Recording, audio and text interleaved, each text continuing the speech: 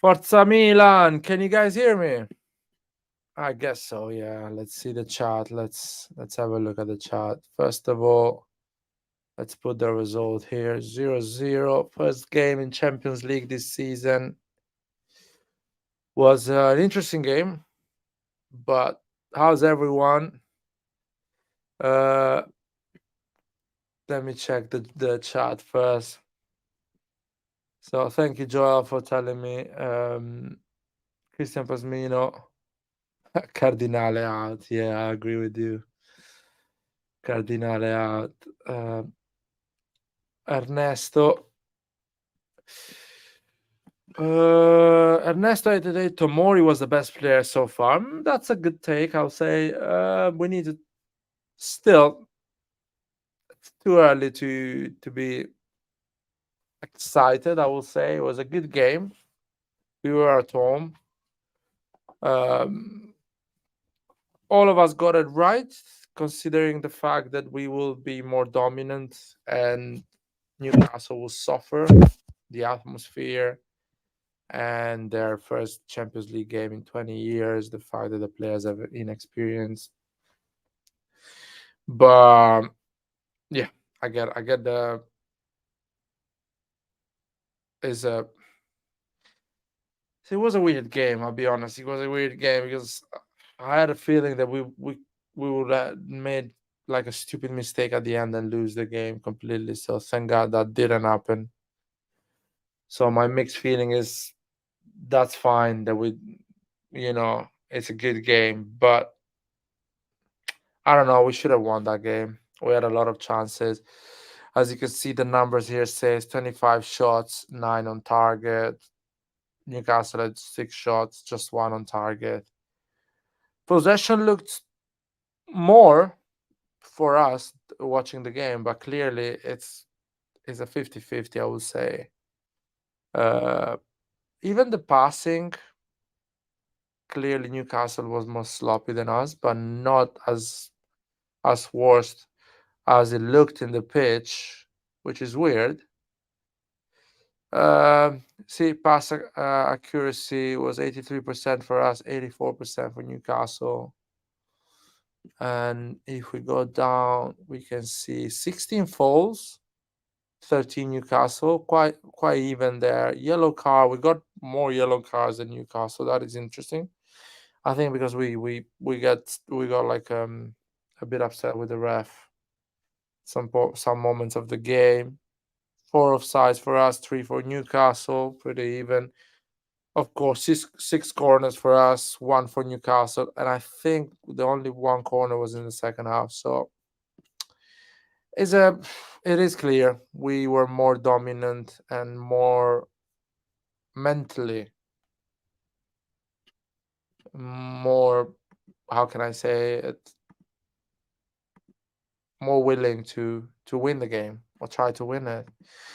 I guess we wanted to kind of get revenge after the bad performances on Saturday. So it made sense. The guys went to the pitch fighting and trying to win the game. We almost did. Leao had that was a great um how's it called, opportunity. Leao getting the ball in the midfield, going with the flick to Pobega opening it up to Teo, and Teo giving the pass to Leao that runs in the middle. I love that run Leao did in the middle. That is those runs that I love to see Leao do. But at the end, he should have scored that goal. And Pobega had a good chance just a few seconds later. Pobega went for the. It was on his right foot. It was not in his left foot. I guess if he was in his left foot, probably Pobega would have scored that goal. He has a strong shot, quite precise. But on his right foot, he went for the sure choice. Try to hit the target, not too much power. And anyway, it's just we had a lot of chances. I'm actually watching Borussia Dortmund, Paris Saint-Germain at the moment. Borussia is dangerous, man. The counters they do are scary. I mean, this Borussia with against us, if they play like this, I thought it would be our easiest game. It actually Borussia probably will be one of the hardest game for us. I'll be worried because we leave spaces. So let's see a bit. You know what? Let me put the link. Let's copy the link. I'll put the link on the chat. If anyone wants to join and talk about the game, feels giving an analysis about the game, I will start talking slowly about specific position in the pitch and how the players played. We will talk about Pioli's tactics. Um, so let's see. Lab Gorilla. What Lab Gorilla is saying? 2 points at home. Drops. Dortmund will destroy Newcastle at home. As well, PSG. Newcastle are awful. Okay, Newcastle are awful. I'm not sure about that. It's Champions League is about moments and periods as well, depending on what period you are. We came in this game really upset and with a fucking with our ass kicked, so we had to kind of you know focus and try to win it. So we were more motivated than them. I say they came here scared. I don't know if Newcastle is so bad. Let's see. Let's see. They will play against Dortmund. Let's see what they will do. I think they're still a difficult team to beat. Of course, we deserved it tonight. We were a better team. So it feels like Lucas says, it feels like a loss. But yeah, it should have been 3 points. If we are going to get 3 points in this Champions League, probably this one was a good chance. Let's see. Let's see.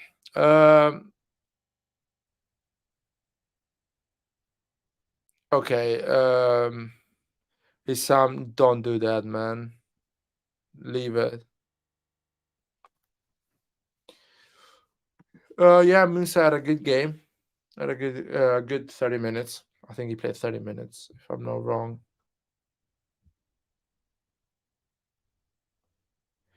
Uh, no, man, I didn't change my mind. Chukwueze today gave more passes to Mike Magnan than to actually Giroud. I don't understand how you guys watch football, by the way. What makes you think that Chukwueze had a good game today? He was offside twice on a fucking close to the outside line. He gave more passes to Mike Magnan than to actually Giroud. The only dribble he succeeded was not even a dribble, was on Tonali because he had a few meters ahead advantage on Tonali. And he misses two chances. He had a good header that I'm not saying he should have scored, but you need to score if you want me to respect your performance. And the second header actually was really poor because he was close to the goal. He should have hit that ball better. And the rest, it did nothing. It was an okay game. Against Newcastle, that was not amazing. I think Newcastle is a good team. Gave a fight today, but I don't think Chukwueze did a good game, man. I don't understand why. What is the performance of Chukwueze? Do you think the performance today Chukwueze had was better than unusual performance of Selemakers or Messias or Diaz? Was it that better? Chukwueze didn't do anything special today. I don't know why people think he had a great game today. I mean, I don't think people think he had a great game today.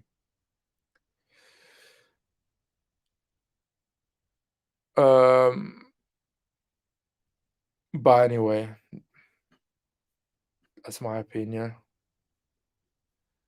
Yeah, I have the same opinion with you. I don't think Chukwueze was that good.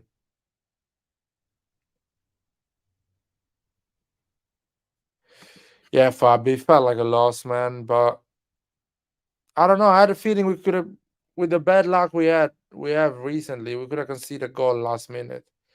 So And we're competing against Newcastle and Dortmund for that second spot. Supposedly, if you think PSG will qualify first, we're competing against Newcastle and Dortmund for that second spot. So if you don't lose against Newcastle and Dortmund, it's never like a loss. So if you lose against Newcastle and Dortmund, it is a big loss because that's your direct competitor to get that second spot. Um, I mean, Giroud is he didn't have a bad game. He missed a big chance at the beginning when he did a shoulder to shoulder with Botman and Botman slipped down. He had that good chance. I think the keeper did well covering that that shot, but as a striker, you should do better. Uh, but yeah, he had an okay game. Nothing crazy good, I would say.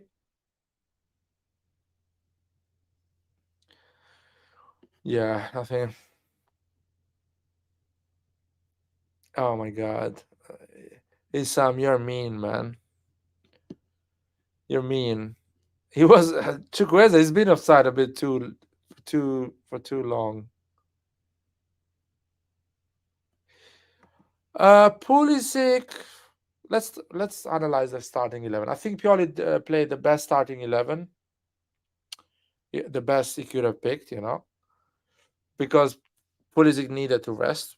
Of course, uh, everyone knows I don't rate Chukwueze, but we bought him. He's our second choice in that right wing, so he should have started, and he started. He had an okay game, Chukwueze. He did his job. Nothing. He will never, in my opinion, he will never reach the levels people think he will. Simple as that. It will be a squad player. Um, the defense played well. I think Calabria was tired today. Was a bit tired. I saw him struggle today, so he needs to rest the next game. I think Florenzi should start. Florenzi had a good second half. Uh, oh my god, the comments are a lot. Oh, Lab Gorilla, man, are you making fun of me right now? Are you making fun of me right now? Let me call Roy for a second because I think Roy doesn't know that I'm live. Let's see. Let me let me put the link on the chat as well. The defense played well. Teo Hernandez was in a great shape. I think Teo Hernandez is realized he fucked up a big time in the derby. He had a great game, I think. Tomori quite solid. Yeah, I agree. One of the best in the pitch. I mean, it's easy for Tomori when there is pace, when his game is relies on pace. Uh, and I think English team are not tactically educated as much as Italian teams. Of course, they're better. They have more resources, more money, and of course, Man City is tactically amazing. The other one are good tactically, but not as educated to find ways to give problems to Tomori. Tomori had a solid game. By the way, that is proof that uh, Tomori, if he rests, if he is fresh, if he doesn't play all the fucking games every time, he will be more lucid and he will have better games more often. I think Tomori in previous season struggled a lot because he never had a proper rest. He always played every fucking time, and the way he plays, his physicality, doesn't look like he's tired, but he is tired like everyone else as well. But Tomori had a good game. Yeah, if he played against Inter, probably we would have lost. against Inter, yes, but not as bad as we did. I think Tomori is more energetic, as a more fighting spirit, let's say, and it would have been more. It would have helped Chow more on all the mistakes Chow did, just with his pace and his recovery. But still, it wouldn't help win the game. Um, the midfield. Let's go with the midfield. I think the midfield did well. Still too open, too exposed. The midfield still force doesn't cover the pitch properly. So I'm not. Um, 1 second. Roy is asking.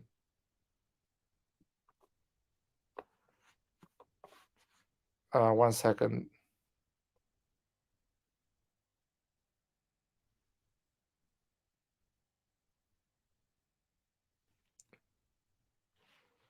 So what I was saying, yeah, the midfield is still too exposed, man.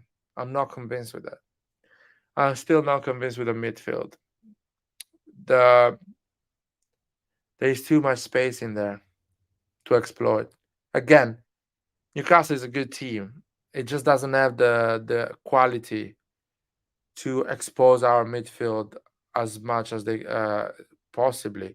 I think a team like Borussia Dortmund or PSG will be dangerous to play with this type of midfield. So not convinced yet the midfield. Pobega played well, not great. I think all the three midfielders played well. Off the ball, I think they're not good at covering the pitch. Absolutely not. With the ball, they do good things. They find solution. Off the ball, they are trouble. I think with a good team, that midfield gets a lot of problem.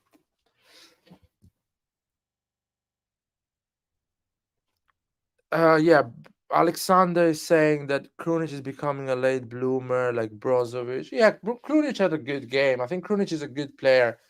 The problem of Krunic is that he doesn't have the energy to dominate the midfield, so he needs two midfielders that dominates and covers most of the pitch, because Krunic has a cold blood. He knows when he has the ball, he doesn't do stupid things.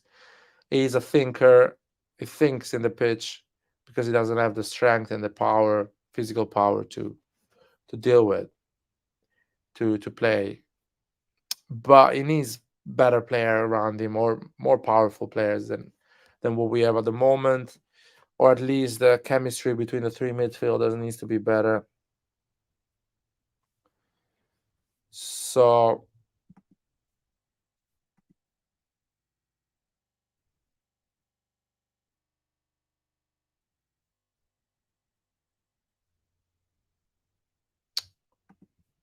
that's the thing about Krunic. Sorry guys, I'm getting Roy's message. I don't know what he's doing. Um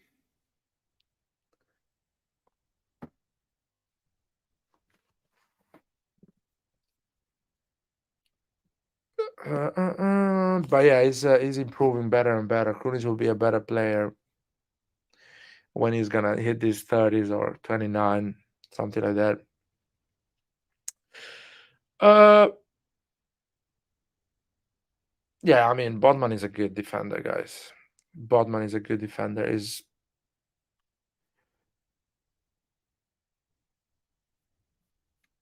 Oh, Red Devil Studio is here. Red Devil Studio is here.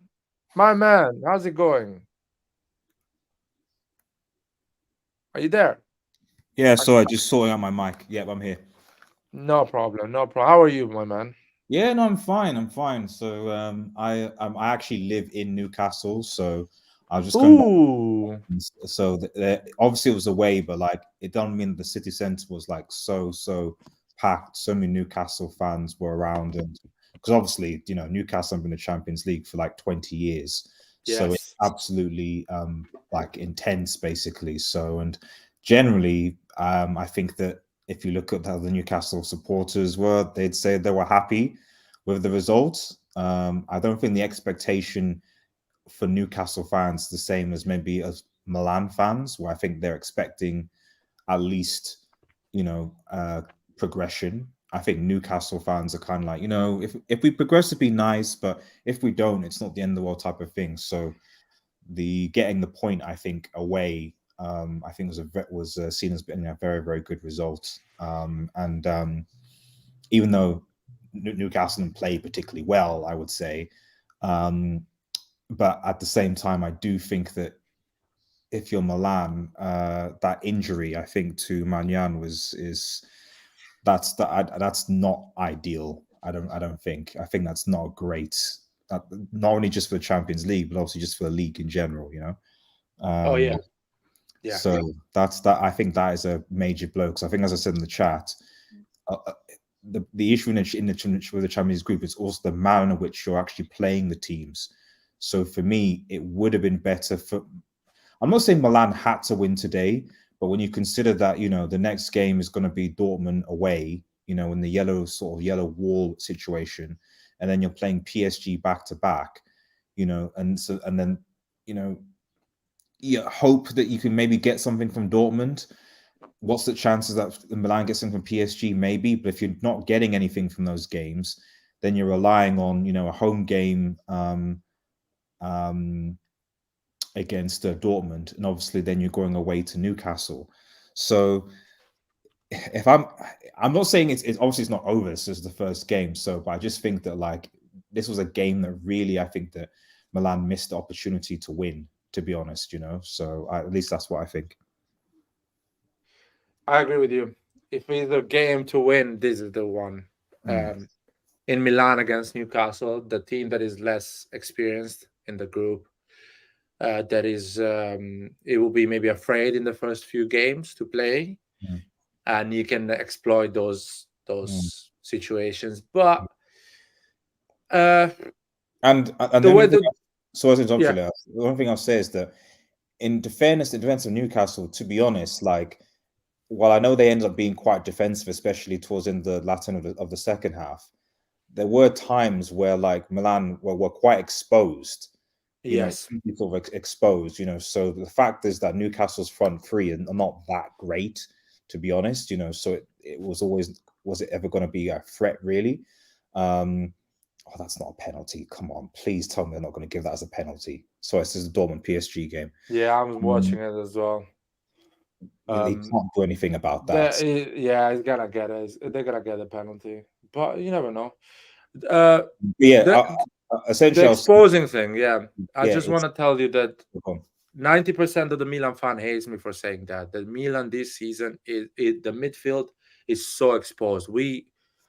Every team easily creates chances against us. We are not tough to beat. We are a good team. We have quality, but a good team can create a lot of chances against us. Today, Newcastle, you had a good point. Tonali was coming from an injury. Joelinton was not available, which is one of their best midfielder. And plus, they had I don't think they had the best right wing. Usually, he plays Almiron. He starts Almiron, or anyway, creates different situation up front. They were not amazing, and still they were creating few small chances or coming off close to our goal. So I'm worried. I'm worried for my team because it's not. I like my team to be tough to beat. You know what I mean? I think you understand me because Man United is in a similar situation. Yeah, it's a team that has a lot of quality players, but they are not tough to beat. Yeah, you can score. You can create chances against Man United and against Milan. That's my problem, and it's a big problem. But go ahead, sorry, you were saying something. To show you, lads, because if you look at the possession stats, despite the fact that Milan had obviously all those shots, when you actually look at the possession, it goes into what you were saying about there being open. There's actually not that much difference in the possession stats, which means that really, Milan, a lot of this game, to be honest, was, and especially in the first half, what I noticed I could be wrong. What I noticed in the first half was that actually Newcastle actually started out like they wanted to play. Like they were passing the ball around, moving on, holding on to, etc. And Milan basically were just countering, and basically because counting behind the space that Newcastle were leaving, and that happened quite a lot. In the second half, that changed. It's almost like Eddie Howe was like, right, okay, we need to keep in contact. And basically, from essentially 55, 60 minutes, they kept on dropping deep and deep and deep. So I think that you're right. I think the fact that the midfield just isn't particularly tight, I think is a problem. I think that I'm looking at this PSG obviously Dortmund game, and Dortmund don't look like they're anything to be to smile about either. And I think they're going for their own issues.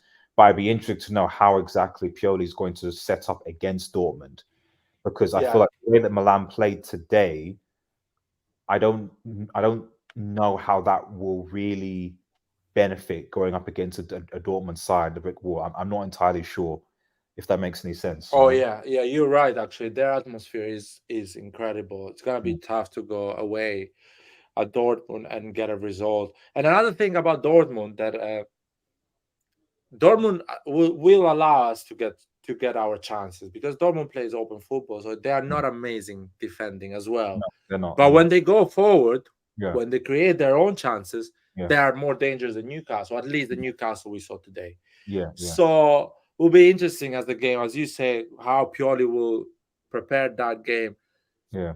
in Germany. I hope Pioli, when he goes in Germany, he goes quite conservative Mm, because that is basically if you do that, it will be so easy to beat Dortmund. You will stay deep or at least play conservative, and every mm, time you get the ball, start run forward with your, Leao, mm, Pulisic, or whatever he's playing at Reinders and mm, all Theo Hernandez, and you win easily. So if, hopefully Pioli makes that decision, and mm, we go like this in Germany. mm, But mm, let's see, because Pioli this season has been a bit stubborn, and mm, because we spend quite a lot of money considering the standard of Serie A of spending mm, money, of course. mm, mm, mm, We are trying to build a team that dominates games and mm, keep possession and impose the game, mm, which is too early for us to do that anyway. mm, mm, mm. Even let's say these are good players and they will do that in the future, they're quite not there yet. It takes Mm, time, and some of them are so young, so they yeah. even need to grow mentally as well Mm, to be able to play for Milan and deliver what we're asking them to deliver. But mm. it's not looking good this season, in my opinion. We will hopefully we will finish top four. Would you Is a team would to you finish be top four. would you be content dropping into Europe if it happens? Would you be content dropping into Europa League? Um, I'm I have two thoughts on this. Mm-hmm. So if we drop in Europa League, we have a good chance to try to win that competition, which Mm-hmm. I'm not excited anyway. But it is a trophy, and it will help the players develop and get that And also Europe guarantee experience, and, knockout games. You learn a lot. yeah, and Champions League qualification if it comes down to it as well. Exactly, and Champions League qualification or money, whatever, revenues, prestige a bit, credits, points for UEFA credits. That with the new system they are really important because now Mm, you can finish fifth and go mm, in Champions League if your credits are mm, high as a team. So you mm, mm, need to collect those. So now there is no messing around. If you finish in Europa League, and this is a good team that can challenge to win it, of course, or go mm, to the final at least. mm, mm, But is and another thing I have to tell you, this is not a team that is gonna win the title this season in Serie A. mhm, So being in Europa League will be okay because what mhm, you will do, you will finish top four, mhm, not struggling too much, hopefully, mm, and try to win the Europa League, which is not a bad mm, season for consider that we are still a young squad. We've been a young squad for 4 years because we're cursed basically. Our ownership doesn't allow us to be a winning team. mm, They doesn't allow it to grow. They sell players. They don't renew good players. mm, The previous ownership and this one is just not. They don't care about winning trophies. They just wanna make revenues, yeah, yeah. cash flow, grow the brand. grow the business, and hopefully sell it, make a profit out of it. Sounds like Manchester United right now. Oh, man, sounds like American. Sounds Yeah, like a corporate America. North America, But exactly. like, I feel like everyone is working for corporate America recently. Yes. Whatever Yeah. job you do, even if you're a cleaner, Yeah. probably you are. Yeah. Corporate Well, I mean, America is paying your as you salary. said, that's why it's almost ironic because Newcastle bought by people from Saudi Arabia, and at the end of the day, like in one season, they went from battling relegation to basically being Yes. Champions League, and that's. Obviously, it's a bit more now. You've got to give credit to Eddie Howe because he helped to coach them and stuff, and they made good signings. But it is just funny how when you have people in place that aren't that concerned about solely making a profit, and Yeah. that's their main thing, but they're concerned about developing the club, hiring the right people, investing in the right areas, etc. It doesn't actually take that long to actually see change in a football club, So, and I think that's the problem, really. So, that's why, as I tell people, Newcastle fans, really, no one's expecting anything because it's like, but with the continued investment, they're going to be growing from strength to strength. Especially the revenue they're getting in, etc. So in 5 or something years, you won't be surprised if they're going to be a major force in Oh yeah. domestic football because of that. But for our American-owned teams that are focusing more on profit margin stuff, I think they're going to find it quite difficult to keep up, unfortunately. So And I have a problem. Americans, at least all the Americans ownership, apart from Liverpool, by the way, all the but Americans ownership, they even Liverpool, are not. Yeah, Liverpool, but at least Liverpool is run by football people. Is run by Jurgen Klopp, and that's what I'm saying. Yeah, like it's all on Klopp. I would yeah, argue. exactly. The moment Klopp leaves, they will show their true color as ownership. Yeah. But the other ownership, the American ownership, the problem they have, they are not humble enough to say, I know nothing about football. I want to hire the best people in this industry to run my club.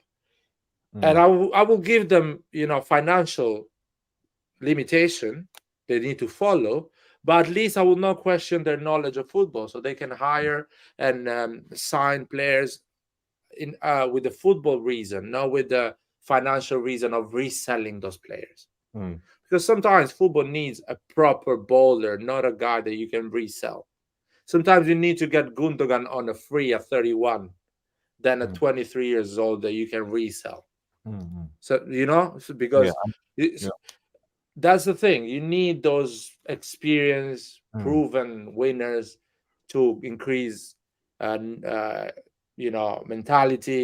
experience in the team, quality of the football. I mean, Modric is the best midfielder at the age of 38 still. So that's the reality. You can buy all the youngsters, all the Tchouaméni, Camavinga, Bellingham, whatever, but at the end of the day, Modric needs to be there in that dressing room playing those important games, because he's the guy that knows how to approach those games and help other players around him. So the Americans don't do that. You see Chelsea. I went and watched Chelsea a couple of weeks ago against like a Carabao Cup against Wimbledon. I think it was, yeah. Oh man, it's not a good team. Chelsea's not a good team. It's gonna take them. I don't think they will manage this season again. They will struggle. It's not built properly. It's not built properly. But I agree. Though a lot of Chelsea fans are in denial, but oh yeah, yeah. I mean, they spend £1 billion, man. I know. In 12 months. It's if $1 billion. Atalanta spends £1 billion, Atalanta wins the Champions League in 3 years, man. I swear to God, if Atalanta spends £1 billion, if Roma spends £1 billion, or whoever you pick, any team in other leagues spends £1 billion, they win the league, man, and they go and challenge for the Champions League. Chelsea is not able to finish top 4. Can you imagine how bad you are as an ownership? So I'm to the point that, like, if Milan would face Chelsea and beat them easy, that Milan team I saw just now would easily beat this easily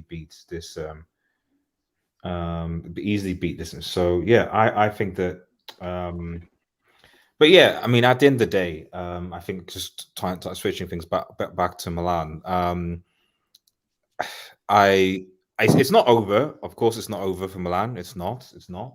But I just think that when you look at the schedule of games the order games that they play, this for me was the game that I feel like would have been the best to win to secure at home to Yeah. Newcastle, because Dortmund away is going to be hard. In my opinion, is going to be harder than this game. And then you're now facing PSG back to back, and we don't know how the PSG results are going. If they draw this game, for example, they're going to be going away to Newcastle, which is going to be it's not going to be particularly easy for them as well. And so suddenly, both Milan and both PSG are going to be going into the head-to-heads, needing to sort of get some stuff done, which is going to be difficult. But yeah, let's see what happens. I still think this group is quite a tight group because I don't think there's anyone really in this group, and that includes PSG, that I'm like that. They all have kind of weaknesses, and they don't really kind of stand out, So it's just going to take some. I think in some of these games, it's almost going to have to take a moment of brilliance to be able to separate the teams, So I wouldn't be surprised if more draws. Yeah. But yeah, they didn't. At the end of the day, they didn't. Milan didn't lose, and that's good, So, but a win, I I think. don't see how that's a good. I mean, Newcastle were there for the taking. I still am so confused on how we didn't beat them. AC really shocked me. I wasted my whole day. I was planning my whole day around this game, and it did not live up to the expectation. First of all, Krunic, my goodness, this guy, I have never seen number 6 so stagnant in my life.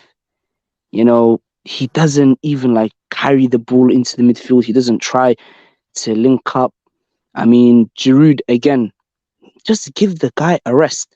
He had an ankle sprain like the day before, and he's still being played. I give Luka Jovic a chance. Give Yassine Adli a chance. You gave Pobega a chance.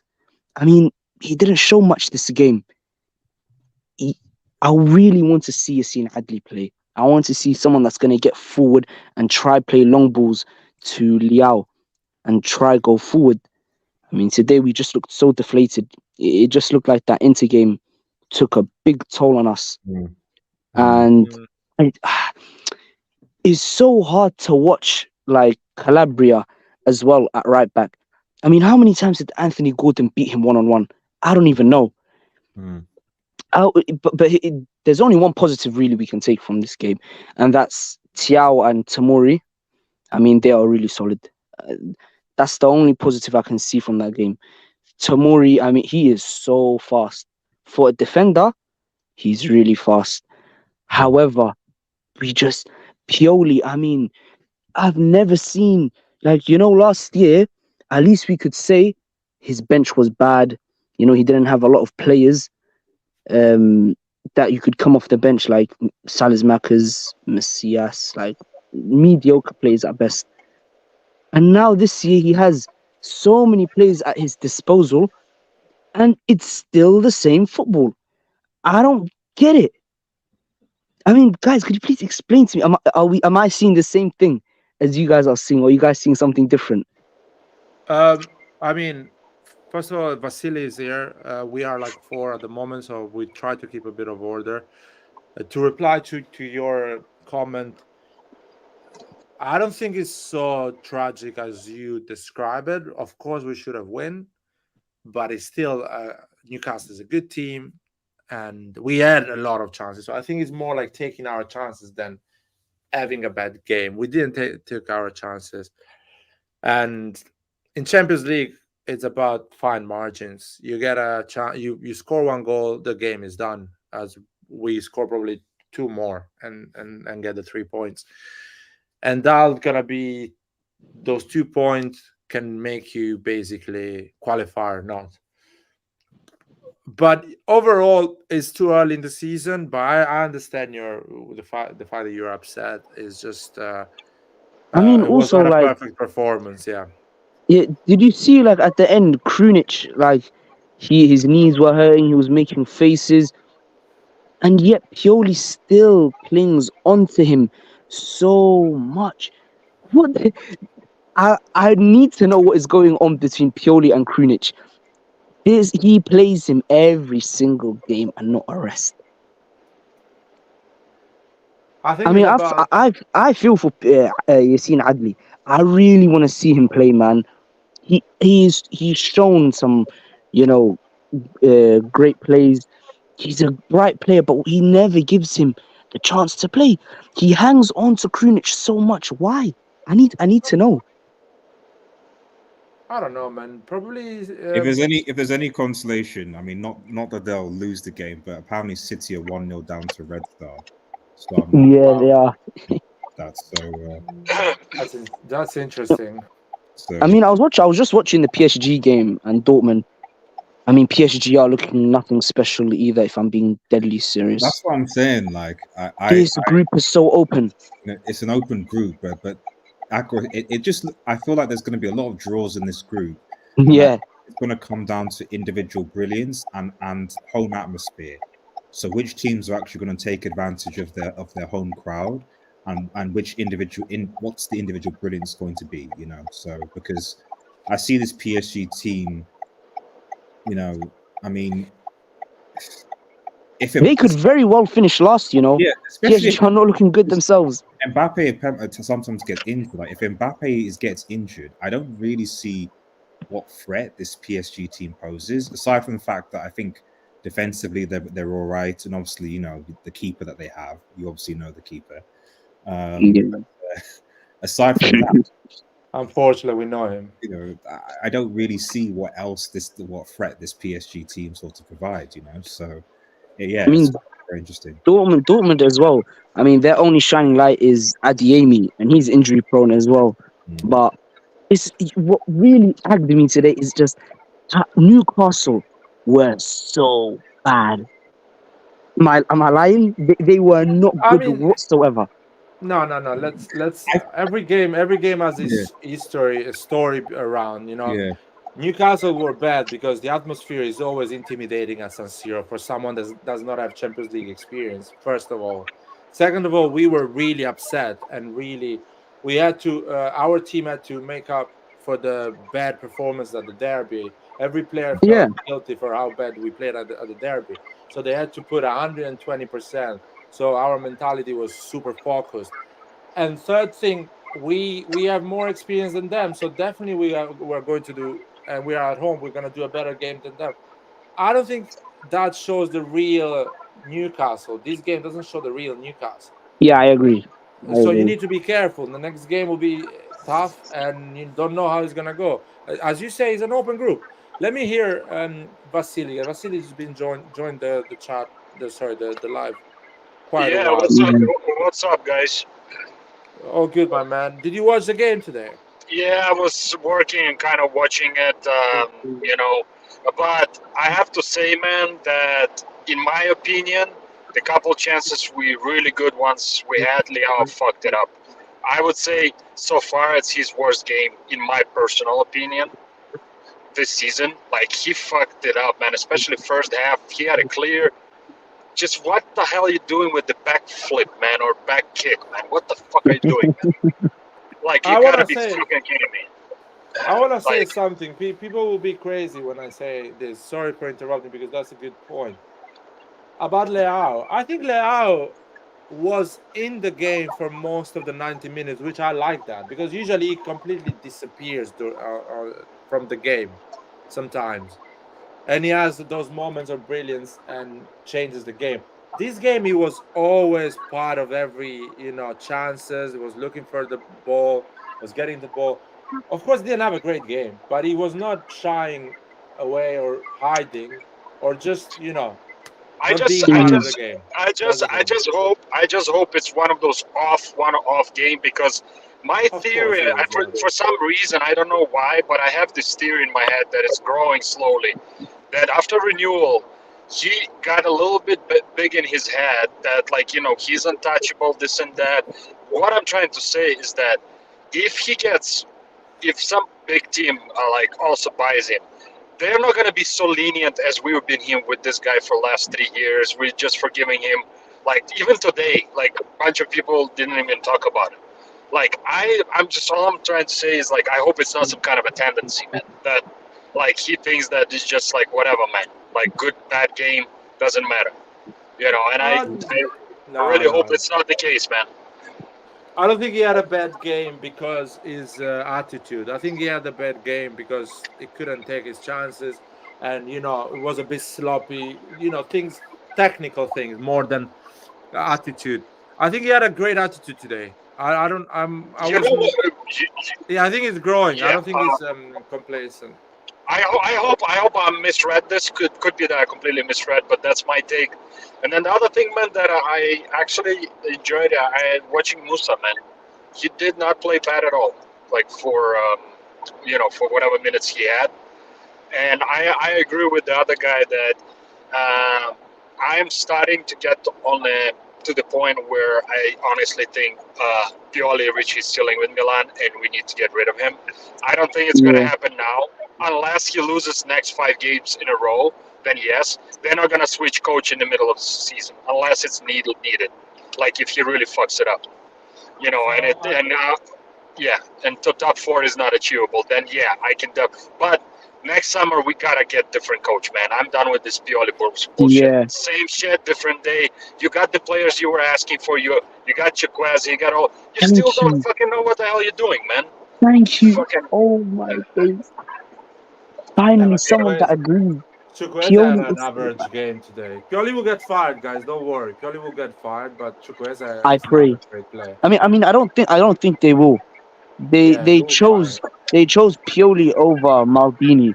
They have to stick to Pioli as long as they can. Yeah, at least this season, man, for sure. Like this is just the last season at Milan, unless he wins Scudetto or something big, man. He's not. I'm telling you, man. If he plays like this, no. We spent 100 million, near enough 100 million plus. He cannot hide anymore.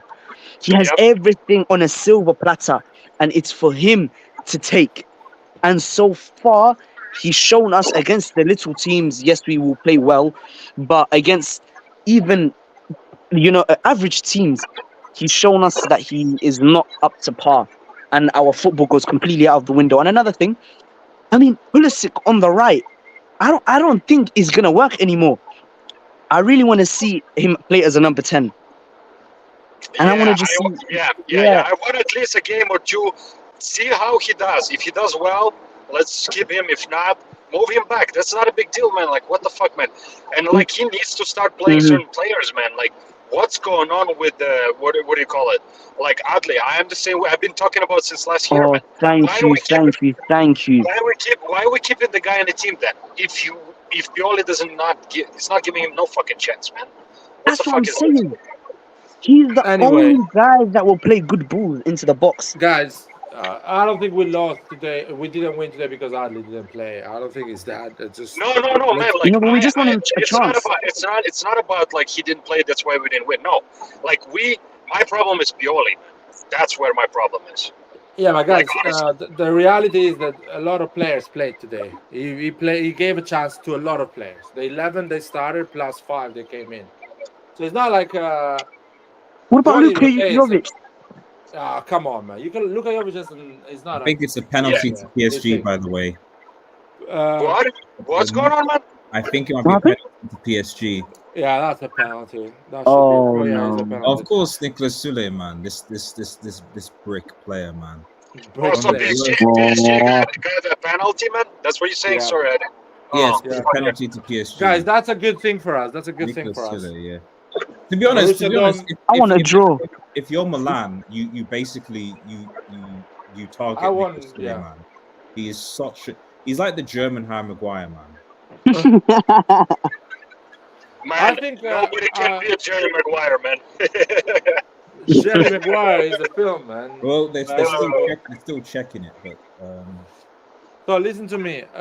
PSG beating Borussia Dortmund is a good thing for us because I want Borussia Dortmund not to get points. We are competing against Borussia Dortmund for that second spot, so that's what I want. But I mean, PSG's spot is not guaranteed. From what I'm seeing, they're not playing like how we expected. Well, but PSG is not Yes, built properly as a team, and I don't rate the coach as well. The coach is nothing special. So, going back, how are you feeling about Man United? Man United.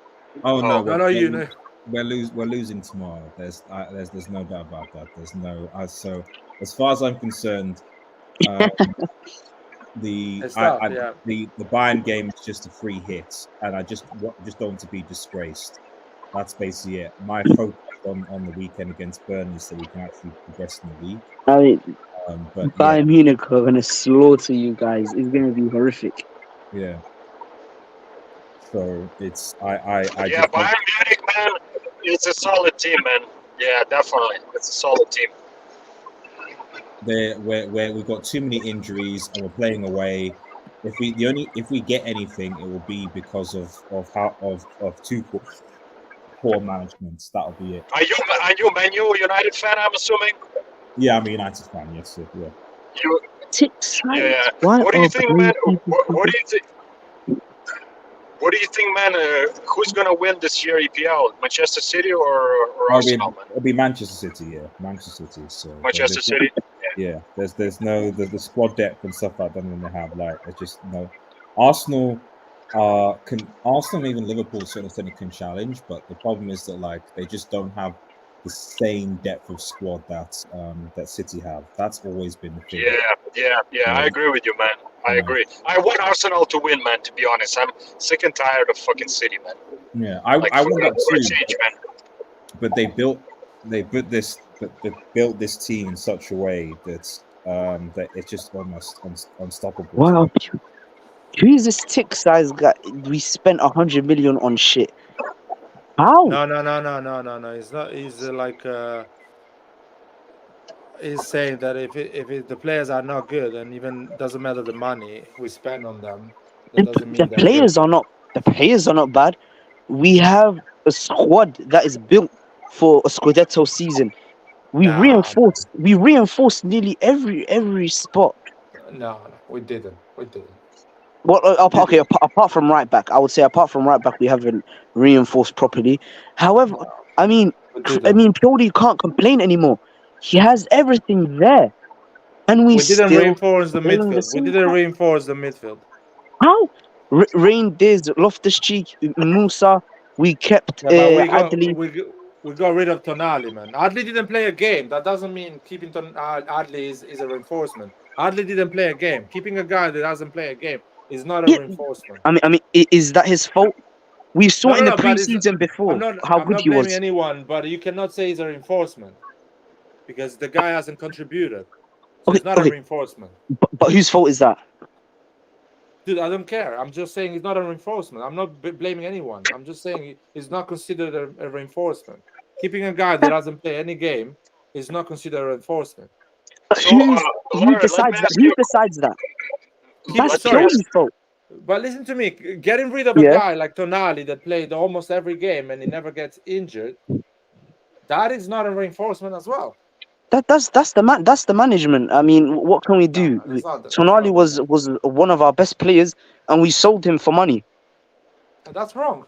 That's why we're not improved in the midfield from last season, and we're not improved in attack as well. Giroud is 1 year older, and it's not That's 1 year older at the age of 28. He's 1 year older at the age of 38. So I wanted to keep Colombo. Colombo, I think, would have been better than Giroud. Listen to me. We're not improved in attack. We're not improving attack. We're not improved in midfield. And our defense is the same of the previous year. And being the same of the previous year means that you don't have the best defense in Serie A. Because we conceded a lot of goals last season. So we're not a good defense. So defense, midfield, and attack are not improved. By the way, guys, Dortmund are so bad, man. I mean, you guys have got to beat them, man. What's the score? It's still 1-0. It's a penalty. I mean, the only reason. I hope so. Nicolas Soulé is a bad defender. They can't string passes, barely string passes together. It's just. But I don't know. I don't know whether it's just Dortmund are bad or whether it's weird that the teams in this group should all really play well. but they don't seem to be able to be doing That's what it. I'm saying. This group is just so. Like Group. it's weird. It's like this group is like on paper, these are all good teams that will play like decent football.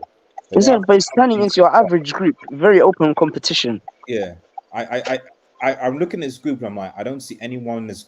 I wouldn't be surprised if whoever qualifies from this group, if the people play like this, gets knocked out in a round of 16 against like any sort of half decent team.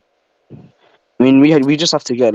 I mean, from then on, it's just luck. Whoever we get drawn against. Yeah, of course. But you'd imagine that. Well, I guess you'd imagine that if Milan or someone comes second, it's going to be against the team that will be first or something. First, yeah. And it's not going to be an Italian team, so we will get probably an English or a Spanish team, or a German, Bayern Munich, something like that. This is a tough group because all the four teams, in a weird way, they are close with each other in terms of not saying quality, because I think PSG has a lot more quality, but in terms of output. Yeah. So that's why it's a group of death. I see everyone can beat everyone. Mm-hmm. But you know what? We being all at the same level, if you have Mbappe, that gives you an edge. That's the reality. That's what I'm saying. That's why it's important that he's fit, because like he often picks up injuries around this time and stuff like that as well. So like in the last couple of Champions League campaigns, he's missed. I mean, imagine Mbappe going up against Calabria and Florenzi. Well, it will be absolute carnage. But that's the thing. We will sit deep and wait for them. Yeah, I think for that kind of game, you just have to sit deep and hit on the break like Napoli against Napoli in the Champions League. Yeah. I mean, that was the closest we were ever going to get to success. But this year is not looking good. Yeah.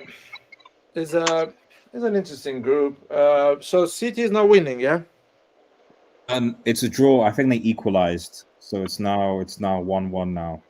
But that's to be expected. I was happy for the moment that they were down 1-0 at home. But I know for a fact it's Manchester City. They're going to win the game. So like it's just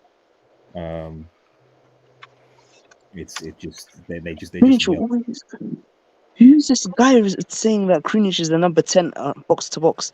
The guy isn't good at anything. He's not fast. He's defensively, he's mediocre at best. No, it's not bad, man. He's a squad player, guys. You guys need to relax. What I'm saying is, you cannot blame players that are squad players. The fact that Krunic is playing is because the management didn't improve the midfield. If the management keeps Tonali and buys Reinders and Loftus-Cheek, you have a midfield today that plays Tonali, Reinders, and Ruben starts with that type of midfield, and Krunic is in the bench. That means improving your squad, buying players that bench your starters. You didn't buy any player that can bench Krunic. Of course, maybe you can play Musa, Ruben, and Reinders, but still, you're not gonna be as good as you think. You're gonna have some problems in that midfield. There's not a big upgrade. I think if Pioli just switched up the formation to a 4-2-3-1, we would do great as well. Ruben and Reinders as the two, and put Pulisic in behind. I mean, I don't see why Pulisic is playing as a right wing. He keeps on having to come back onto his left foot or go out wide and try beat his man one-on-one, which he's not good at, if we're being honest.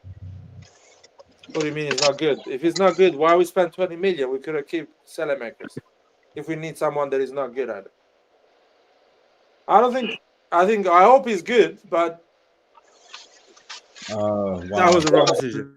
Vasily, man, do you want to say anything about the formation? PSG are 2-0 up, just so people know. So that's a very good goal from Hakimi. Oh, very good goal. Just great. Oh. Very good. Yeah, they're now getting in the mood now. Like I said, Dortmund are trash, man. Oh, this is getting depressing, man. What the heck?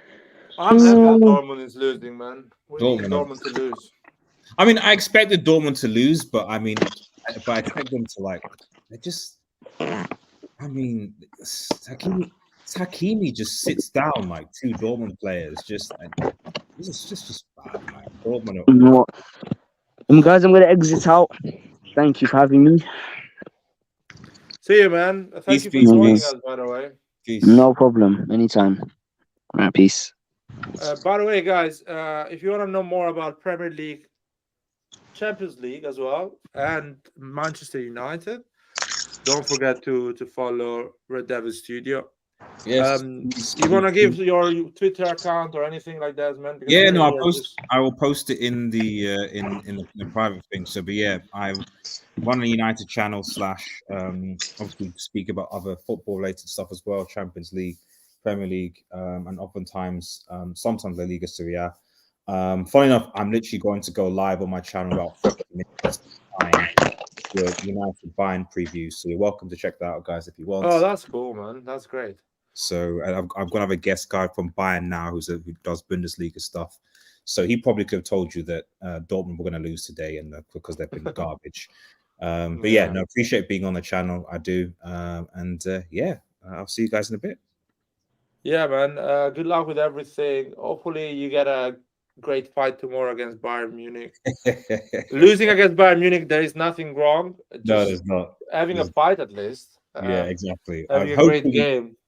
Hopefully we could fight, but yeah, I'm not. It's going to be a very, very difficult battle. So, but yeah, peace out, guys. Speak to you later. Peace, peace, peace. Yeah, man. Good luck with everything. Vasily, are you still there, man? I see a door. I see something. Yeah, sorry, man. I just got home. I didn't want to interrupt. That's okay, man. Sorry, I gave a bit more time to our, new people that doesn't join a lot. No, How are you, cool, by the way? It's cool, man. It's cool. That's not a problem at all, man. But what I want to say, man, like I honestly, and you know me, man, like I'm one of the biggest fans of Leao, man. But this game, I understand what you were saying, man. That his attitude was not his usual. He tracked back somewhat, and he wasn't just standing there. But that chance in the first, you know what chance I'm talking about? In the first half, he should have just make it simple. Don't do the fancy shit. Just put the ball in the fucking net, man. Like, don't do this, And it kind of disappointed me, man. Yeah. So, but I still love the guy and support him, man. That doesn't change anything. I just when he plays good, I say good things. When he, in my opinion, personal, is not as good, like I'll say the same, So, but my opinion was that this is like I knew it's gonna be a tough one, man. After that big loss to Inter, I knew that I to be honest, I'm happy we didn't lose the game, man. To be honest, man. That's all because I knew they would be mentally down. Even the Zlatan came in and talked to them, definitely probably helped a little bit. But it's hard to get over something like that, like in 2 days, man. It's almost impossible, man. You would need a little more time than that, man. So, but that's just me, man. I don't know. I hope. No, I agree with you, man. Thank God we didn't lose the game because with 1 point, still everything is open. Borussia Dortmund is losing, so that means that there is a team that has 0 points. We have 1 point with Newcastle. Yes. And PSG has 3 points. And I guess next game for us is Borussia Dortmund, if I'm not wrong. Let me actually check. 1 second. And we have to win that one, though, man. There's no excuses for that one, man. Like, if you want to continue, have good chances for Champions League, man. We have Dortmund, Milan. I mean, he's in Germany, so let's say we should not lose. Yes. And if you win, of course, it's amazing. But let's not lose in Germany against Borussia Dortmund, and that is perfect for us because maybe we get a point against Borussia Dortmund. I'm thinking negative, and PSG maybe wins against Newcastle or draws against Newcastle. It's still everything open. No one has really fucked it up completely. And we go for the PSG game, and that's gonna be a bit. Yeah, that's a big one for sure. That's a big one. Getting 1 point out of 2 games will be still not bad, and we will play everything on the return. Milan against Dortmund, and Newcastle in England against them. There is going to be the qualification will be decided on those 2 games. I don't see us getting it sorted before those 2 games. The only thing we need to do is keep it open until those two games. And when I say keep it open, I mean keep it properly open, not like almost impossible kind of thing. Yeah. That's the whole thing. So if you arrive at the in Germany for in Milan against Dortmund with 3 points or 5 points, is a great result. Is a great situation. In my ideal world, the way I see it, it's 6 points out of Dortmund game, 4 points out of Newcastle game, and 1 point out of both games of PSG. That's a lot. That's a lot of points. I don't think we're gonna get those points. Yeah, I mean, that's why I said in my ideal world, that's what I would. But realistically speaking, who knows, man? If you get 6 points from Dortmund and you get 2 points from Newcastle, that is 8 points. You go, and 1 point from PSG, that's 9 points. 9 points, you go ahead in this group. This is a group that with 9, 8 points, 7 points, you go ahead. I don't see this group needing more than 9 points to go ahead, or 8 points. It's gonna be something like that. So don't fuck it up against Newcastle and Borussia Dortmund. Try to win or draw, never lose. Yes. And nick a result, maybe in Milan against Paris Saint-Germain. Maybe at that point, Paris Saint-Germain will be qualified, more chill, kind of doing a rotation type of thing. Let's see. You know what? There is a lot of things can happen. Exactly. A lot of things can happen. So a lot of injuries. We got 2 injuries today. So imagine what's going to happen in December when we play against Newcastle. The thing is, man, that as long as our defense is solid, I think that's the key, man, to be honest. I know we'll be able to score goals. I know that. But defense has to be very... Well, let's see. I'm not sure about the defense. I mean, I've never been sure the last 2 years about the defense. We never invested properly in the defense the last 2 years, but that's fine. Clint is here. How's it going, Clint? How's work? Live. How you doing, man? What's up, big dog? I'm good, man. Vasil, yeah, I almost missed the game. I'm in Central Time, so I'm like, you were sleeping. No, not even. I was working, but I thought the game was all the way with the other games, and I just went on social media and I saw like Tonali getting applauded. I was like, what the fuck is going on? So I go in and it was 10 minutes in. I mean, it's this game is gonna come and bite us, bro. That's all I can say. It's gonna come and bite us. This is a game we're gonna look back and we're gonna think about that Leao chance where he dribbles all the defenders. Like you said something last week, I believe so, which was really interesting.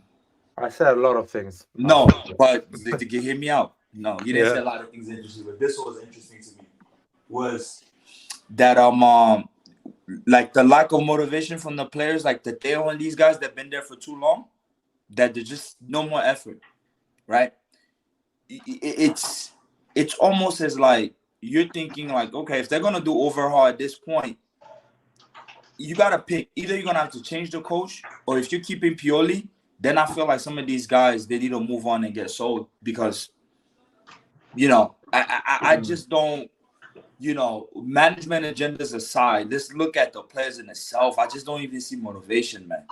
And I'm looking at Leao all day, not trying to just put it on blame on one player, but it's just I'm looking at the guys that have been there forever. It's just like I'm like, dude, what the hell is this? What's going on, right? Do they still have that fire, or has Pioli lost the locker room? Was that a little patch? Y'all tell me, and I'm speculating here, but I'm sorry to plot. And after a derby defeat, Ibra comes in. That's a bad look on everybody. The whole management from the coach and all of that, right? To come and join the coaching staff. Maybe it was planned, but I feel like the timing is really bad based on, result that happened. And it means you guys are not really in control. So I don't know, man. I'm just thinking out loud, but I'm assessing all this stuff. It's just with the game itself, I wasn't mad the way we played it. We displayed. we're not finishing the chances, and I think that grinta you're not really seeing in a lot of players. You're not really seeing in a lot of players, and it's really telling. It's really telling. That's all I have to add, to be honest. Yeah. Going back to motivation, I think today Theo and Leao looked motivated. I just Pioli will get fired, of course, in the weeks, maybe. You think so? You think you sure about that now? This time? I'm sure about that. Pioli will get fired. They're just looking for who is the best person to replace. But they're looking at a replacement, and the moment the replacement will be available, they will fire him when things goes bad. Yeah, I hope they don't go and get they do not go and get Jesse Marsh. Yeah, Jesse Marsh, American coach. I hope they don't get him, but because I feel like they can make some type of stupid move like this. I just hope so, because he's free right now. I see he's doing pundit for CBS. Me personally, as much as I want Pioli out, yeah, if you fire him now, you can get a turnaround season, but you have to get a coach or the profile you need to get. If Pioli had to go within the next few games, you have to get a coach that's stopping gap, i.e. like a Gattuso and all that. You can't go get these coaches like your Nagelsmann or people that need time to implement a new game. I think there's too much at stake here. We want to qualify for certain things. Preseason might be needed. But yeah, for me, like I said, Pioli should have been out. I mean, to me, after that derby, it's just garbage. You know, like today, I think this Tomori, I gotta give Tomori credit. I shit on him, but man, he played. I think by far he was the best player on that pitch. Me personally, he won his duels, recovered the defending. He made him do sloppy passes. I paid attention. Having him in the high line, you're allowed to do that. Newcastle on the other end, like, oh God, man, that right side they're not defending. Like I'm watching PSG game right now. Dude, they're gonna destroy them on that side if the way they were letting Florenzi doing runs. I don't know if because Isak was tired, but yeah, it was just I just don't know. Maybe they're figuring their way out. I mean, the coach also this is his first time in the Champions League, so because you can't coach the same way from the Prem to the Champions League as a change. But yeah, I'm not too convinced in Newcastle. I ain't gonna lie, I'm not convinced at all. I mean, that's a game we should have won. I can see them finishing actually last. Personally, I can see them finishing last. Yeah, they're gonna need another year because the front forwards, no matter if it's Gordon, and Gordon has pace, but they're so inexperienced. They don't really know how to deal. They're not gonna. It's tough, man. It's tough to play at San Siro, but they will get points at home. They will get points at home. Mm-hmm. Because it's tough to play in their stadium as well. It's a tough public. I do understand. This part is a tough public, but the problem is. People like Gordon and all that, they're used to spacing behind, running behind. You know, the counter-attacking game that Newcastle plays, which in Champions League, people are not really, yes, people might play high line, but they're really careful. Yeah, but I don't know. I just wasn't too convinced about like how they played. No, it just wasn't there. Or maybe Milan was that good in that game. I don't know. We were good overall. Yeah. Just I don't know. It's just, dude, the problem is that this team is not as good as people think. Milan is not as good as people think. And, of course, you're going to get a bit, your expectation will be a bit like, oh, why we're not playing well and things like that. We thought this team was amazing in the summer. But I've been telling in this channel, they haven't done a great job with the money they spend. No, I mean, just, let's face it. No. I mean, at the end of the day, you and me, I think we'll agree on one thing. Is like our first priority. What for me was number 9, dog. It's a fucking 9. Somebody that can move in behind. One thing I'm also realizing with the teams, they know that Milan in the box, we're not good at passing. We're not good at passing the ball in the box. We're really bad passing the ball within the box in the opponent's box. They just stand there because they know it's the same thing over there and it doesn't go anywhere. It's not that quick connection. I just saw the PSG goal with the Hakimi goal. Quick combination in that box. He's in front of the goal. He scored. We don't know how to do that. We still haven't figured that out yet. Now I don't know. Maybe it's a player issue, but it's too static, right? The number 9, bro. The number 9. Oh man, it's the same theme. Boy. If I'd have Hoyland, man, I would have not been speaking anything about this Mercato, man. I didn't get my kid. I'm mad. I'm really upset I never got him, man. It's Roy in the live. Roy is in the live. Yo, what's Roy, up? you wanna What's say? up? What's up? How you doing? I'm okay, man. It's Tuesday, so Nice, perfect. Yeah, listen, I'm apart from just for people giving that my do quick- nothing during the week, like you. I'm Yeah, just kidding. exactly. I'll give you my quick synopsis. So I expected Milan to be the better team today because Yeah, I don't think I same. don't think Newcastle has the quality, right? I don't think they're a great team on the ball. The first 5 minutes, I was kind of worried because Newcastle positioned themselves in a high press, and they looked pretty good. But then all of a sudden, when the game kept on going on, and the teams established who was better on the ball, things started to change. And Milan did their thing. They dominated, and they had a million chances, and they should have scored. This game, they should have scored, but it is a mistake to not put your hat down to that defense of Newcastle. Those guys defended like their life. They defended incredible. The level of the defense of Newcastle is top level. It looked like a type of it looked like an Italian team. It looked like half an hour. an Italian team, yeah. And they were there. They were there for every last play till the end. They followed the players. They followed the play. So they did a good job defending. And again, Larry, you and I, we know, both of us know that we did not get the quality sufficient enough to break down teams with good defenses. So that's not a thing. But things that stood out for me was I was hoping to see better from Chukwueze. Chukwueze, to me, looks like he's going to need a lot of time before he becomes a valuable player for this team. He's light, he's unfocused, he's shy, he doesn't know what to do. He's still out of the mechanics of the team.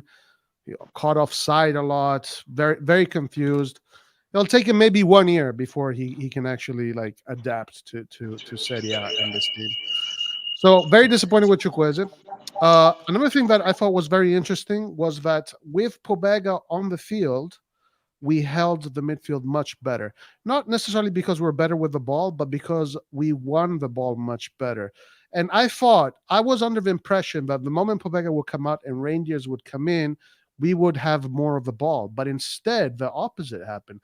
The moment Pobega came out and Reindeers came in, there were gaps in the midfield, and we lost that fight in the midfield. And Newcastle had a little bit more of a ball. Newcastle never dangerous, by the way, but they had a little bit more of the ball. So that was interesting. Another thing that I thought was going to happen was if Pulisic would have come in for Chukwueze, we would have seen a little bit more, but we did not see that.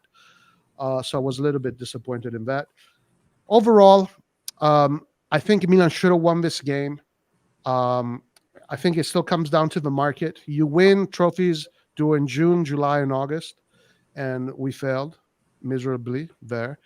And but I have to congratulate Newcastle. They were excellent defensively. Leao needs to step it up. Leao is playing like a child. Like, what is he doing? Like, he's playing like a child. Hernandez also. Like, the veterans need to step it up. But before the new players amalgamate and they become fighters, they become warriors, it's going to take time. So we lost. This was a loss. This was an L. And it feels like a W for Newcastle. It feels like an L for Milan. But it is what it is. We should have won in the end, but it is what it is. I don't know, man. It doesn't feel like. I mean, it feels like a loss because we created some clear chances that we should have scored, of course. But it still doesn't feel like a loss because this group is quite open, and it's just a loss is when you don't get a point. Well, let me put it this way: it feels like we lost 2 points. We lost 2 points rather than we won 1 point. We lost 2 points. That's what. But again, you cannot say anything about Newcastle's defense. And Botman is the real deal. He would have been a good combination with Tomori. Tomori pace and energy, him more tactical and good feet. Bodman is his passing is good. I like what I like about Newcastle, that they were really humble. They didn't get to carry on the English way, because the English team go really high press and really energy. They actually used their brain and thought tactically how to deal with Milan. And I think Leao humbled them a bit, because when they were thinking, okay, we have a chance here. Leao did those runs. Dale did some runs, and they realized, okay, we should not mess with these guys. Let's stay in position. Because I think Theo and Leao did well. It's just they are not super sharp at the moment. What's his name? Oh, did they score? Who scored? Oh no, they didn't. They just missed. How you call that? No, but Trippier. I give credit to Trippier. He's good at organizing. He has the most experience in that back line. So he was able to stay on that. But their right side, on the other hand, right side where Fiorentina was making those runs, yeah, that midfield right there, like if they're playing teams like PSG, it's going to be tough, man. It's going to be tough. It's going to be tough. Like maybe that's just a one-time game situation, but that it was really like a week. Whoever's in that midfield wasn't doing their part to back up that that right back on that end, and that was a really, because of course they're gonna double team Leao on that left, and we're still able to go. But yeah, against PSG, they better be careful when PSG they will sit more deep. I gotta say, I did not give too much credit to this team. I didn't think they were very good when we did the Mercato, but I think they're worse than what I thought in the end. Why would you say that? What makes you think they're worse? I think we're even worse than what I thought. I thought we would have had a little bit more personality, but I think the personality is not there. I do think that Pioli needs to go. I do agree with you there, but not because he's messing things up, but because he can go in the management. Because and bringing in a De Zerbi is not going to do anything. Bringing in a Abate, whatever. We need a Conte. We need a guy that is a top G in football, in personality, that can tell Furlani and Moncada to fuck off, can tell Jerry to fuck off, that can bring his personality. Playing pretty football is not going to do it. This is a matter of personality. This is a matter of character. This is a matter of knowing what it takes to be a winning team, knowing what it takes to be a championship team. We don't have that. And this was the issue that I've always had with this management. And this management will never transmit that spirit to this team. It's just impossible, because in order to transmit that spirit to the team, either you need to have people that are very good at and understand football at a super high level, or you need to have people that have done it and have won everything. But if you're like a new, hold on. But if you're a new, one second. But if you're a new guy, but hold on one second, let me finish. But if you're a new guy that has just come in and you want to bring in your ideas, you want to experiment your ideas, this game is a game that has been played for 100 years. It's a game that in Italy, they breathe, live, they shit, they piss, they puke, they everything, this sport. Like, you can't come in this game with your baseball ideas and think it's going to work. That's why I think Conte is the guy that we need. Conte needs to come in and fucking shake things around. No, but stop right there, though. Let me say this. The personality thing, I agree with you 1,000%. Now, let's stick on the personality issue for a second. You're not going to tell me the players that got brought in don't have quality. A lot of these players that we brought in, they're starters on certain teams that, and on a good day, those former teams will beat Milan. Maybe not Rangers team, but when I think about a Villarreal, when I think about, like a Chelsea, I mean, same RSC was in that same Chelsea with Grant Potter. They bullied us in the midfield. The personality issue, I agree. And that's what, for me, since last year, even when we made the semifinals and all that, I don't care. He needs to go, because I see coaches, they'll fucking yell. You're not willing to even drop your star players. Elia's not performing. I listened to Deserbi's interview yesterday. Deserbi said one thing he doesn't do at Brighton is like, dude, if you're not cool with the project, he's okay dropping you. Does not even care. He's not going to hold on. He doesn't fall into the whole playing style. Purely be that. Give chances to Okafor or somebody. Leao needs to understand. He said he wants to win the Ballon d'Or. Maybe he needs a reality check. He doesn't have that. He's Mr. Nice Guy thing. I don't care. He can do that with management. You know, the whole management is not a motherfucker. Fuck that. Let's focus between the relationship between Pioli and the players. What are you doing on that pitch? That same energy you had to drop Rangers today, which did pay out, having Pobega, do that for other players. If Ateo's not performing, get him out. Now, if you tell me they don't have quality, then you even said yourself, Pioli, that all the 22 players that you have, right, including those 11 on the pitch, everybody has a place within that team. Get them in. Send a message. Never seen 4 years, never seen that. Somebody goes on the bad run, they still there. And that's always been my issue with him. Against that Inter, fuck even who we brought in. Yeah, but How you not even yelling at your players for them to be aggressive enough? A coach, any sport you play, a coach has that ability to create that environment, to fire, to put that fire in the players. Clint, and that's why we Clint, but that was purely at the beginning of his career at Milan. What do you say that he gave fire to those players that were not performing? He found this tactical solution that was solid. He won a lot of games. The enthusiasm, the good football was there, and we won the league. A lot of players overperformed, and after we went down. What Roy is saying is right, man. We can put another coach there. The issue here is that this is not a team to perform the way we think. No, it's not as good as we think. No, it's not as good as we think. End of the story. No, I mean, it's not. Me personally, let me clarify my stance on all of this because I think it's a bit miscommunicated because I'm on the other end. My whole stance on this stuff is this. The only reason, based on the scenario that happened, Maldini leaving, Tonali leaving, I expected worse. Like, I was so done that I expected worse. But my level of expectation, which is still at a lower level, were exceeded just on based the mercato they perform.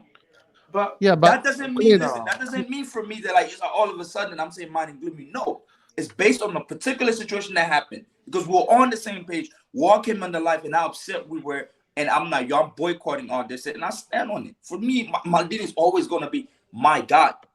But I give credit where it's doing. I have to move on. I'm still going to support. Sorry. I moved on. This is not about moving on or not. But it's not about moving on here. Why you mentioned Maldini? We were not talking about Maldini here. No, what I'm trying to say. But no, don't mention. Sorry, listen, no. Sorry, Clint. Don't mention anymore because the people in the chat tells me and Roy that we don't move on. We talk about Maldini every time. But we're talking about management though. You're talking about. But management is there. But management is there. We're gonna judge management. Listen to me. The only reason why I brought Maldini and they came in is for a reason. The reason you guys don't bring it more. Don't bring it anymore. No. You said there's nobody with that footballing desire. That's the reason I reverted back to Maldini because that was the guy that has something to the club. The whole intuition of this is that we got a bunch of guys that they don't have that football drive. It's all analytics. No, it's not drive. It's not drive. It's not about drive. It's not about drive. Listen to me. Stop talking about Maldini. Me and Roy, we're not going to mention anymore Maldini because people here think that we are. Well, you can't mention. I can mention it. That's my. No. We're talking about the management, and we're trying to tell people that this team is not as good as people think. And I'd explained it extremely in a simple way a few minutes ago when the other guy was on the live. I told the other guy that the defense is the same that was a year ago, and a year ago, we were not the best defense in Serie A. So if it is the same, we still are not the best defense in Serie A. So the defense has not improved. The midfield, Tonali goes out, Reinders and Ruben comes in. That is not an improvement midfield. You can argue that it's the same level, but it's not improved. So not being improved or being at the same level the year before still doesn't make your team stronger. The number 9 that he starts and will play a lot of games is 1 year older, and he's not 29, going 28 from 29. He's going from 37 to 38. So the number 9 is not improved, is older. The midfield is at the same level, just different identity, more possession and less aggressiveness. And the defense is the same, which was not the best defense in Serie A, actually was really weak. Mike Maignan is injured again, the same thing that happened a year ago. So how people have the courage and the knowledge to say that this team is better than the year before? No, it's not better than the year before. Chukwueze, you saw today Chukwueze, all his passes was back. He didn't dribble once. He didn't create any clear chances. He was not unstoppable. Nothing impressive. So what? Theo Hernandez at minute 75 was tired. Did you put anyone in to put a bit of energy on that left side? No. Why not? Because we didn't buy anyone to help Theo Hernandez during the season. So people need to reply to this. People need to come here now and talk football with me and say, Lard, no, you're wrong on this point you say right now because this. No, they don't have any argument because I am right on this. The defense is the same of the last year, so it's not good. The midfield is the same of the last year, so it's not good. And the number 9 is older than the last year. It's not better. And no one came in to give Theo Hernandez 15 minutes break and actually have a guy that can push as Theo Hernandez and be fresh for the last 15 minutes and try to win the game. End of the story. That's it. No one is going to convince me. I mean, at the end of the day, I don't care what you say, bro. I stay on the stance that I blame Pioli. I don't give a fuck. He's probably not the one that's so Tonali. He gives his okay and all this BS. You should be telling man, and dude, you can say, oh, he's a yes man. I don't care. For me, he's the culprit of all of this, and I stand on that. Okay. Blame Pioli. The coach is the same. It's not improved. He's the same coach. So overall, the squad is not improved. It's not improved. End of the story. The coach is the same. It's not even a better coach that you're saying he's going to get more energy and more enthusiasm from this player and new ideas. No, it's the same coach. So even you reinforce my opinion that the team has not improved, that the management has spent 130 million to stay still in the same place where we were 12 months ago. And also, I want to add something else. They spent 130 million, and they're forgetting about the values of the squad. Oh yeah, the values. Milanism. So they took that out. They took that out. Roy, we are not allowed to talk about that. But clearly. Listen, aside from the people that represent those values, you still need those values. Those values are a big part of how we win games, how we go into war. Those values are a big part of the whole equation. And this is why I'm saying it's not about drive. I can have if I'm placed 1v1 against Michael Jordan on a basketball, I have all the drive in the world to win. But Michael Jordan is still going to kick my ass. Doesn't matter how much drive it takes. So you need to know what elements you need in order to win. And one of the elements of Milan, it is the spirit, what it means, the attachment to the shirt, the attachment to the color, that fighting spirit. That fighting spirit is part of the game. How are you going to transmit a fighting spirit with the guys in charge right now? With Moneyball and data analytics? What? It's not robot. These are not robots playing. I just want to explain the fighting spirit in a basic way. You're losing 3-1 against Inter in a derby. If there is people that care about the shirt, or at least, I'm not saying that our player doesn't care, but if there is people that care about the shirt, they have that fighting spirit, that understand what does it mean to play a derby for Milan, they will start doing fouls. They will start stopping the game. They will start having fights against Dumfries, Barella, and all these Inter players. They will be upset. They will interrupt the game. They will be aggressive. They will not accept losing, getting another goal. They will accept defeat, but not humiliation. You know what I mean? The problem is that the players that came in, or the players that were playing that game, they didn't realize what does it mean to play a derby. And they were trying to score a goal on the 3-1. They was trying to play open football and get another one. And they got the fourth. And they was keep trying, and they got a fifth. That means that you don't know how to read the room and you don't understand what's going on right now. That there is 70,000 people. 80% of them are making fun of you, and the other one are fucking upset. And you're still trying to play open football, not even showing a bit of aggressiveness in the pitch and saying, you know what, fuck you, you're not gonna humiliate me here. That is understanding what does it mean to be a Milan player. We don't have that yet. Maybe Musa in 3 years will have that, because it will be 3 years at Milan. Maybe Reinders in 1 year will have that. All these players in time will build that. But you don't have that. You dismantle that. That was built in 3-4 years. That was built, and you dismantle that. That's why we say Pioli needs to get fired, not because Pioli is a bad coach or is an idiot or whatever. Pioli needs to get fired because he cannot build that fighting spirit anymore. And you need a new person that will see everything with a fresh eye. He will make mistakes like Pioli is doing and rebuild again that fighting spirit. But can you please keep it? The moment you rebuild it again, can you keep it? Don't sell it for dollars. Because it took 3 years to Maldini, Massara, to build that fighting spirit, that Milan, that group of players that care about each other. Why dismantle it? Yep, exactly. Why? What? Why would you do that? And the reason is because, I mean, also like I think they are arrogant. They are arrogant, and it reflects on the team. Basically the same way a lot of fans, right, are arrogant about our team. It's this management. This management exudes a spirit of arrogance, and they think that they can do whatever they want and whatever they do is perfect. But yeah, there is no humility in this team. There is no humility. It's not a working class team. This is a team of snobs. Oh, they will get humble, because when you lose games, when you're not as good as you thought you are, you become humble, and good times will come, hopefully. Well, I mean, against Verona, I'm expecting a win, Laird. Oh yeah, I'm expecting a win against Verona. Any Milan we had in our history.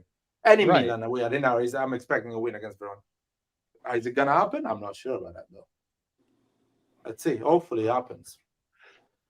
But after Verona, there is a Champions League game, I guess. Is it Cagliari or Champions League? Let's go. I think there is a Champions League game. Well, I mean, something that really needs to happen is that the new players need to have an impact. The new forward players like Chukwueze, Okafor, these guys, especially Chukwueze. If Chukwueze does not have impact on any games in a certain amount of period, he might have a terrible season. It might be like CDK. Actually, Chukwueze is really small. I don't know, man. I don't know. Me personally, I told everyone that he's small. That he's 50 kilos player. No, I but told everyone. For me, it's like that 20. You should just buy either Pulisic or Chukwueze. Get them both. Oh, man, that money could have went through something else, man. Could have went to Turan. No, I don't think personally the whole Turan debate, man. I think Turan and our team wouldn't. No, Taremi. Huh? Oh, Taremi. Yes, Taremi. But now seeing Kamada, I just say buy a short, long-term forward, and that kid needs to fall in. Like, we need to protect that kid at all costs. Taremi was that guy. 31 years old, $4.5 million contract for 4 years. It will be in 2 years' time. He would have been our second striker. Colombo would have been a squad player, and maybe Kamada would have been a star at the age of 18. Going into this, you knew. I don't know why the season never started. Where like Pioli, you should have sat there and be like, you know what? I'm going to the season only with Giroud. We need a number 9. That was a big. We speech. told them. That you guys don't understand. He told them Did he? for sure. Because The if question Big is, Liar, a random dude in London, knows that for 3 years, I'm sure everyone in Milanello knows that, because they are not able to bring that number 9 in Milanello. The cookers, the fucking chefs we have in the kitchen, they're not good at cooking, apparently. Seriously? but do you think if For real? Conte was there, he would have persuaded them better? Oh, but Conte has 20 players that wants to play for him. There is 20 number 9s in Europe that wants to play for Conte. So Conte would have just called the guy, and he would have made everything with his agent to be a play for Milan. I know that, but Conte is Maldini, guys. Conte is a big personality that Jerry Cardinale cannot handle. Exactly. That's So people are dreaming. that's about why I Conte. want Conte, because he is. But it's not Maldini. going to happen, Roy. I'm sorry, it's not going to happen, because Jerry Cardinale doesn't want a Conte or a Maldini in Milanello that tells him what to do. American billionaires they don't like people that tell them what to do. That's a reality. Arabs over there, Guardiola is telling them what to do, and they say, yes, this is the money. Go ahead, do it. Americans, I think that they just become sporting directors and do whatever they want. Different personalities. What do you think of Conte, Clint? Conte stopping gap now. Yes, he comes in, but I don't like his playing style. But as a coach, I always respected Conte. If Conte comes in now, I'm not going to get mad at that, right? Because we need to be aggressive. Conte comes now. For me, I just want Pioli out. They fucking put Abate in there. I'm fine. For me, I've been off the Pioli train a long time ago, like since the beginning of last year. For me, it's because, hear me out. I like coaches that send statements. Like, Leon not performing, but you're out 3 games. I don't give a fuck about your confidence. That's the game of sport. And people gain your place. See what he did when he got there. Icardi was the man in Inter. Relegated that guy. He needs to be gone. Well, that was Spalletti, another big person. Under Spalletti, but Conte still came. He was still around. He wanted to stay. Nope. He had to go. And it's fine. As a coach, you might have controversial decisions, but you need to be sure about what you're doing. Yeah, it's easy for Pioli to bully my boy Salamakers and get him out because Salamakers said this. Yeah, do that on players like Leao when they don't perform. When, Lazio scored but with a goalie? That's crazy. Wow. So if for me, Conte comes, yes. I think if you're going to fire Pioli, you need to fire him now, man. You just can't do no late December, November stuff and wait until it gets back. Dude, like, but they will fire. Huh? They will fire Conte. They will fire Pioli when they have the replacement ready. That's how it works in football. True. They are out there now trying to find the replacement. They are sitting on tables, having meetings, and trying to find a replacement that can make their investments they did this summer be working. So they will see at Conte. They will say, this guy wants us to spend money. This guy is a big problem in front of the press. He will disagree with us. He doesn't play the formation. Our players, the players we bought, can actually play. So they're not going to hire Conte. They will look for a guy similar to Pioli as a profile, maybe younger. So he's quite humble. I'll go and get Iachini. He's not gonna challenge. He's not gonna challenge the ownership or the management. So they will get a guy similar to Pioli but younger. And they will get someone that is actually available or that can be available. They can Iachini, go and get me Iachini now. They're not gonna. Oh my God! They will see what is available, and they will try to. The moment that they convince that person, they convince their agent, that the club that person is, if he's in another club, they will fire Pioli and they will put that guy in. Simple as that. Or they will tell this guy, get ready, because probably in 3 games, if Pioli doesn't show any signal and is not good enough, I'm gonna call you. You're gonna be my first choice. So you see, here are the guys that I see right now. That's not my choice. That like top coaches that are available that can be linked to Milan. That you can look at Nagelsmann, you can look at Gautier. I know he got controversy, but you can look at Gautier.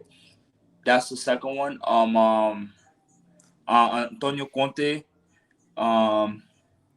Who else am I missing? Jesse Marsh. I feel like they're gonna pull some bullshit. If y'all already pissed off in management, they're going to go and do something silly, bringing that guy over here. I forgot. Now, I just saw him today. And I there was was a report like about a few months ago saying that Jerry liked Conte. I don't know how true that report was, but aside from Conte, because at the end, like they're not going to fire Pioli today, you know. And yes, it is true. Conte is will ruffle feathers. We don't know what they like. So what's up with what do you think that Ibrahimovic can bring more balls to this squad? So basically, there was a meeting. The meeting, by the way, was not supposed to be today. It was supposed to be before the derby. By the way, that's what they said. I don't know if that's true or not, but that's what they said. And Ibra just was not available, and it just happened to be that he showed up after the derby. Um, and then there was another report today that they saw Ibra with Jerry Cardinale. So is Jerry Cardinale in Italy? Apparently, Ibra had a meeting with Jerry Cardinale. yes, in Milano. So I don't know what that means. I think they probably want to give him a role in the management. Do you guys think that that can help the team, and in what way? No, me personally, I'll speak on this. Ibra's effect. I listened to one of Benasser's interviews in French, like 3 years ago. He was on the French national team, and it looks like a lot of Ibra's weight is when in the training ground, right? Like when he's training with them, passing the ball and all this, like he'll call out people and the players. When you're so much, and I'm just speculating, right? I don't really have deep insight on any of these things. It's just from experience. Him being removed off from that field, yeah, you can come in a technical director position. How you going to address the players? You kind of put in a spot where, are you really going to ruffle feathers? You're not the coach. Yes, your motivational speaker, how far is it going to go? Were you not in that role last year, Ibrahimovic, since you weren't playing a lot of games? I know you're around the team, and we had that poor run. You're around the team. So that didn't work then. So you coming now, I mean, what is it going to really do? If you got the same individuals there. Because you were there during the whole poor run we had. Right? You weren't playing as much. So I'm pretty sure it was a similar role. Or are you going to be in charge of going recruit players or bring, I don't know, people with personality? I don't know. But I do know for my idol, at least he has a way psychologically to talk to these guys. And he won so much that it just went another way. And it gets you put stuff into perspective. It's not more of a lecture, you know. I just don't know, man. I don't know what it's gonna do. I just don't know. If you want to keep Pioli and have Ibra, I don't know. I don't know, man. I don't. But I don't think Pioli and Ibra they are connected. So if they hire Ibra, Pioli will stay longer. I don't think that these things are connected with each other. I think they want to hire Ibrahimovic, or they are offering a position to Ibrahimovic. Oh no, I know. I'm not saying for multiple reasons. So I don't know. I don't know if I should agree or disagree on this because I honestly don't know. But clearly, if Ibra is having a meeting with them, there is something. Maybe he would not accept the offer. I don't know. Just maybe it's gonna be the what Maldini was, and Moncada will do the Massara position. But yeah, but it's I don't know. No, because Roy was asking me like, what is it going to change within the players, right? It's going to bring down. It can change, but the quality is not there yet. It's gonna. To be fair, having Ibra and Milanello or not can be going top 4, not going top 4. So it's those small changes sometimes make a difference for a bunch of points. I just hope in December we look for at least a 9. Because it's looking to me, Okafor got brought in there now. It's probably to be like just Leao's backup. I'm not going to lie. I don't even think Okafor didn't play, huh? He didn't play. No, I know he didn't play, but for me, it seems to, based on even the way he's been starting off, it just seems to me it's just like another Rebic in terms of like, playing behind Leao, like just Leao's replacement. I don't think they brought him in as a 9. Guys, Okafor Pioli is realizing in training that he made a fucking big mistake with Okafor. I know that. I know because I saw Okafor against Bologna. I saw Okafor against the other team after Bologna. He cannot do the number 9. He's not in Italy. He cannot play a number 9. End of the story. He's not gonna be able. Okafor needs to be a partner. It needs to be either two strikers And a it two-man needs- striker, yep. He can play like a role Turan plays with a Lautaro. Yeah. Like you can get somebody that creates space and you run in behind, right? Yeah. Because and that's what I said, like purely you're looking for, you know, if you're fixated on playing with that one tip of the spear type striker with a Giroud can't hold the ball, bro. And I love Giroud, but man, like, you know, if you had like the Drogba type strikers, like, because all I need from Giroud personally is to hold the ball just for 3 more seconds, so your guys can come up instead of trying to free the ball when nobody is there or the timing is not aligned. And time again we see it. So I'm like, purely, you seen this with your assistants, like you should have looked, like, yo, or why are you even letting Colombo go at this point if you knew you needed a night? Colombo's a big boy. Yeah, because What Colombo wants to play Colombo football. getting loaned to Monza 2 is not going to make sense to me. Then you should have sold them. Then what's the point? He should have stayed. Because we almost didn't get nobody. Or Jovic. Dude, I forgot we had Jovic. But when they see that Colombo deal, they are sure they will get Taremi. And Colombo needs to go and play, man. It's not like Colombo is hostage to Milan, depending on how good they are. Colombo is like, I want to go now. Go and get your striker. I'm going on loan. I want to play. So it is what it is, man. It's just, we got Jovic. We take Jovic. It's fine, man. I don't think. Yeah, Jovic for me is not a bad. It's a really low risk that can either, if it goes good, then good. If it doesn't go bad, then off you go back. Right? It's not. You didn't buy him or any of that. So I wasn't even mad. I think with the Jovic, I was like, okay, you know, as a last remedy, you get. No, I mean, we're still talking about a guy that Madrid spent 60 million on him. Yes, he's down, but if you can help him rediscover form, then you're winning here. If he can get some type of motivation, but I just don't know how the environment is in the Milanello. I don't know what's the locker rooms like. Who's the leader in there? I don't know. I just don't know. Well, Pioli said Magnan. Then Magnan has a back injury. Oh my God, bro. Is he? Let's talk about football for a second. How long is Magnan gonna be out? What injury is we're talking about? He said it was from everywhere. He said it was like some minor pain stepping out, but I just don't know. I heard it was a muscle injury, like the not the quad, the one behind the quad. Why, his disc, herniated disc? No. It's muscle injury behind the quad. Femur. No, not the calf. The glute? No. Just under the glute. Just under the glute. You're not in the back. In the back. The back of the leg. The hamstring. No.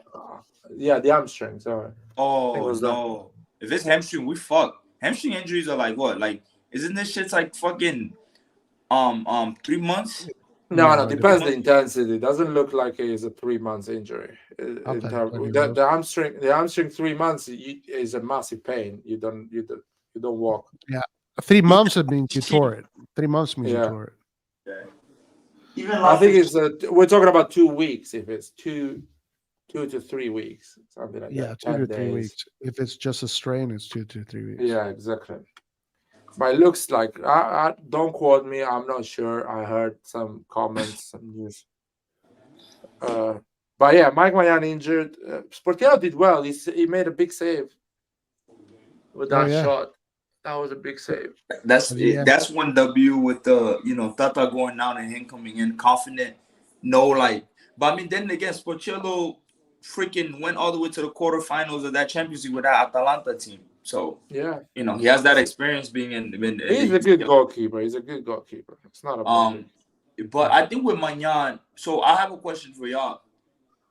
With Magnan knowing, let's say he's out for a long time, and you see this consistent injuries, you still keep him if a big money comes in, 3 digits, right? 100 mil. You let him go, or you still keep Magnan? I sell him. With this 100 million, you always sell a goalkeeper for 100 million. What about 80 mil? 70? Between those two? I don't know, man. You need a good replacement. For example, we lost a big train. Vicario was a great goalkeeper. He's doing so well in Premier League now. Mm-hmm.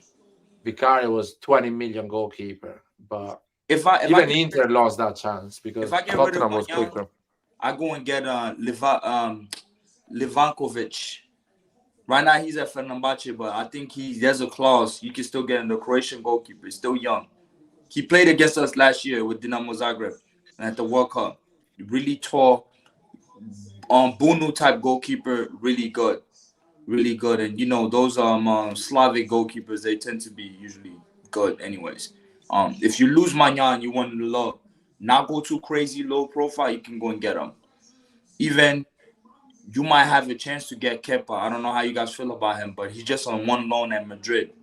So I don't know. Those are guys you can still look at and explore and still make your money back, not put too much at the front. But with this market now, if guys know you sold Magnan for such and such, they're going to know you're coming to them. They're just going to up the fucking price where you just giving them all your money. And I hate that shit. But yeah, I'm not against it because I think just with the structure of how the management is set up, everybody's for sale. So if you're going to sell him, then sell him for a lot of money and then buy a top player. At least buy a top player. You know. And I'm saying this. I'm just so concerned now with a goalkeeper. I mean, it's usually rare that goalkeepers like get injuries like back to back like this. It's just rare, man. It's rare. But Magnan is a really explosive player, so it makes sense sometimes. My shout out goes to the U20 Italy goalkeeper Desplanches, the one with a golden glove. He's a little bit ripe. Obviously, he is ripe. I would get him and wait. That kid is something else. I wouldn't say he'd replace Magnan right away, but that kid maybe get someone more experienced first. But I'd bring him in and then eventually get him the spot.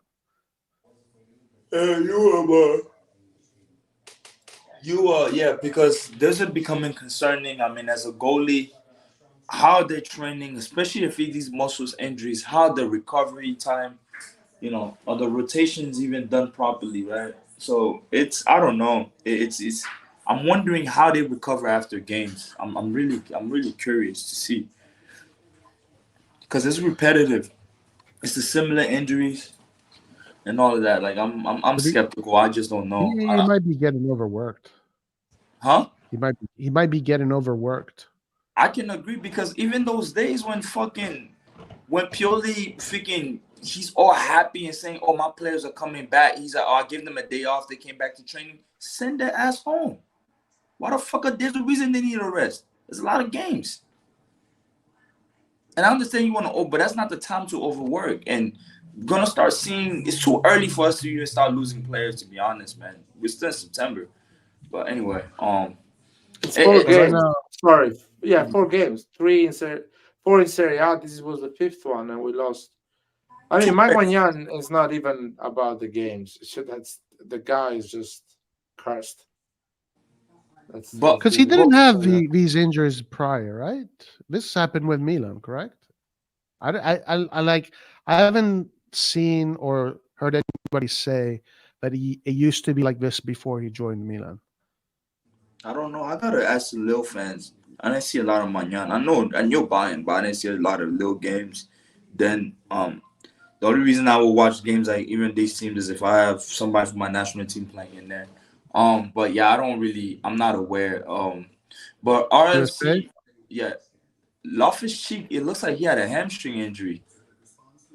I said it was a cramp. You think it's cramp? Oh, he said it on his social media, I think. Something like that. Someone said that. Oh, thank God. Yeah. Ooh, wow. Fatigue. Yeah. Muscle fatigue. Yeah. It's okay. So why? And there's another thing is, when we were down 3-1, a lot of players that we knew if they were starting Tuesday should have been coming out the game. It should have done vice versa, right? Somebody like Giroud playing 90 minutes on both, boy, this is so scary, man. How is that even possible? Fuck. Giroud, how many minutes has Giroud played since the beginning of the season? Dude, he probably. I mean, the guy is an athlete, man. You have to think that he knows how to manage his body for sure. He does. You can see somebody that's really disciplined. Oh yeah, he's for sure.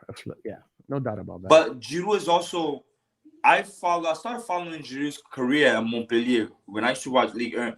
He's also a late bloomer. So late bloomers, like they tend to have longevity in the game anyways. Like your Drogba type, your Luca Toni. You know what I'm saying? Like they'll stay longer because they didn't start at 17, 16, 18. They wanted star power. They started to pick up speed really in their mid-20s, late 20s. So Giroud is that type. So that's why he's playing that long. But yeah, that's a good thing about having Lip, and that the way he's structured also as a player, the way he moves, his movement, yeah, it's not gonna ask for too much really injuries unless he gets a knock or something, because he's not bursting to anything. But I don't. Oh man, we should have won this game. Oh, we should have won this game. What was Leao thinking with that back heel, man? Fuck. Oh my god! Dude, what Yeah, the fuck? man. You know what? It's crazy because Chukwueze is alone, so he can just He pass just it to tap in. Chukwueze, and Chukwueze can score a great goal or become for real the new Casti, or in that moment. But Chukwueze was positioned really well just to pass. But what the does ball that to him. say? Why is he not passing the ball to Chukwueze? I don't know. Is he Leao wants a moment, don't though. know. Leao is a social media kid. He wants a moment. That's all he wanted. I'm telling you, he wanted a moment. That's what it looked like to me. It's The not back about heel. because the player next to him was bad or you don't want to score. No, he wanted a moment. He tended to do that. He went on the run. There's multiple players next to him. Could have open space right there. He doesn't want to be the assist. He wants to go on the score sheet, create some crazy goals. I follow Leao. Leao at each time, Leao is quick to repost any quick little movement that his friends or family they capture on TV. He's quick to repost all of it. Yeah. And that's what he's interested in. I'm not mad at him. He's a talented guy. But when you see he does something like this, that's what he wanted to do. I can't even give you another explanation. Do one in a moment. It didn't work out. I was like, dude, we're 1-up. I feel like I'm only going to agree with these type of moves is when you're 2 goals up. When you try to get a goal, man, play it safe. Holy fuck. But Hey guys, here's some facts, stats. Tomori had 100% accuracy passing game today. no, I shit on 49 Tomori, but he played, like I said, Tomori for me was the man in the match. And I gave that motherfucker hell. Skate soul, but he was that guy. He recovered all balls. Now, I don't know if the people weren't that effective, but let's see if we can keep up with that.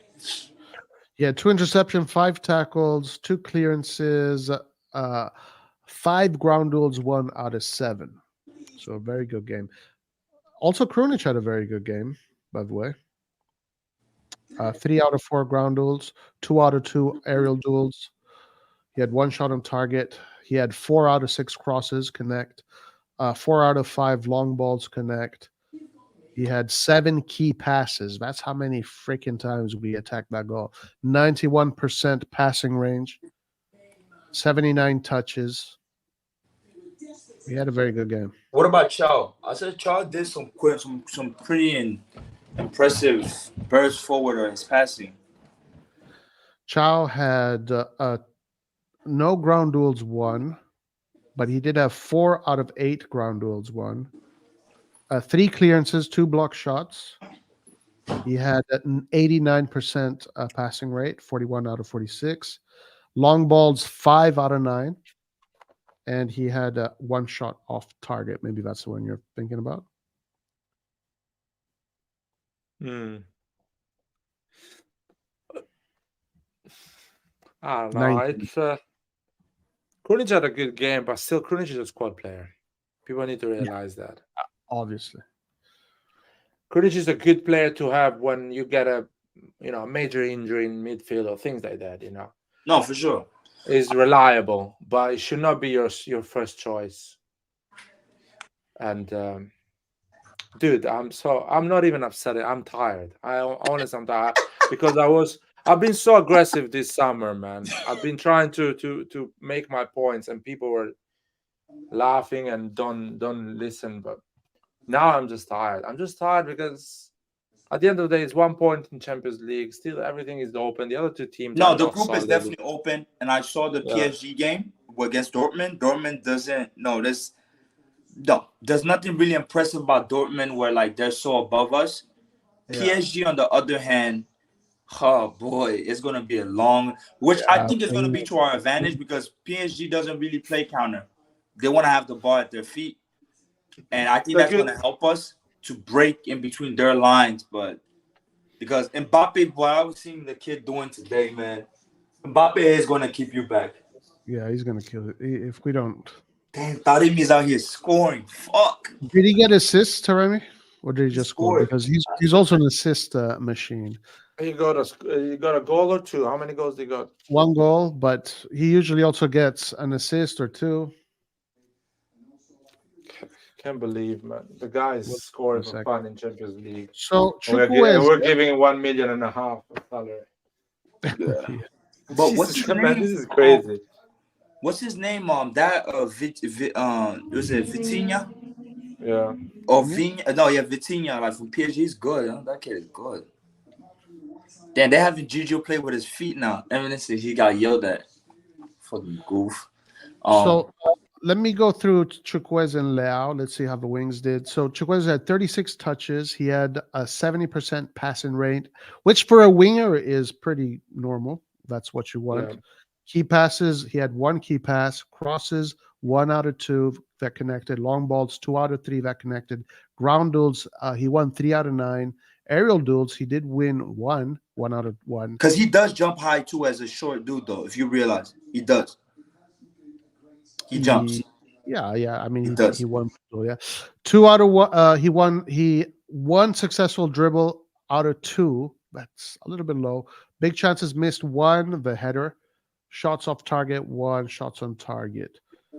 So I mean, it's okay. It's all right. He needs to have a big impact. He needs to get confidence. I think he needs time. And one thing that's as well, to be fair to the guy, is I mean, when his Nigerian interview when he was home for international break, he even said like right now having somebody teaching him teaching him English. I mean, teaching him Italian, which I think a language barrier plays a big piece. Yes, you can understand tactics and all that, but in lifetime, if you coach, if you're not, he speaks Spanish, man. He speaks Spanish. Yeah, but who else speak? Yeah, who's close to them within proximity? Dude, but Spanish and Italian is, I don't want to say the same language, but I mean, there's no Italians in Milan. They speak English. Exactly. By the way, no, what I'm trying to say is no. I'm not talking about as the group.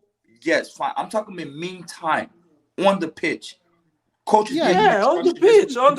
On the pitch, probably Calabria knows how to speak Spanish. No, I'm not disagreeing, right? But he is gonna need time for sure. The thing is, what I saw, at least 1 year, at least. What I'm trying to say is, the language barrier can be that factor for him because at sometimes he looks lost in terms of instruction, and I think it's a big thing for him.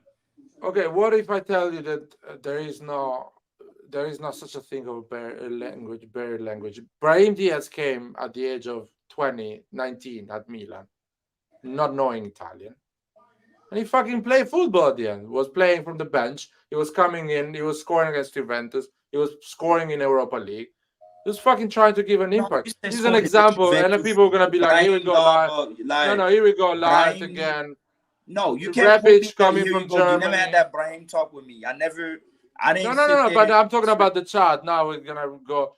Rebic came from Germany, not knowing Italian, fucking scoring. No. Rebic played in Serie A before he went to Germany. He played in Serie A a long time, actually. He's a Serie A guy, Fiorentina. Is it? Maybe I was wrong. Yes. I'm not sure. Yeah, so what I'm trying to say is, even Brahim, it took him a year or 2. So what I'm trying to say is, this is the first. This is his first game. This is what I'm all about, giving players time, man. I'm never going to sit up. We're going to give time, man. No, I have no power, man. I'm not going to fire anyone at Milanella, man. Unfortunately, I don't have power. So we're going to give him time, man. The thing is, at the end of the day, I'm consistent with the play. CDK, I was never anti-CDK. The people that want CDK gone, okay, yeah, he's gone. Y'all asked me, I said, I'll give CDK 3. I cannot assess. I don't even think it's never even fair for a whole year for people to get given time. Even if our best players, other than maybe Theo and Magnan, that they hit the ground running. But from layout to everybody, they needed a year. Tonali needed a year to become the Tonali that we know. So that's the reality. I'm not going to be, 3 games you don't perform. I don't even watch football in those lenses. Dude, I but just you can see, like, see you small can see that the incremental- guy does not have any special quality that can bring us to the next level. You can see that, man. The guy maybe is gonna be good in 2-3 years, but he's not as good as people think. I don't see him being much better than Messias, man. That's all my point. I'm not saying he's a bad footballer. I'm just saying he's not much better than Messias. He's not better than Messias. It is not. People that are saying that I in didn't his really- time, in his, I didn't. you know, it's not true. You can give him as much. You can give him 3 years. He's not gonna be much better than Messias or than Salamakers. I'm sorry, guys. I don't know about Chikwueze like that. I mean, that's somebody I didn't really know until we're linked to him. But I think overall, I look at it, I'm like, from everything that transpired at the beginning of the summer, I think it was a light at the end of the tunnel. I think the Mercato was good. Now, if it's not translating on the pitch, it's fine. Me personally, I feel like the Mercato was good. Now, we can have a debate. It was pretty spent. I'm going based on one circumstance that happened and what I was expecting to happen going downward, and that didn't happen. And, they went ahead. And me, the fact that I didn't foresee, because if I knew we're getting 130 mil at the end of the season, then I'm seeing that, then I could have complained. But I just didn't even know we're about to spend all of this or go that route. And I'm not. I'll give my full assessment at the end of the season and see where we end up and see how these players are. Because like I said, with the Rangers. I stick with what I say. The guy, he's a ball carrier. He moves forward. The defensive end, I don't know. Hopefully, when the Benacer comes out, we got a proper DM that these guys can play to the full ability, and they're not really judged on the fact that they're not doing that defensive coverage properly and all of this, right? I don't know. I just want to go. I want to assess everything at the end of the season. But the two that I picked that I like as players, I like. But I'm also not going to be the one to be like, oh yeah, this player needs to go when it's only 2-3 games. I just don't know. I wouldn't be surprised if Loftus-Cheek loses his not Loftus-Cheek. If Rangers is eventually going to lose his spot, I'm not going to be surprised. Rangers, why? Because on the ball he is very good, no doubt about that. Mm-hmm. Off the ball, very light, very light. You need a fighter. So he's going to need to work on that aspect of his game a lot. I don't think he's gonna lose his spot, but there is a chance that maybe he takes the Krunic spot. But it's, as Pioli says, Randall likes to go forward, so he cannot do that position because he will be out of position a lot of time because he likes to go forward. In that position, you need to be positional. Stay. Don't go too much. I was very surprised when he came in today, and we lost so much space to like Newcastle all of a sudden started holding the ball, because before Reindeers, like, Newcastle could not hold the ball for more than 5 seconds. But when Reindeers came in, all of a sudden Newcastle was holding the ball. Now, it could also be because at that point Loftus-Cheek was starting to go down. It could be a variety of things.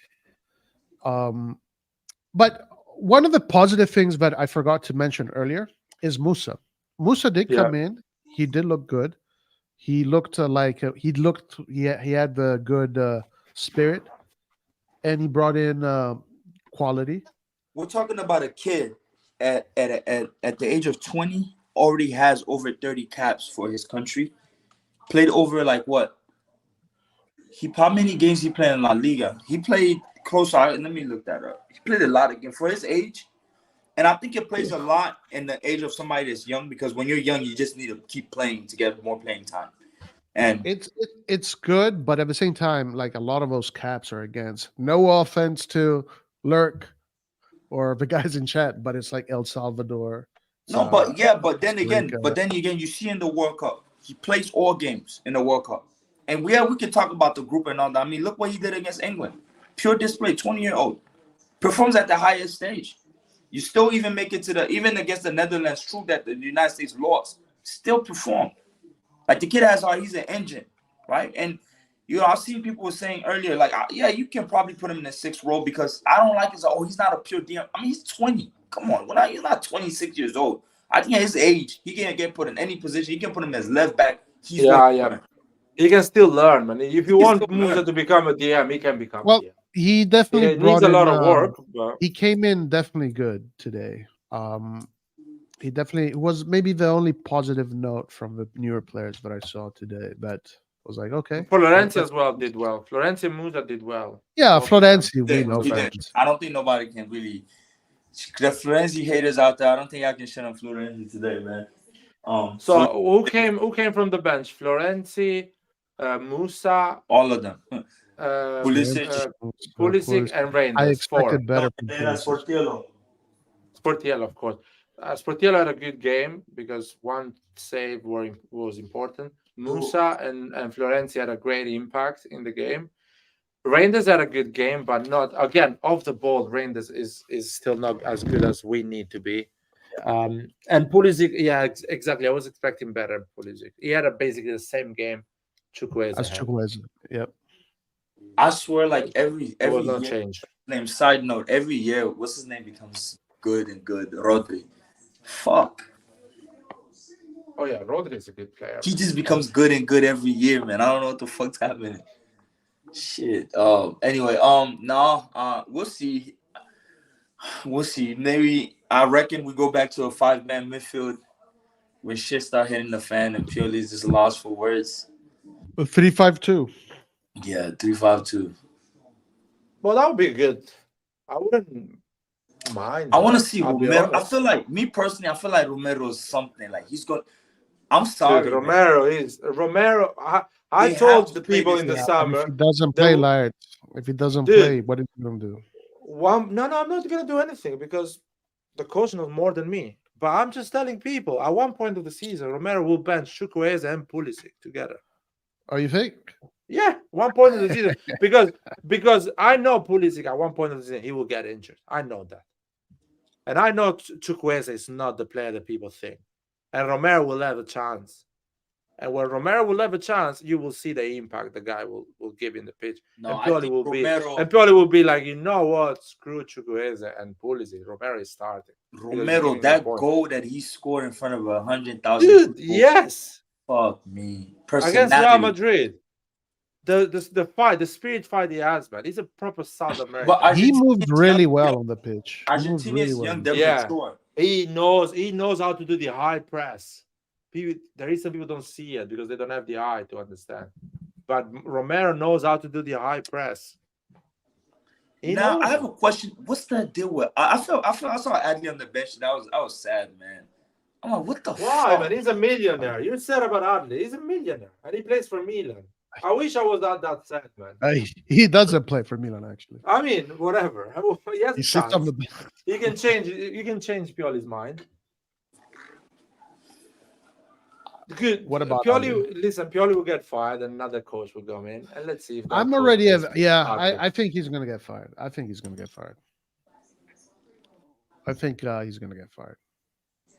Because right now Jerry and the boys, the Windows 11 club, they are super invested.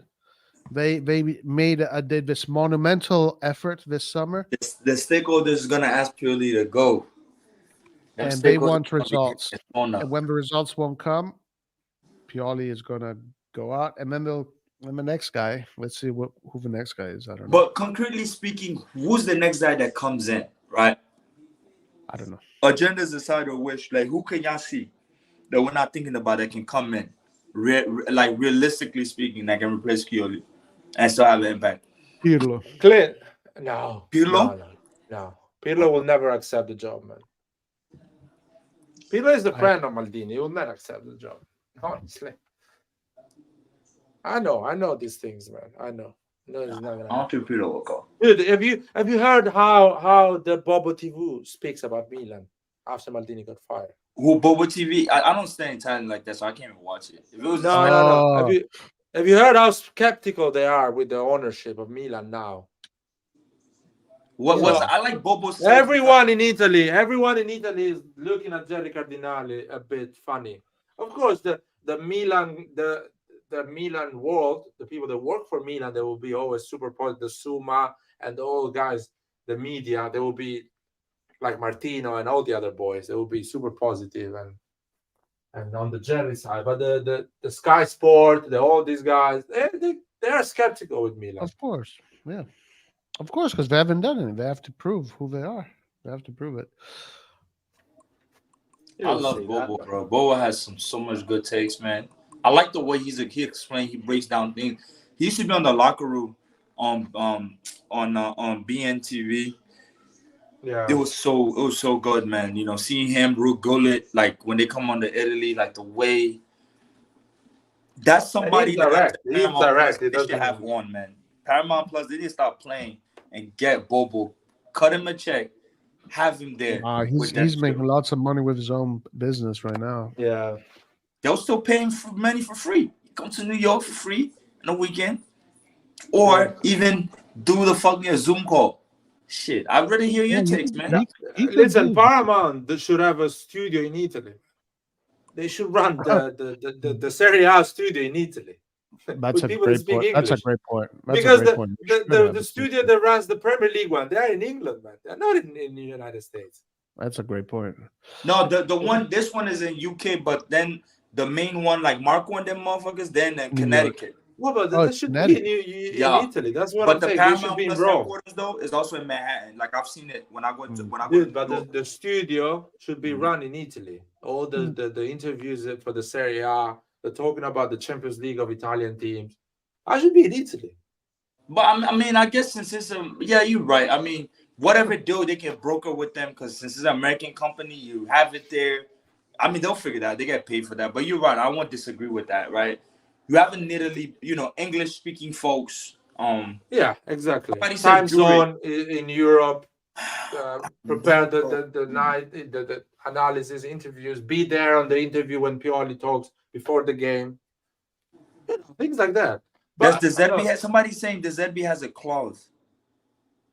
Yeah, every coach in England has a clause. Bro, I would sacrifice 2 years of my salary. I'm not even lying for that man to come. You don't understand, boy. You don't understand. Like, what about 4 years? Huh? What about 4 years? No, 4 years, man. I can make him. I'm not even going to discuss my salary. Clint, anyway, I get money. Yeah. Clint. Yes. I'm a big fan of the Zerbi. I know you keep discouraging me. He's not going to come. I told you. He will dominate England. He will get a big team in England, and he will dominate England. He's definitely going to get. He's going to, like you said. I agree complete. I'm saying I'll delude myself to still believe that he's gonna come. No, but what I want if the Zerbi comes in Italy, it doesn't do as well as he's doing in England, man.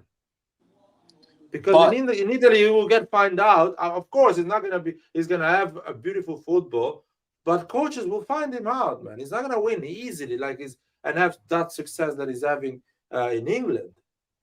No, but it's just the playing style. Because time and time again now, De Zerbi has shown that he's consistent. He's not a one-team merchant. Because the work he did at Sassuolo, the problem with De Zerbi is like he'll go and score a lot of goals, and then on one game he's taking 5-6 goals in. And it's the same thing you're saying with Brian. It's fine. But we see Sassuolo on a good day. I mean, we're talking about Berardi and all these guys. Sassuolo on a good day with De Zerbi. They were not to be fucked with. Yeah, but you guys don't like Berardi. You guys don't like Frattesi. I mean, yeah, I'm talking about like that's the thing. I don't really care for it. But I don't. It's just for me, I think the coach, he's good. He gave Modric his debut, even going in there to Ukraine, seeing what he does. You get it right. He's not even a year in. And you know that's not he's just having momentum right now. Last year he proved it. This year he already started. I think Ryan is fourth or fifth. Coaching Milan is different, man. And I'm not saying comes from the but even if I agree, coaching Milan is different, right? But who's the right man to come at that moment? That's not a superstar coach. Because if you cannot get the top 3, 4, like the top tier coach, meaning your Ancelotti, Klopp, Pep, to come to Milan to Milano, then you look at your second, third tier coaches. Who will be the ideal coach for Milan? It'll be him. And he comes from Milano. I mean, he comes from my backyard. Why the fuck not? Even if it's not easy from the first years, he's in good hands if he has clear ideas. A lot of things that people appreciate De Zerbi for, which I realize, is De Zerbi has clear ideas on what he wants to do. Okay, but can I add you something? Can I add Yeah, something? but Can we just add as well that Sassuolo and Brighton have an ownership that have clear ideas what they want to do as well? Yeah. They buy the players, they are right for that type of football, Mhm. and they sell those players after all because they don't want to win trophies. They want to make money, raise their revenues, build a better team, and move on on the hierarchy of the Premier League or the Serie A. Actually, Sassuolo doesn't even try to move on. They just literally they want to just make money. The ownership, they just buy good players, they grow them, they play exciting football, they sell them. Brighton, maybe I don't know, but that's what they're doing. Brighton, It's an ownership that Brighton is really well ran. So Brighton essentially, yes, they're doing the whole player selling formula, but essentially they're going to try to win trophies. My question is Milan well run as a club? Because you can put fucking Ancelotti. If he's not well run as a club, Ancelotti will not win trophies. It will lose games the way Pioli is losing games. Because Milan is not well run. People need to understand, who is following this channel needs to understand that Milan is not well run as a club. Why are you saying that because of the choice of players they're making, or are you talking about overall? Because somebody can counter your argument and say financially. Sporting wise for me, no. Sporting wise, man, as a club, financially, every club, most of the club are run well because owners, they don't want to put money from their own pocket. So every club is sustainable, most of them. In Serie A, for example, Lazio is financially sustainable. Sassuolo is financially sustainable. As a football club, the objective of football club is to win trophies, to win in the pitch. It's not run properly. But I don't know, man.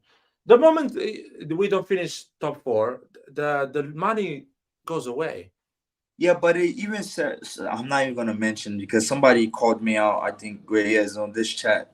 So I'm not going to talk about soccer economics. So I'm going to refrain from using you can my, talk, man. my little theories. But I said this before. It's been shown time and time again in history that for a club's sustainability from a financial perspective is never going to go hand in hand with trophy. We can use Tottenham as a case study. I agree with you on right. that. Yeah, and I can agree with your statement, but what I'm saying time and time, what I'm trying to get at is you have investors there here. These are not soccer passionates, right? They'll come in and it's like, yo, I want Milan to do good. Okay. Can I stop you there? Real Madrid is financially sustainable because they don't have a sugar daddy. They need to have big revenues and to spend big. But they got those socios with the member clubs, so are they really always? I mean, they're part of the royal family, man. So that's but they don't, dude. But I'm sorry, but they don't. I know they don't overspend. They don't overspend. They have, but they do have an alternative. It's not a one-man show in Madrid. That's what I'm trying to say. It's not a one-man show. So they do have like those socios. Bayern Munich is another club that is sustainable and wins. They have investors. Oh, I'm not. By the way, you can actually be financially sustainable and win the Serie A, man. No, I agree. But in terms of try to become the best, try to reach a city level or do what Barcelona has to do, you have to do a lot of sacrifices. But I'm not blaming Jerry Cardinale because we're not competing with City, man. The other people in this chat blamed Elliot because we were not competing with City and Real Madrid. Other people came in these lives and were upset about Elliot and Maldini because we are Milan. We should compete with City and Real Madrid. I've never been upset about that. I know our limits. I'm upset that a team that won the league didn't kept the team and improved it because the ownership didn't put the money or they didn't invest the right amount that should have been invested. That's what I'm upset. Honestly, we could have done a really effective mercato keeping Tonali. We know that because now people are looking at how Chukwueze and Pulisic play on difficult games, on tactical and difficult games. Now people are seeing that actually they don't look as good as we thought. We could have easily have a competitive team without RossonARI. Because we had a profit, we had good money. We could have done that. We didn't do it. Yeah, man. I think let's move on from this narrative, man. It's I think it's old. I mean, at the end of the day, we're all Milanese, not from the city of Milan, but you know, as fans, Milanistas. You know, it's just I'm going with the flow. Yeah, we'll call out. I'm okay having a divergence of how we feel about what management. I mean, I'm not on management side. I've never been. You know, I'll just, if they do good work, I'll appreciate for what it is and appreciate good work on a certain scale. It doesn't have to be, you know, forced to be a positive scale. And I'm just gonna leave it as that. But yeah, it's Italy for sure. I think I do agree with the statement where we should not be looking for top 4 this year, right? We shouldn't. Then what the fuck is the point? You know, that shouldn't be the case. You should be challenging for the league. Now, if you end up around the end, yes, but you know, top 4 shouldn't be. No, we have players well enough that can push us across, and that's what I should be expecting. But that 5-1 defeat, bro, that should leave a bad taste in my mouth because it's such a poor display, man. Dude, we are a meme in the internet, man. Fuck. Again, we won 6-1 against them when the TV was black and white, and they're fucking winning 5-1 against us when there is 6-7 different social media out there.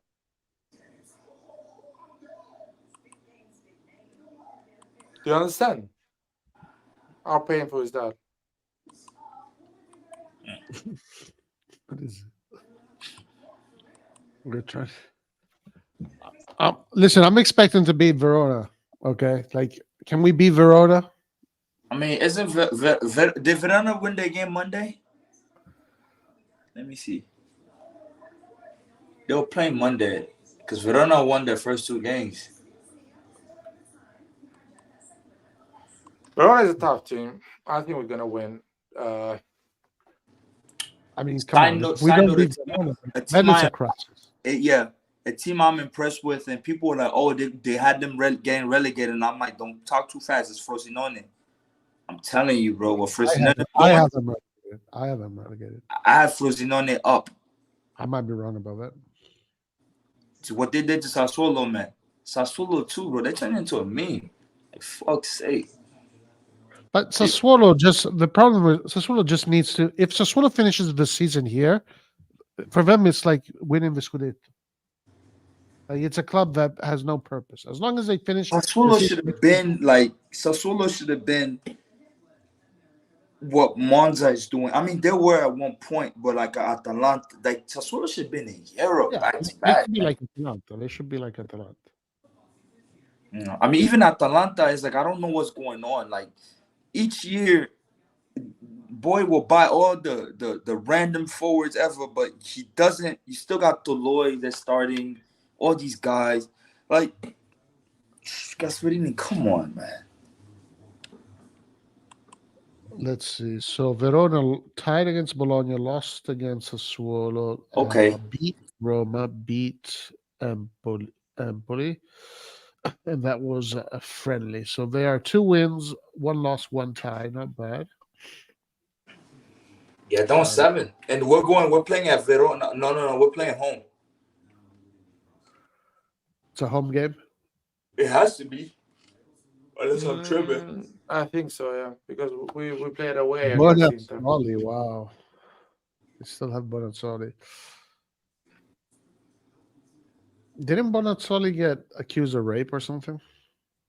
Holy. I don't know, man. I think it was Bonazzoli or someone else, someone like that.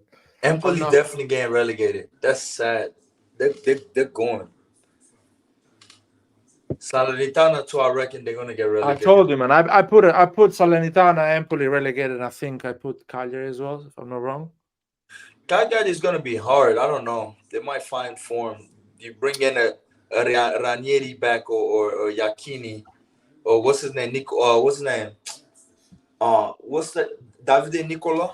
Yeah, Davide Nicola, like the Salernitana guy.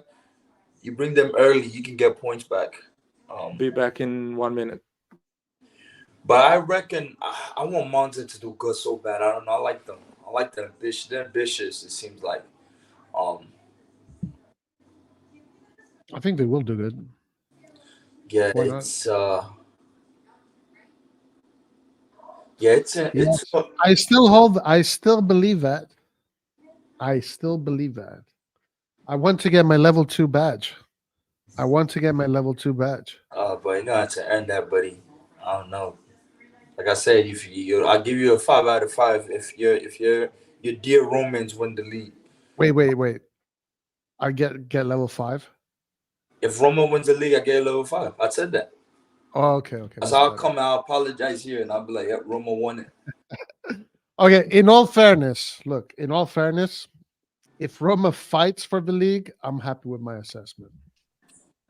No, But if you look at with Lukaku coming in and now,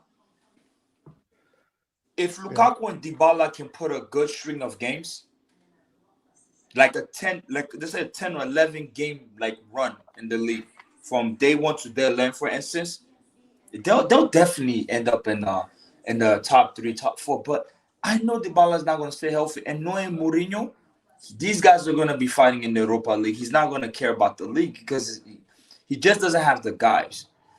Now you got Ndika. Yes, you can kind of look at it, but Roma's midfield to me is just not good. Sorry, it's just Really? bad. It's bad. You know, Mourinho is not your modern, and I respect high levels. I mean, Mourinho is my top 3 goal. Why is it? Dude, he's just not. He's not going to play But that stuff. Clint, can I say something? Yeah,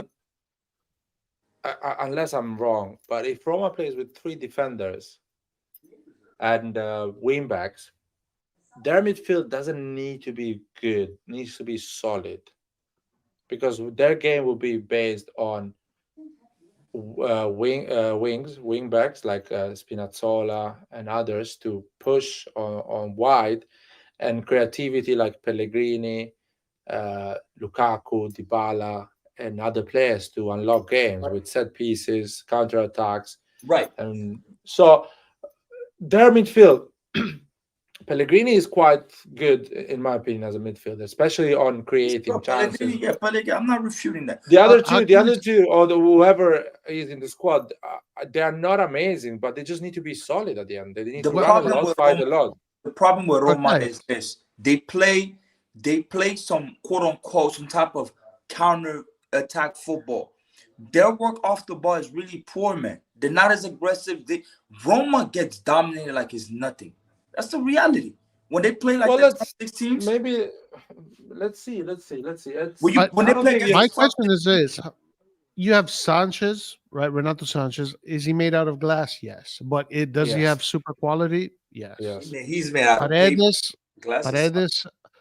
has quality. He's a good player. He's a fighter and he has quality. Is he the best in the world? No. Cristante is a fighter. Does he have a lot of quality? No, but he has a lot of quantity. You have Pellegrini. We know who Pellegrini is. He has a little bit of both. You have RR, who has a lot of quality. And then you have Bove, who has a lot of quantity. It's not a bad midfield. That's a good midfield. The problem is that there's a lot of glass in that midfield.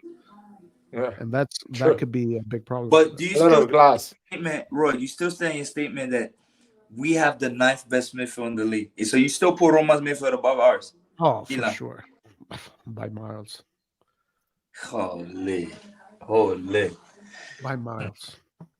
The thing is that maybe theirs is just too injury prone, and that could be a big problem for them. The problem with Roma, when Dybala's not in the game, they got no type of creativity, man.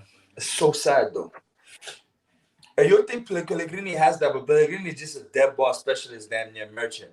And I love Pellegrini as Roma's a team actually I appreciate. That's a team I support in other, like in European tournaments and all that. Like that's probably European tournaments, like the second favorite Italian team that I appreciate for what they are, because it's not a rival. There's no banter. I mean, they got 2 league titles. Yes, we're not on the same levels. But I like Roma. Just a justification to buy their jersey every year. And their jersey this year is pretty cool with the SP. Hell yeah.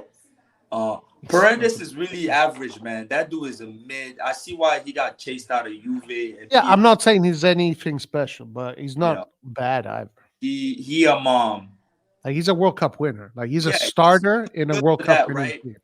But that World Cup winner, man, they don't give a lot of credit to my boy McAllister. Well, okay, but you were speaking about Musa, but this guy is a World Cup winner, and McAllister's great too. I'm not saying McAllister's great. He's not. But it's Roma,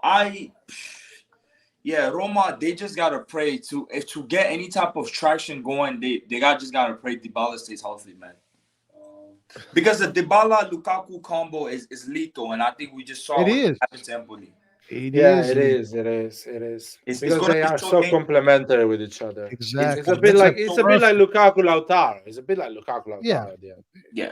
More or less, yeah. But you got somebody like Dybala that just dribble. He can get off his man, go into these pockets. Dybala is just a threat when he's on the ball. Just injuries are not his friend. I mean, even if you saw the semifinal last year, I watched it against Feyenoord, and if Dybala comes in, that game just changes. Clint, I don't know.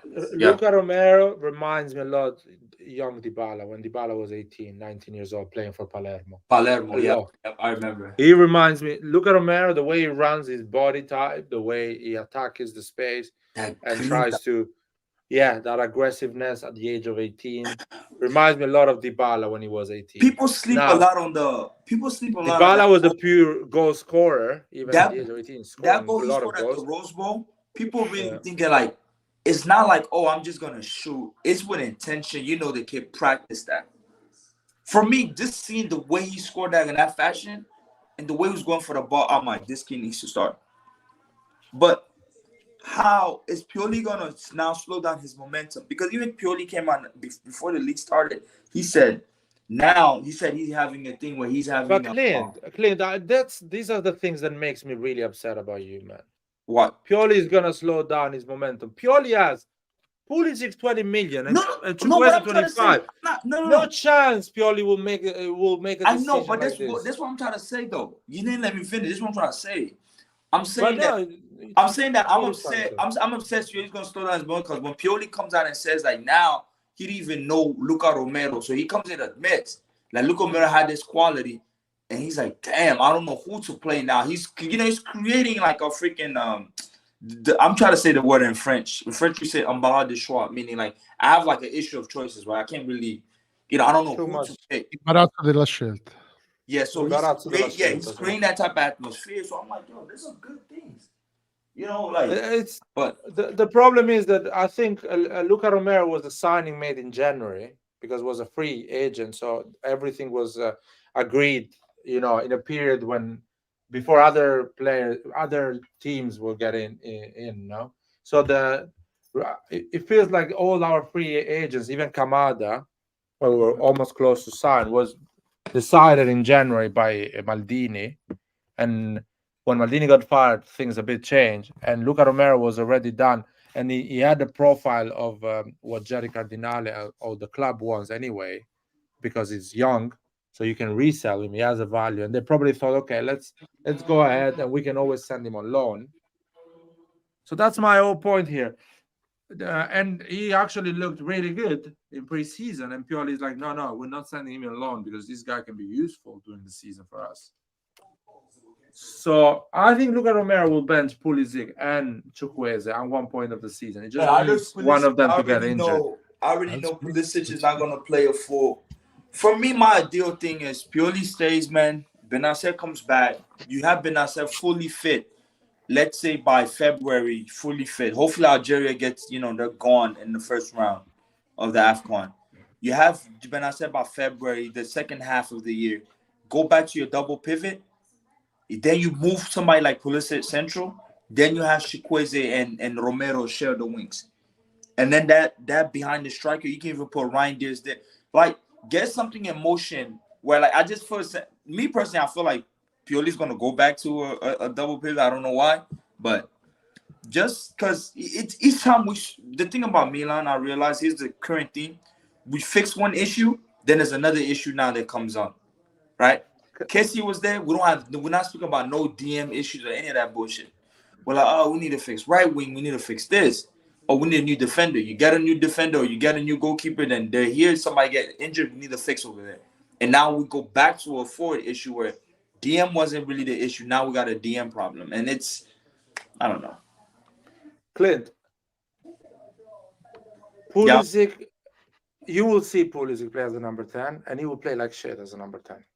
Why? You heard it first. You heard it first. Here. No, I don't want anyone here. Oh, I knew Pulisic was shit as a number 10. You heard it One first. thing about me, like, I'll come and admit, I'm not the one to be like, I never said such and such. Well, I'll come and I'll be like, No. I'm just telling you. You heard it first. But me personally, it's just I've seen him in the U.S. national team. He's better central. He plays behind the striker essentially. Not, but isn't he better on the left? Isn't that his best position? No, the left is the best. Really, the reason why the left is the best position, he plays left drifting inwards. Pulisic is also going to go inwards. Leao doesn't come inwards. Leao stands on the wings. Wait a second. Let me explain you this. Go. If you play left and you naturally run inside, that is a different thing.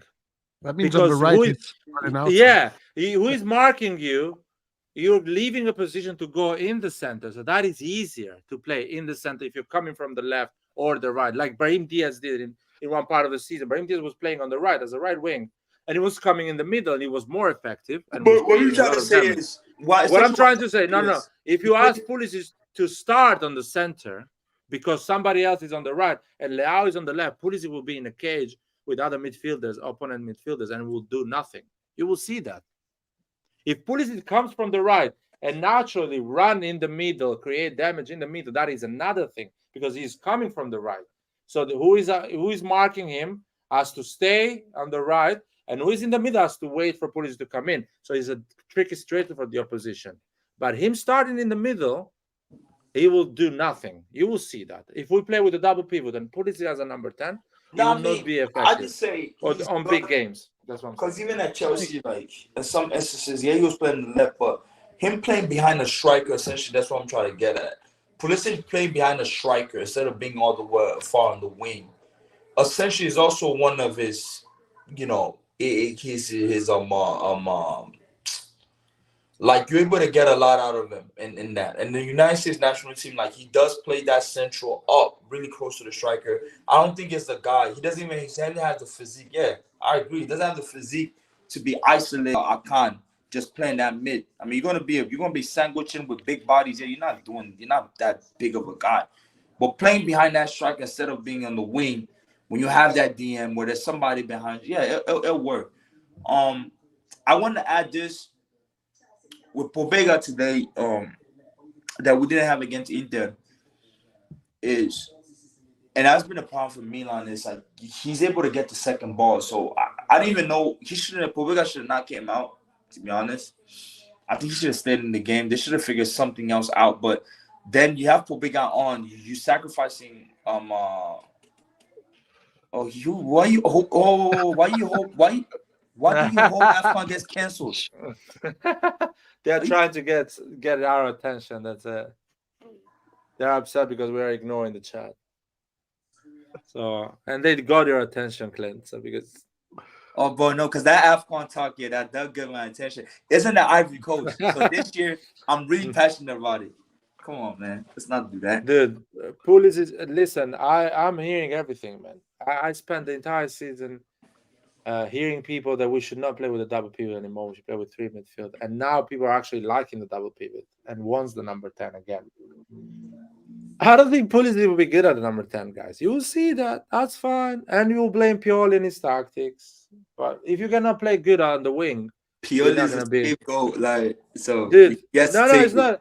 It's not a scapegoat. When people don't understand why their favorite player is not performing, they think it's Pioli's fault. They just don't want to admit that actually their favorite player is not as good as they think.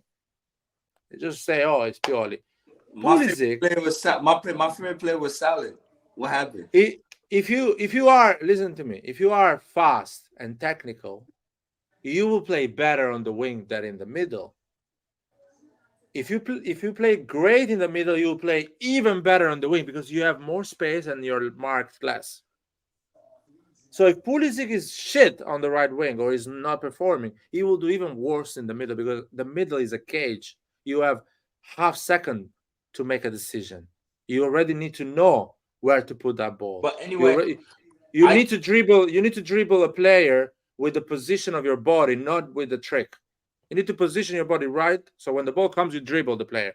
You remember Diaz when he was dribbling players just with the movement of his body, because his body was already positioned to go on a counter. That dribbling he did with Napoli, his body was already positioned to go in that direction. It just tricked the movement on the opposite way, and he went on the other one. These are things that Pulisic don't have, because you cannot see those things on the right wing. When you have time, you actually can think more. You have more seconds to make a decision, and you can go on a 1v1 with tricks and pace. When you are number 10 in that cage, you need to be quicker on thinking, and I don't think Pulisic is. Oh my God! Did you see Dybala against Empoli?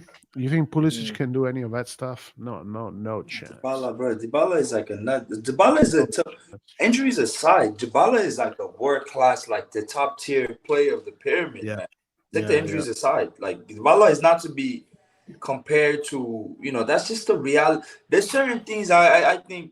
One thing is, I'm not going to debate for the sake for some of the things that are actually there, that you should know who certain players are. Like Dybala is not to be in front. Yeah, Salad is invited to the cookout, bro. You don't understand. Alexis Salamaker is the only player that I'll buy his jersey and I'll have his name on my back, bro. I defended that kid when everybody was shitting on him.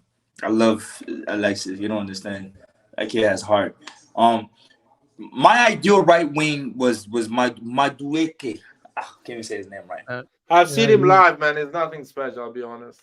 But maybe, yeah, I've seen him live. I saw him. I was impressed with him on TV with Chelsea.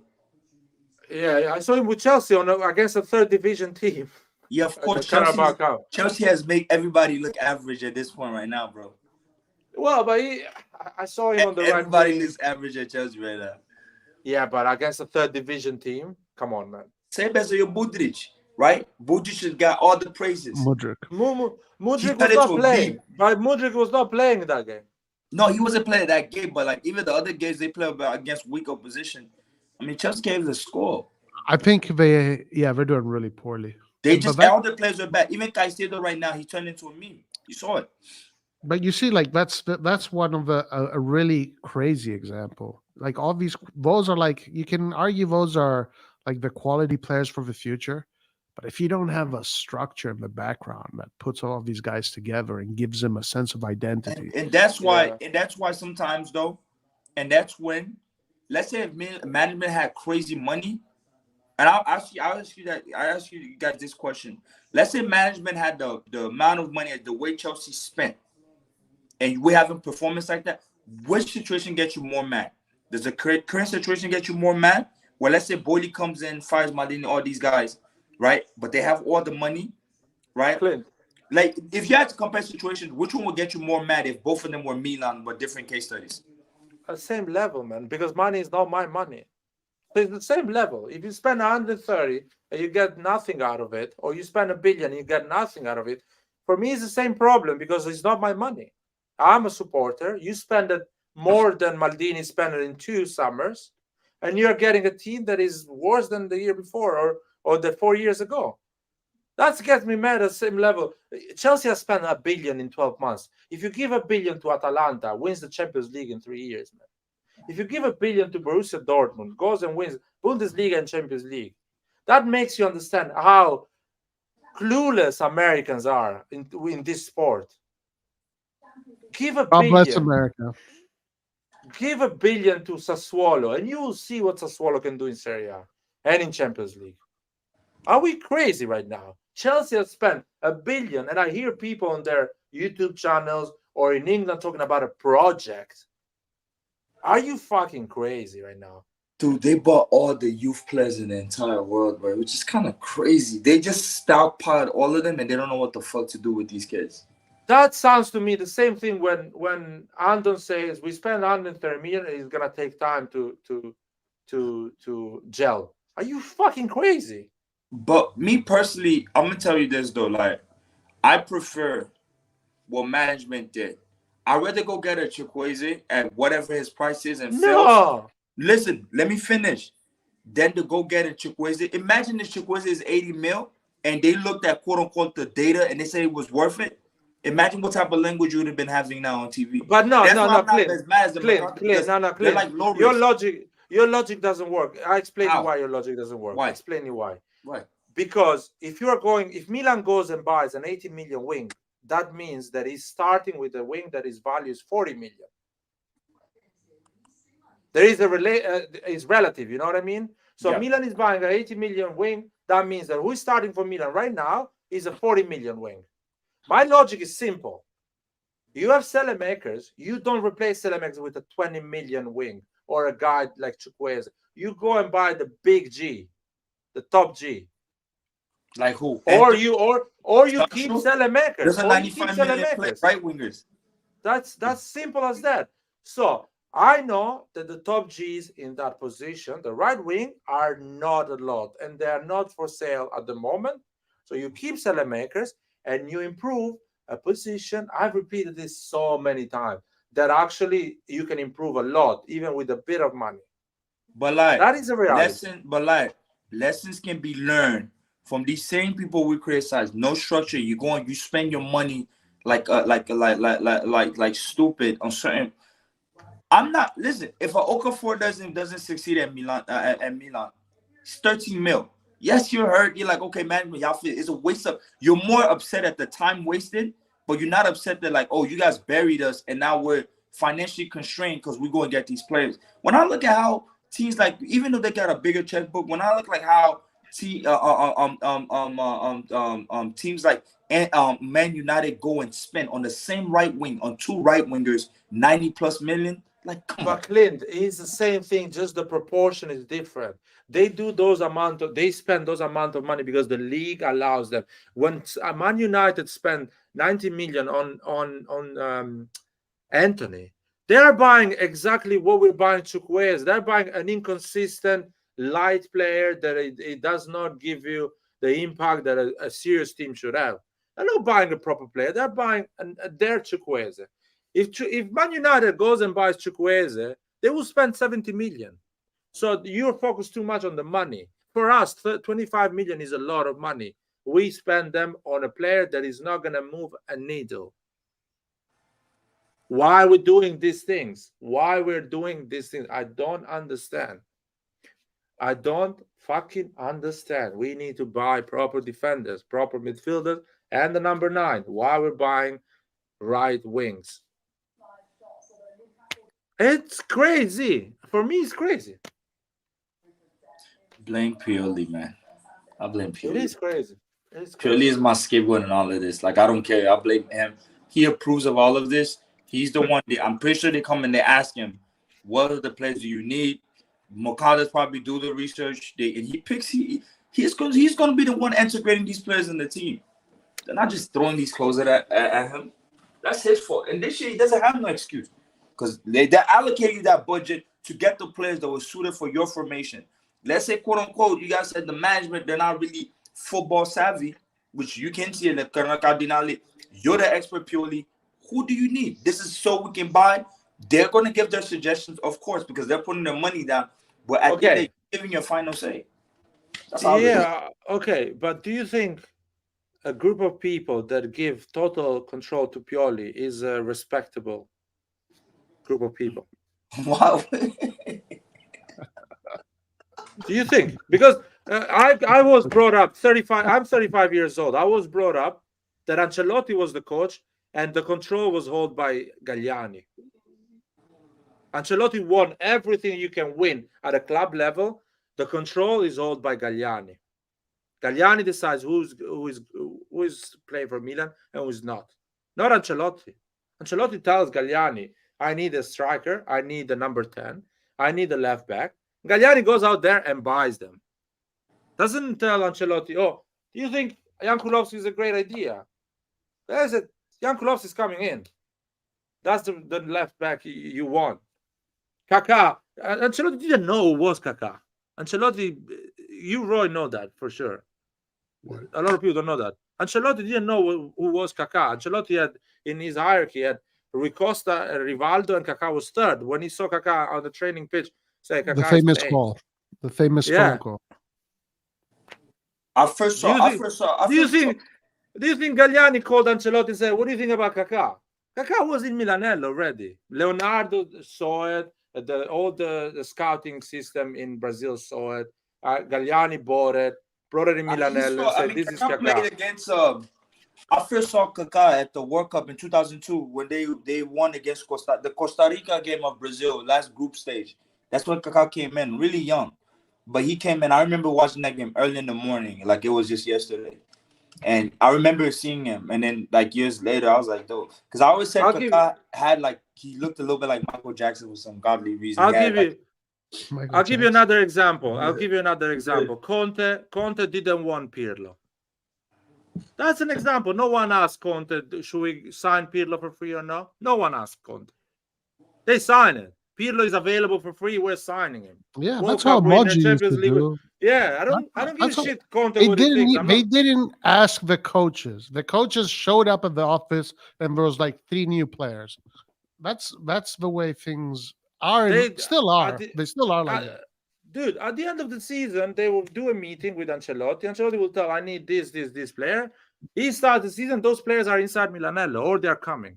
And Conte, when Pirlo comes in, Conte doesn't even play Pirlo. I remember that. But Conte changes all his system to play Pirlo because he was doing he was having some trouble, and he goes and wins the league. I mean, I would have.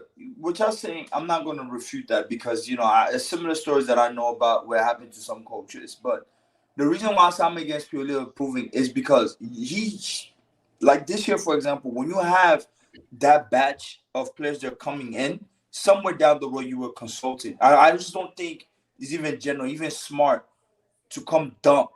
It's kind of, I think about like if you worked at an American like local store, a company, and you're like the team leader of like a night shift, and your boss comes and asks you, yeah, they're gonna hire new people.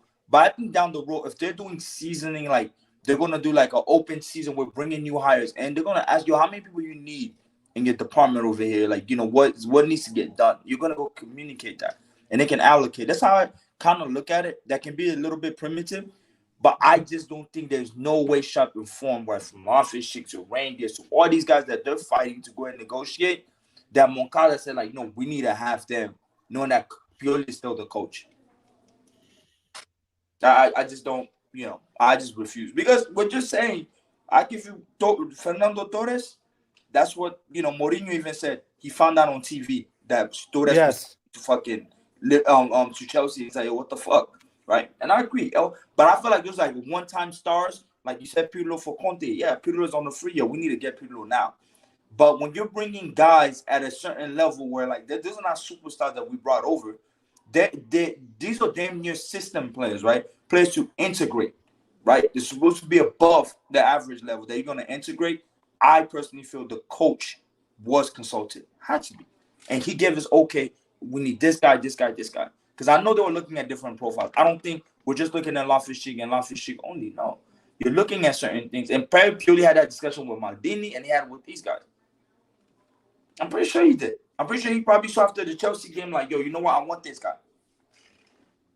If I'm not mistaken, I think I saw in one of the reports. It's after the Chelsea game, he looked how strong it was. Like the Okafor, I'm pretty sure probably Pioli saw Okafor somewhere. He's like, go, you know what? I'm looking at different profiles. We can go and get him. Because you played against these guys. You set up a defense against these players. Dude, but what I'm talking about is that who is running this club is listening to Pioli, and he's the first man that will get fired if things go bad. So how you can build a team? Rely. That's why sporting directors in Italy don't do that, man. Because Inzaghi can get fired tomorrow. Yeah, exactly. That's why Marotta makes the main decisions. No, I mean, I agree. We do need a sporting director. I do agree we need that. I'm not even against that. Marotta is not telling Inzaghi, do you like Carlos Augusto? Marotta is like, it's 13 million and I cannot get better than this. So I'm not asking you like it or not. This is a good player. We've done our analysis. You want a left wing or a wing back. This is a good guy. End of the story. So when I hear people on different YouTube channels saying, oh, Pioli approved that signing. I'm like, if this is real, you should fucking fire Moncada and Furlani tomorrow. If that is real. Because Pioli, if he loses 4 games, is the first person you have to fire because you cannot fire 11 players. You need to keep them. And they hold the value in your balance sheet. Pioli has 0 value in your balance sheet. Maybe Majidin. Maybe yes. Our next coach is the guy Roy named his dog after him. What the hell? Shevchenko. Oh, Yeah, Shevchenko. I think for exa- Shevchenko is going to be set up for failure if he comes in this Milanello. I problem wouldn't is- like. No, it's you want Sheva at Milan? Me? I don't Yes. know. No, I don't know. I'm sorry. I can't, man. He should have never took that general job. Oh boy, they set him up bad for that, man. Because not only they were losing, and their 10 next games are so hard, like he was just losing all of them. They had to play us. They had to play like damn near the top 4. Yeah, I don't know. would. Like he doesn't have much experience. I don't know. Yeah, it's like they're really using that Ukraine, what he did with the Ukraine national team, and don't get me wrong, but you just can't like do no. It's what are your ideas? You know, the national team and it's completely different, man. Like national team has its difficulties, but the difficulty you really don't have in the national team is like you don't have like the tournaments are so short, so you might not get found out quicker compared to like when you actually have tournament football and league football are different things. Yeah, for sure. because like football, you're gonna get found out. Like how long can you sustain playing a certain way, doing your tweaks? Because in the tournament, like you see the way Mancini played at the Euros, the games were so short, so it's hard. It's like damn, it's a fast pace. You don't have that much time to rehearse and how to stop Spinazzola doing on runs and all that. A whole season, the second half of the season, you're not doing that because you probably got to meet that team twice. Again, Yeah, and you have more variants. yeah, they're stopping you. So to be fair, there is something you have to. The national team, you can actually. You have basically a dream team of that nation. So you have a lot of at least most of the countries in Europe, big countries, they have a lot of choice. So with the club level, you cannot actually change a left back. You have to go with that guy for the whole season. At the national level, your left back can change because maybe you have 3 or 4 options, and it's a different job. It's a different job. In my opinion, national football is even a different sport. It's not even the same sport. Bro, we had the one from the Ivory Coast had probably one of the craziest goldest generation, and they didn't win shit. And so it's all these players, game players, they're playing different team like clubs, like dude, that shit affects bad. Like you just see it. It's hard. It's hard for you to even perform.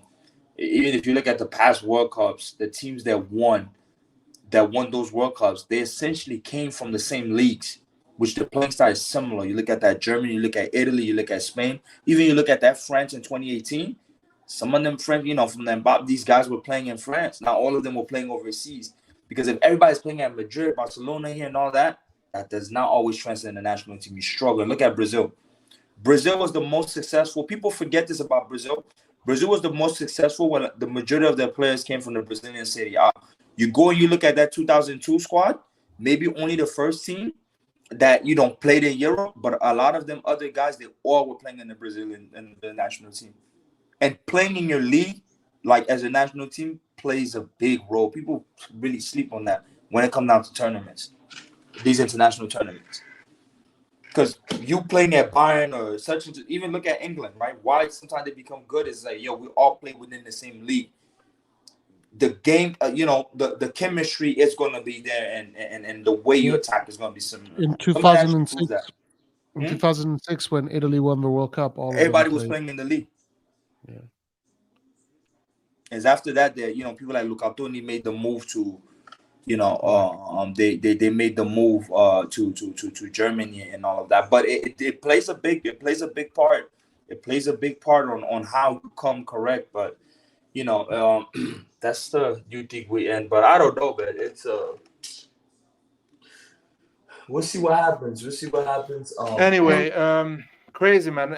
Roy, I'm shocked, man. That they gave the keys of the house to the coach. That never happened. That's one of the things. So does he really have? Hold on, I'm hearing you guys say that a lot, but does he really have the keys to the house? Because I don't even know what's his bro. I don't know. The Pioli has the key to the house. Well, that's what I'm saying. That's what they're saying. The Pioli choose the players, approve them, call them, ask for them. And I guess yeah. So now we will never know, of course. Is it a propaganda just to make sure? So when things go bad, Pioli can get fired. He is the one that called Chukwueze. He's the one that called a bunch of players. So if he does that, that's why I said my beef starts with him. So which he made those choices because Pioli could have been like, let me get this other guy. So if you're calling these guys to convince them to come to Milanello as the coach, those are your choices. You need to sort out how they need to play and translate. Those are your choices, Pioli. Because when it's good, we're not going to give you the credit.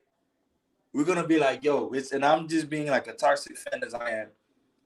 When it's good, we're not going to give you the credit. We're going to be, Leo is that guy or such and such. When it's bad, you're the scapegoat, buddy. That's just life. It's called life. So, yeah. So he's the scapegoat. But I reckon if we do get out this group, though, I think teams should fear us a little bit. If we do get out this group, I think we can. I think we should. We should. This is another group. It's similar. I say it's in between of our first year and our second year because this is not really a group of death, quote unquote. I don't see it as a group of death. I don't see it as a group of death. The group of death that we were in, like the first year, was a really group of death because you had Porto, Atletico, and Liverpool. And Liverpool went on that same year to go to the finals of the Champions League. That was actually a group of death. You had Atletico that played the final a couple of years ago. Yeah, this is not no fucking group of death. Like Bayern, when's the last time they even went past the quarterfinals? So. No. But I have to be careful because I'm not. I expected them to do much better tonight. No, but I said the Newcastle game, we should have beat them. We should have beat them. We should have put that in the bag. But I think we need to also wish that we're not getting any further injuries. Because God, Lord, I mean, September you're already losing your main goalkeeper. I expect Manyan to be there for the second game. I mean, like every year, Clint. Like every year. Do you know a crazy stat that came out that says it's been 386 something days the last time Milan had all their squad, like a full squad together? Like, I know that, Clint. I've been following this team forever. One more time. What? I think 386 days or something like that. The team is not. He never has had the full squad. No, 386 is the last time we had a full squad where everybody's healthy. Oh shit! Oh damn. That's a long time. And then with the Inter one, the last time we scored, the last time we came back from a goal deficit was last year when we beat Inter 3-2. We have not came from a goal deficit. Those are alarming stats for me. I sit there and I'm like, dude, how the fuck? So each time was playing on the right wing that game, though. Huh? Guess who was playing on the right wing that game? Who was it? Messias started, Selemakers came from the bench. That's right. Man, guess who came from, I'll tell you who came from the bench in that game. Oh man. Diaz came from the bench. Selemakers came from the bench. Messias was started. One argument was Kalulu Tomori was starting. Calabria Teo. I tell people this all the time. Yeah, one argument you never have over Liar is, but I don't care if Messias is a Scudetto winner and it just kills your whole whatever you want to tell them about. Dude, because and it's a fact though. He is a Scudetto. So every time I hear about Messias, I'm like, well, last time I made a side joke, I'm like, yeah, but you can't talk shit. Messias is a Scudetto winner. Like, what are you talking to me about? Which is Clint, true. I need to explain. I laugh with this, but it's true. You know, people don't understand. In South London, there is 1,000 people that play better football than Messias. In South London, but they cannot play for Milan in a professional game. So being a professional football player and being a bowler are two different things. Chukwueze on street football can beat anyone, even Ronaldinho on my book. Chukwueze, professional football player from Milan, is not good enough. He's too light. He doesn't have awareness of the game, tactical awareness. He doesn't understand where he is in the pitch or what to do. Not just all of there is African players that are amazing. No, as I said, most African players, yeah, like that. No, but I need to finish this concept because I fight with people in this channel and on the WhatsApp chats because they think a football player is a guy that knows how to stop the ball, how to dribble, how to kick the ball, and this bullshit. A football player is a guy that knows how to play football, how to play with other players, how to cover the pitch. I know Selemakers is not a better football player than Chukwueze, but Selemakers is a better professional football player.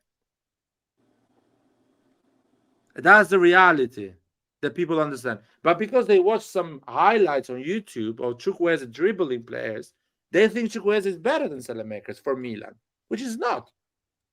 This is not.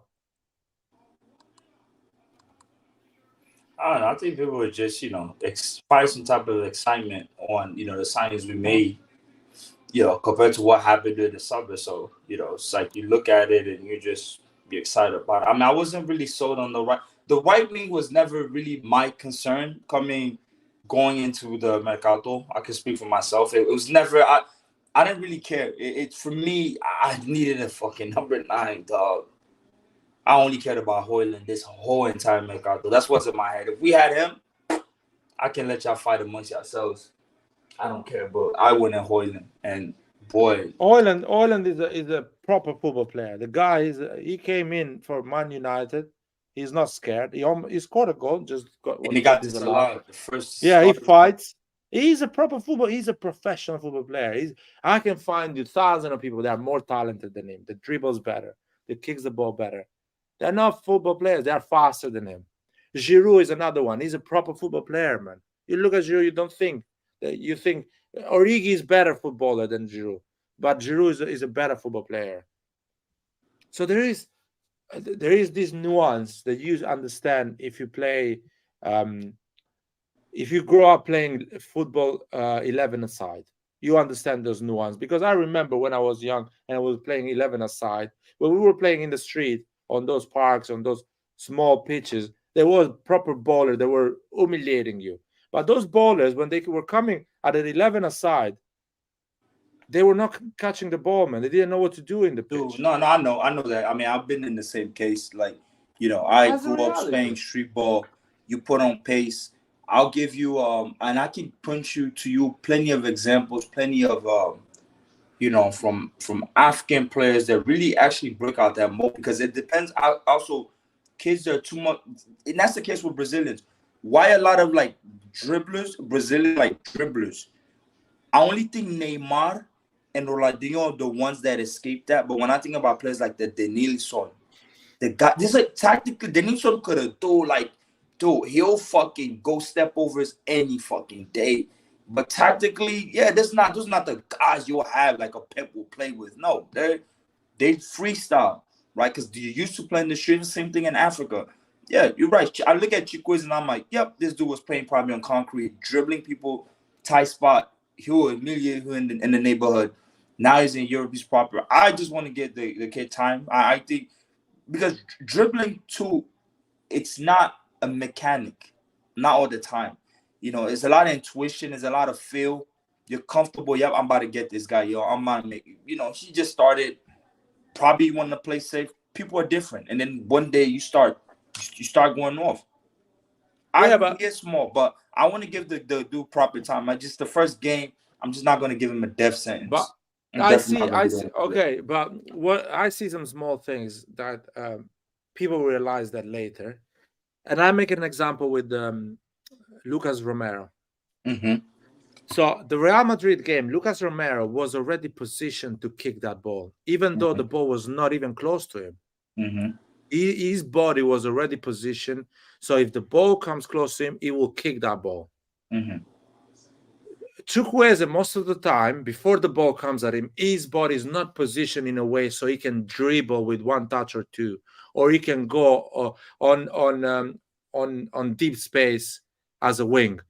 When you see Leao, most of the time his body is already positioned to go and make that run and dribble the defender that he has on his back, or the Theo Hernandez.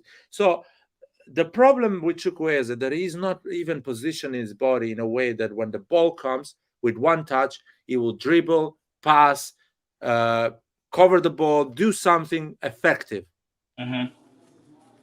And I don't think he's shy. It does not have the problem CDK had, that he was completely shit in the bed. I don't think Chukwueze is shit in the bed. I don't think he does not have that. Simple as that. He does not have it. That's it.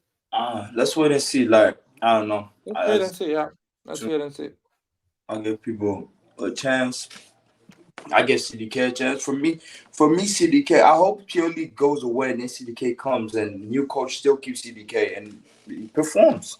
By the way, did you guys see CDK's celebration? First of all, he scored a great goal in Belgium, for Belgium. But did you see his celebration? No. He did a shit celebration? No, it's the phone. You know when you pick up the phone? Yeah. He picked up the phone, but then he closed it. Oh, wow. Wow. I don't know what that meant, but it meant Purely he broke up with his girlfriend, probably. Maybe. His villain arc, CDK villain arc starts now. Yeah. I always had thing, Finally.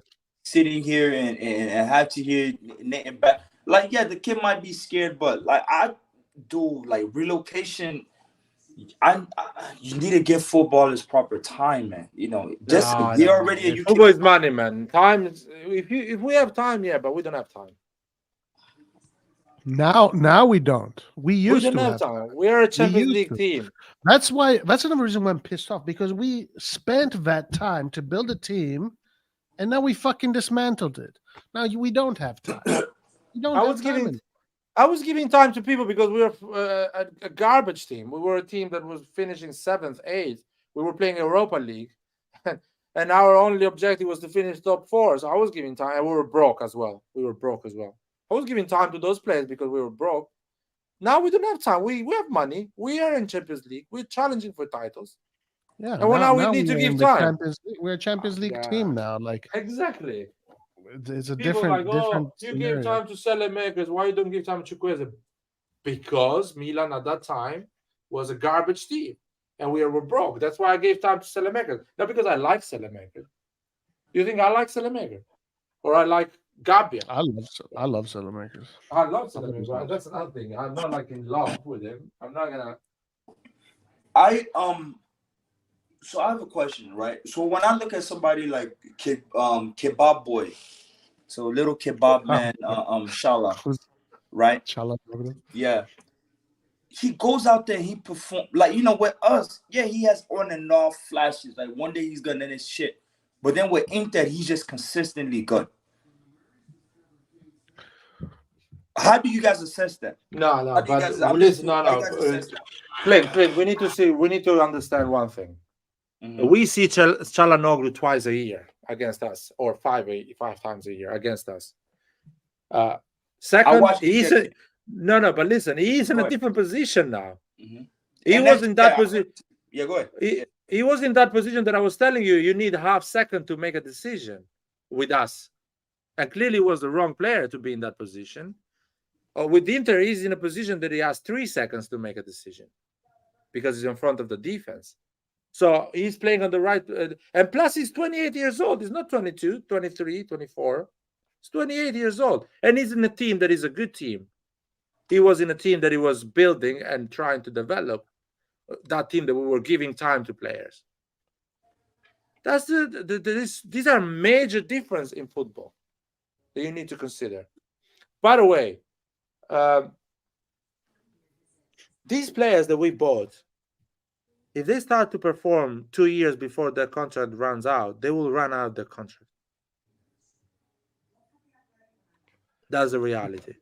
So if Musa explodes and becomes an incredible player 2 years when his contract is running out, like Kessie and Çalhanoğlu and Donnarumma did, Musa will walk out of Milan for For free. the league, I think the next 2 years, who you actually need to worry about the most is the Saudis. Huh, boy. Because when I said we need to worry about the Saudis, those guys, those players we don't have that, let's say you want to keep a Krunic type player that you actually really need him for next season, that's where you start getting scared because those are the people that are walking out. They're not, they're not going to a city or whatever, but they're like, no, I'm going over there. I'm going to the Saudi league. I mean, I saw the interview of Mitrovic. He came out. Mitrovic is a good striker for Fulham, but he's like, I want to win trophies. I'm going to Al Hilal because it's the Real Madrid of Asia, and they're also giving them money. So you're justifying your money move now. Like it's not a sense of shame. There's no footballing. But that's why I'm afraid. Saudis aren't going to come and get Krunic, though.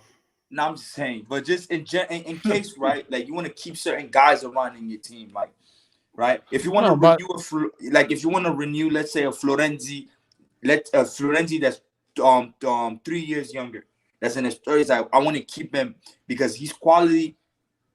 But you're losing out now in the second rebounds of guys that actually better your team. Now they're all going for the back. Yeah, but it's not just you losing. Everyone is losing. Yeah, I know. But from time, Milan in particular, because we needed Clint, more in the end. I'm not going to say sorry. Yeah, go for it. All right, I'm not going to say this. You go. Go ahead. Shit. I'll go. I don't have any problem with players that wants to leave. Honestly, players that wants to leave. Maybe I get upset with them, or I don't like them, or I like them, whatever. I don't have any problem. They can go earn more money, whatever. My problem is when we kick out player that want to stay. That's my problem, and we don't replace them properly. But yeah, and Tonali was not kicked out. He even said it today. Tonali was kicked out. Tonali was kicked out. That's what you believe. But then, so I guess somebody's lying between y'all two. Then who is lying? Tonali said he didn't kick out. He wanted to leave. Did he not say that in his interview? Or he's he didn't say I wanted to leave. No. Huh? No, he didn't say I wanted to leave. The interview says I'm happy. I was told there was actually he said, man, the interview is there written, and he says it. I didn't ask to leave. I didn't request a transfer. It's really hard for a player to request a transfer. He says these words. He starts the interview at Newcastle, inside the Newcastle press conference, saying it's really hard for a player to ask to leave, especially when I had already 3 years of contract still. So I didn't ask to leave. I was told that an offer came and Milan accepted, and he ends with the interview saying, I'm really happy at Newcastle. What the fuck he's gonna say to you, man, in front of all the Premier League press and the fans of Newcastle listening to him talk about his new team? That he's gonna tell you, you know what, I didn't want to come here. They just kicked me out, but fine, I'll stay. You guys are children if you believe on this press conference. Tonali never asked to leave, man. The offer came, and they came for Barella. Barella, Inter said no, and the day after the offer came from Tonali. And Milan say yes. I can't believe people believe in these things. I don't know. Nobody has full insight. I'm never gonna take a hard, concrete truth that management actually pushed him out either or. He's gone. I was hurt. No, I'm past management didn't push him out because he could have easily said, "I'm not leaving. You sell somebody else." Of course, he could have said that. But Tonali maybe is like, fucking these motherfuckers. They fired Maldini. I don't want to be here anymore. And they want to sell me. So he's kind of being proud as well of himself and being like, what the fuck? I'm the player that I cares the more about. You're going to also say the Leao interview is contradictory, right? When Leao said like he was a surprise and he called Tonali and Tonali explained to him, he said, so now he understands why he left and all of that. Like, I don't know. Yeah. But maybe Tonali told Leao, I don't want to be with this management. These are motherfuckers. They fired Maldini. I don't want to be around these people because they sold me. They accept the offer. Maldini didn't accept your offer. Maldini didn't accept the offer of Chelsea for you. Because the offer from Chelsea came, Maldini said, no, I want to keep Leao. I want to still try to renew him because I believe in Leao. The offer came from Laird. Yeah. sorry, like that's why I think Maldini was fired, because Maldini would never say no, would never say yes to selling Theo, to selling Leao, Tonali, Mañan, the players that mean the players, the most valuable players, because he comes from that school that you do not sell your champions, you build around your champions. And Jerry is a profit. It's totally different philosophy, profit driven, player trading, NBA kind of thing, whatever. And that's one of the reasons he was fired. But I think It's anyway. It is what it is. I've been telling this so many times. People will never believe It's a what I'm bit saying. bad. One day, these guys will write books. Will talk this. Will tell interviews how things went for real. Because how the way Cassano is saying things about his transfer to Real Madrid, or Totti saying that the offer came from Chelsea, and I said no, and Real Madrid, and I said no. The Gattuso telling everyone after his career finished that Ferguson called me in 2006, the summer of 2006. He called me because he wanted to me at Manchester United. We will, of course, now we would never know, but one day people will realize, and you will see. Right now, I'm finishing Ruth Gullit's book. I'm almost done. Actually, I'm 2/3. It's how to watch football, but it's not like a football 101, but it's like he gives his history at Milan. I'm already done. Like, it's really interesting. Like, I'm finding a lot of cool things about him, and how he sees the game. Yeah, he explains the game from a fan, a player, and a coach perspective. Really, really good inside stuff. Yeah, it's crazy, man. He talks to you about the Milan and their Saki, how they played, what they look for. It's really one thing. I think the thing that stands out for me, he kind of explains why the Dutch national team is the way they are. It's that they never learn. He said they're so stuck on a 4-3-3 formation, quote unquote total football, that they only look in that lens. That it just increases the gap. They're like, yeah, it's always gonna be good football, but they haven't made significant how I say that innovations. have not had enough talent like lately, like like back in the day. It's a small country, man. And I know it is, but it's just like they're caught up around the systematic. Like, he gave the flaws of it, and he's talking about Van Gaal, like how Van Gaal is just like fixated on that. Because even if they beat him, he's gonna be like, well, we still played like this, and he's like only in Holland, like they only care about going forward and technique stuff. I never knew that Gullit actually played with Cruyff. I mean, I'm young, so I wasn't at the time when Cruyff was still playing, but they did play together. I have a DVD of all Cruyff and Gullit, Van Basten, all these major players of the 80s and 90s. I have DVD of Baggio, everyone, Ronaldo, Brazilian, Maradona, and all their history. I used to have a DVD on Ronaldinho, Ronaldo. When we were kids in Ivory Coast, we'll finish watching like a Ronaldinho video, and you just grab the ball and you go outside, man. Fucking hell. Ronaldinho, I got lucky because I saw Ronaldinho that I was a grown up. I was like a late teen, Yeah, I followed Ronaldinho's whole career. Like, I think I was like, what, 10, 11, when he was still at PSG, 10, 11. I used to watch Ronaldinho when he used to play with Pauleta from Portugal up front. I got to catch Ronaldinho way before he went to Barcelona. And I remember his first season in Barcelona, like playing with Saviola.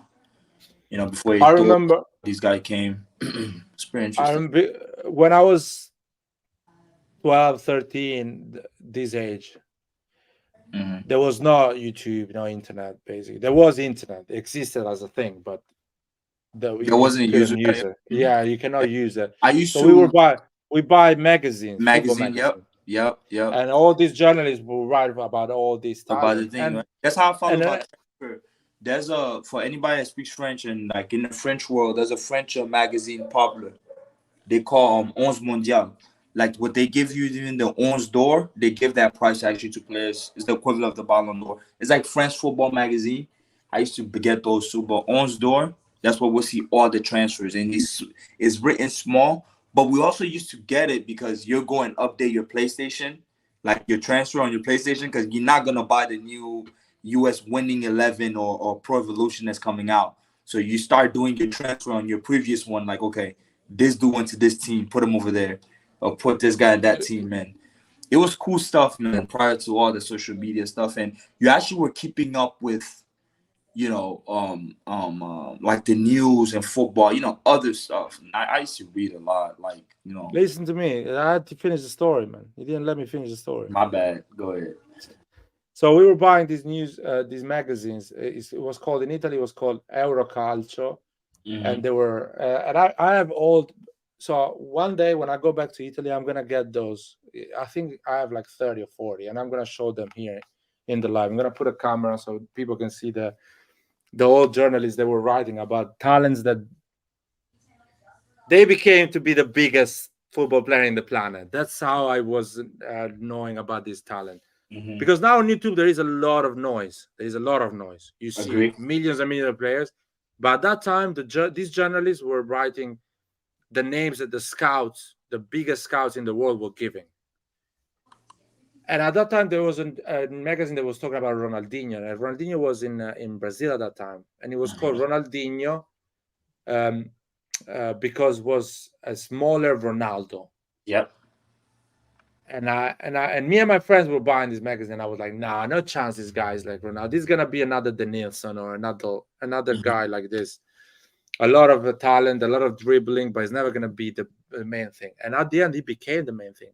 And he was on FIFA 99, FIFA 90, 2000, something like that. But my friends were so obsessed. He's like, no, this guy is gonna be amazing because he's a great dribbler. I remember D'Alessandro and all these guys. D'Alessandro, they prove. I used to watch Alex, a lot of, especially the U22, the U22. The new Maradona, D'Alessandro. I remember the guy. D'Alessandro played that final World Cup 2000, the U20 2001 against Ghana, right? So you had D'Alessandro, Saviola was on that team. Yeah, Saviola. Always, I remember every Argentinian talent. Ferreira, he never really broke through big, but Ferreira, because that 03 final, I remember that vividly because the Ivory Coast, that was the first World Cup under 20 final that they qualified. But there's so many heavy hitters in that year because Spain won against Brazil. And on that Spain side, Iniesta was there. Then Dani Alves was on the other side. You had players like, how you call that? Who was it? Zabaleta played in the 03. And then he was the captain in 2005 where Messi, Mascherano, all these guys, when they played against Nigeria. So I used to, I'm grown now. I work, you know, I don't have a kid, but, you know, I'm not talking this shit. You get busy, so you can't watch everything, man. The problem is that I was exposed to players, like when I was reading this newspaper, there was, this newspaper were writing about Sergio Ramos, and Milan linked with Sergio Ramos. They was playing for Sevilla. Milan, these magazines were writing about Gareth Bale, and Milan was linked with Gareth Bale. And Gareth Bale was 16, 17. Or when they were writing about, I remember, that thing, I'm going to bring it for sure. They wrote a small, tiny thing about Messi. And they said, Ronaldinho said, this is going to be my, heir. Yeah. He's going to be the man that will substitute me.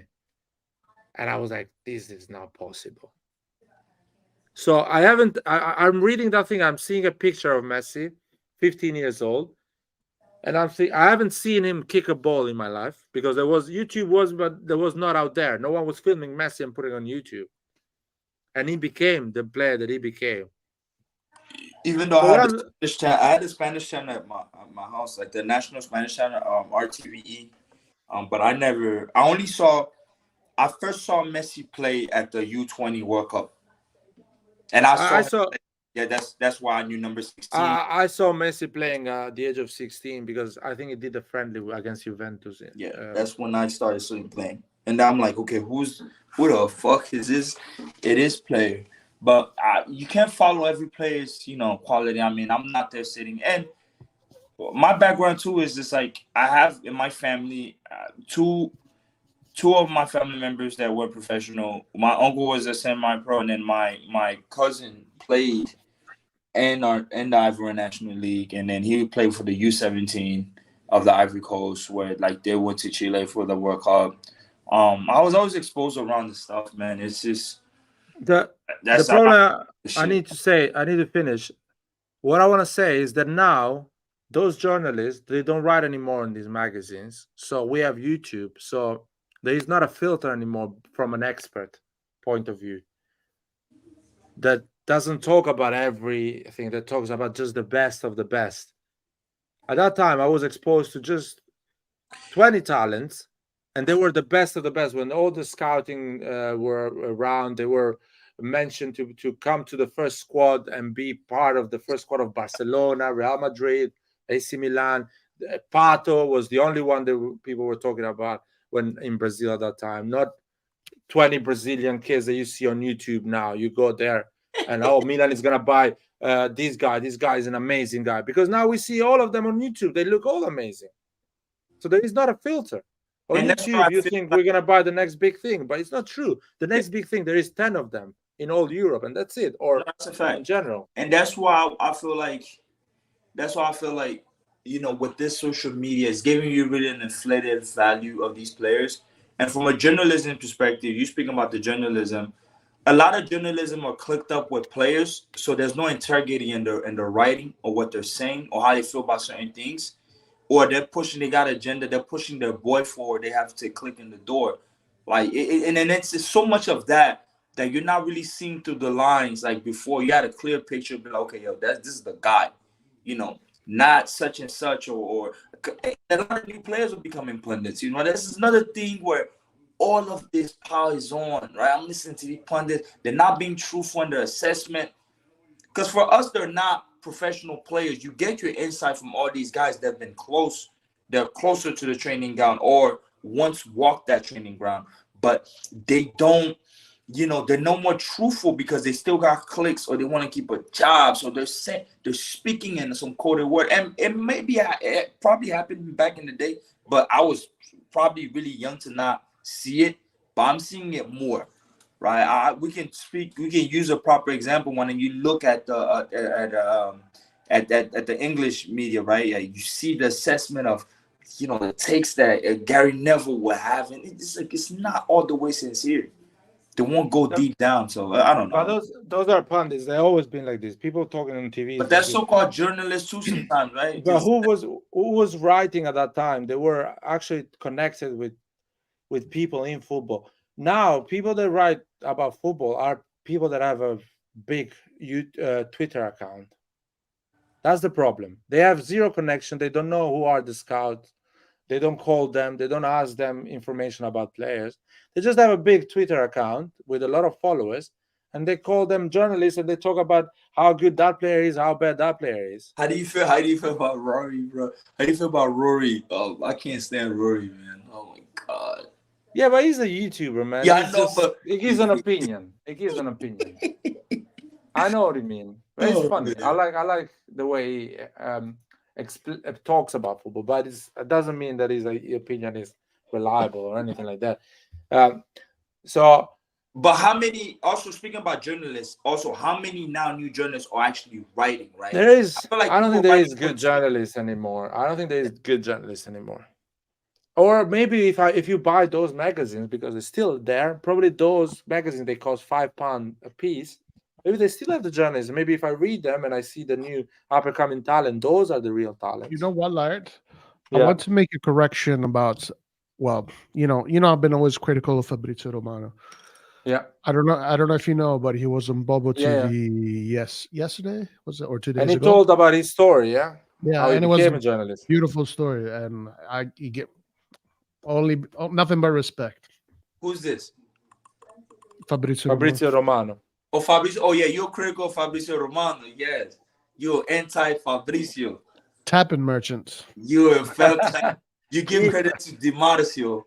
You don't like Fabrizio. But that's the thing. Fabrizio Romano and Di Marzio are friends, man. They are. And I mean, Fabrizio gave the story on how they give each other information. But give each other information. But he said, like, Di Marzio is his mentor.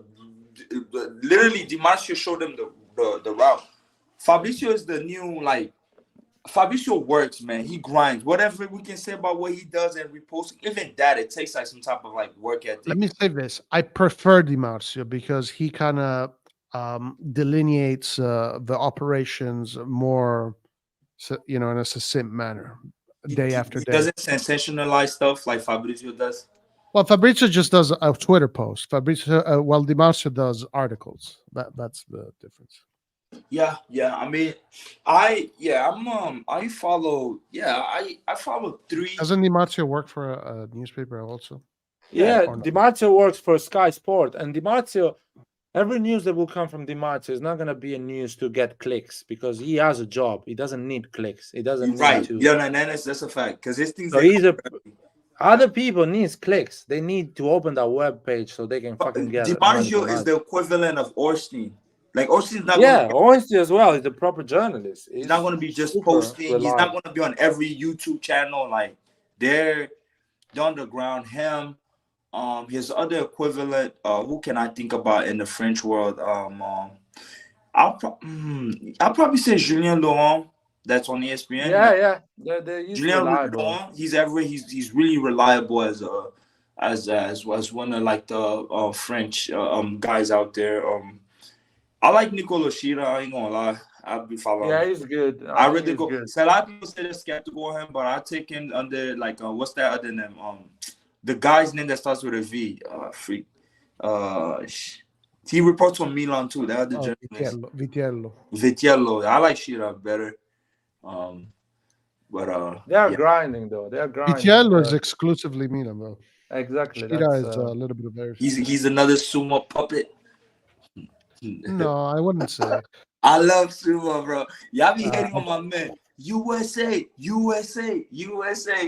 You know, Jerry showered him with a lot of dollars, boy. The problem is that what he did? Huh?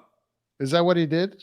You never saw. That? I like watching the Milan commentaries, like the replays, like on when he's commenting.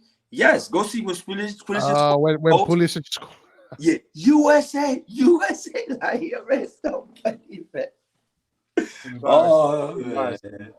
Yo, it's so like the way he just screams it. It's like, my boy, they paid him. Crudeli is the worst. Well, he's not paid by anybody. But Crudeli, that's the old fart, man. That should be retired somewhere in Sardinia, boy. Like, fuck it, the hell. Dude. I feel like one day he's gonna be celebrating on the screen and freaking get a stroke. Fuck. Yeah. I'm surprised it hasn't happened yet. The way he celebrates. He's like, I'm like, bro, this dude, what the fuck, man? But nah, there's a lot of like clickbait guys, Fabrizio wannabe. It's just, I think if you want to be successful in football, I think you pick a niche. You can even focus just on the let's say female football. You pick the fucking whatever league and you just stay there. And you're just focused, and that's all you care about is just that.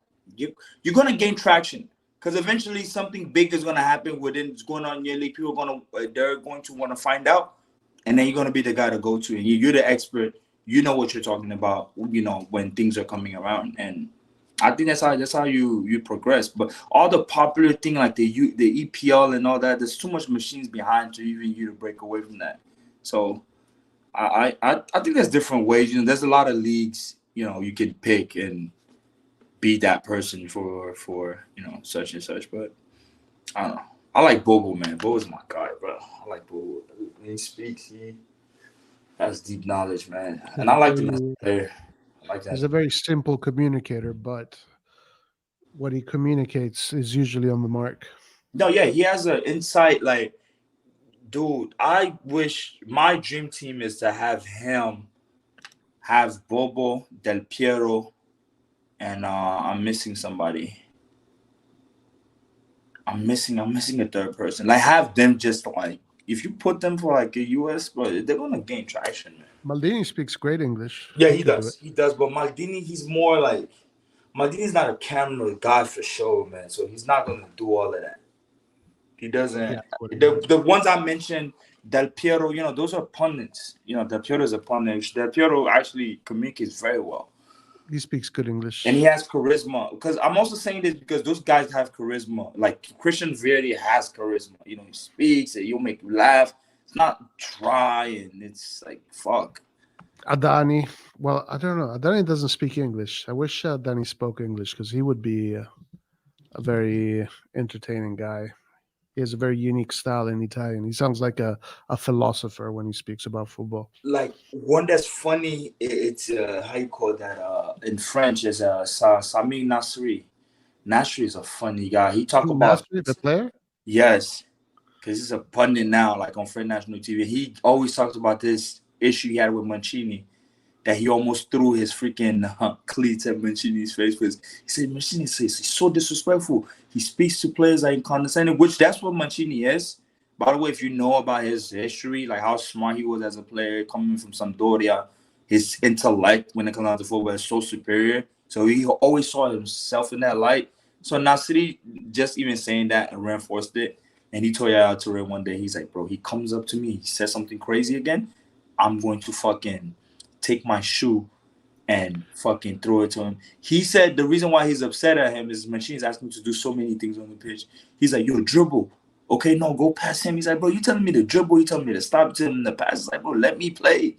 And that's like their beat back and forth. But that's when Mancini coached Lazio, when he started first coaching, he was cursing the players. You could hear him curse the players on camera, and it kind of became a meme back in the day.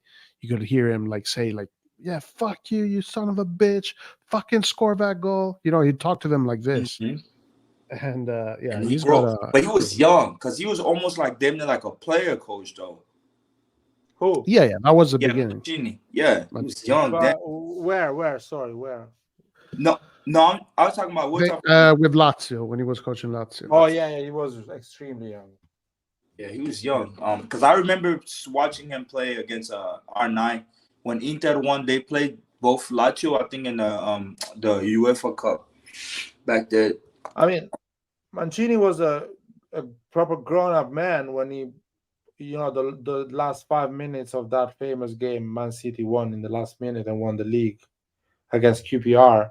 I remember I was watching live. If you know Italian and you see the way he's swearing, oh my God, the guy is just going nuts. Yeah. He's not even giving tactical instruction at that point. He's just he'd be great swearing professional. the shit out of everyone. Yeah. Damn. That would have been, if they did not won that, no. It would have not been 3 in a row for. No, it would have been. I thought it would have been 4 in a row for Man United, yeah. Because I think that's what they came in. They broke that. Because the previous year, 2011 Man United did win it. But yeah, I saw that game. It's crazy, but he's proper coach at that time. Really smart. I always like reading interviews when they talk about players that are actually smart or their coach and players that you don't really know about in terms of like their influence. You'll see a player be like, oh yeah, he's just good, but you don't understand how good they are, right? It's you think about somebody like Ambrosini, for example, right? It's like, you saw Ambrosini, nothing flashy, right? Yeah, starting off, but then you get more insight on players like that. You're like, nah, bro, actually Ambrosini, those are, that's the guy. Because as so much your knowledge can be unless you're a professional player or a coach. You're able to see these 24/7, Us watching on TV, reading manuals, there's so much you can get to match or to get full insight on an influence of a certain player on the team. Yeah. That's how I look at it. Mancini making 90 million, man. He's happy. Yeah, man. Saudi is just throwing the back. Saudi Arabia, the guy they have that's leading the spear, like I won't say the commissioner, the equivalent of a commissioner. It's the guy, I don't know why, you might know him, the Nigerian dude that used to be at Chelsea, the sporting director. There's a Nigerian guy there, black. He used to be an APR, actually. He used to run Chelsea football for. He's over there. He got interviewed. Before the girl? Huh? Before the girl? Yeah, before the girl. Yeah, he was at Chelsea at some point. Yep. He was there. Yo, Clint, Yeah. you saw the video Peter has posted on our chat. Nope. I have not gone in there since I've been on here. Is a TikTok about I Show Speed opening a card, a FIFA card. The fucking show speed. You saw I Show Speed on Vibe with Five with Rio and them? He's so funny. No, I didn't see that. Yeah, I'm like, they're doing that for clickbait now. I mean, come on, Rio. What is feet? What is is for the young what- audience? And they asked him, who's your favorite player? He's like Cristiano Ronaldo. And he's like, who's the second one? He's like, Rafael. The way he says Leao's name is so funny. He's like, Rafael. He's like, yeah, I like Rafael. Because, Leao became his buddy all the way now. But Leao man, is they're also, using I Show Speed to do memes about Leao. But I feel like Leao is doing that for his image because Leao essentially, I feel like he wants to break into the American market. He's attracted to that type of lifestyle anyways. I feel like that's what he's going to want to do essentially, which, I'm not mad against, but that's what it just looks like the whole way. Yeah, it's but yeah, Speed is a fucking. He's funny, dude. Something wrong with that kid. Yeah. He's just funny. He's a funny guy. Some people are not amused by his stupidity though. I just like that's the most amusing part. I like those YouTube games, like the YouTuber football match. It's so funny though. It's fun. It's fun to play watch against other people. YouTubers, it's like, damn, YouTube became that big now. Like, you just make money. Then we have to fucking slave in corporate America, man. Fucking man. Corporate America. That's it, baby. Shit. That's it. It's all good, man. But nah, oh man. Hey guys, I want to ask you guys something. So first of all, I want to give an opinion, and then I'll ask you. So here, Edison is saying 7-0. Get hyped to the almighty Empoli. As you guys know, I predicted Roma to win the Scudetto. Now, I do want to say something. So far, I've seen I haven't seen all the teams play. Sorry, I've seen some teams play, some of the contenders. I've seen Milan play. I've seen Inter play. I've seen Roma play. I've seen Juventus play. I've not yet seen Napoli play a full game, and I've seen Lazio. I have not yet seen Atalanta play a full game, and I think these are the contenders. But the team that has impressed me the most, despite the tie with Bologna, is Juve. And the way they're passing the ball to each other, the way they're holding the field, I'm not seeing that with Roma. I'm not seeing that with Inter either. I'm not seeing that with anybody. What do you guys think of Juve this year? For me, right now, I'm worried about Juve the most. I mean, I said it. Juve will compete for the title because they have zero. They have just one game a week, so yeah. I'm not convinced with Juve yet, and the reason why I say that, I watched their first game. I catch them in the game. Milan plays before any of them. I make sure I watch them. I'm not too convinced with Juve just because of their midfield. Right, the defenders. I think a lot of the outgoings they had.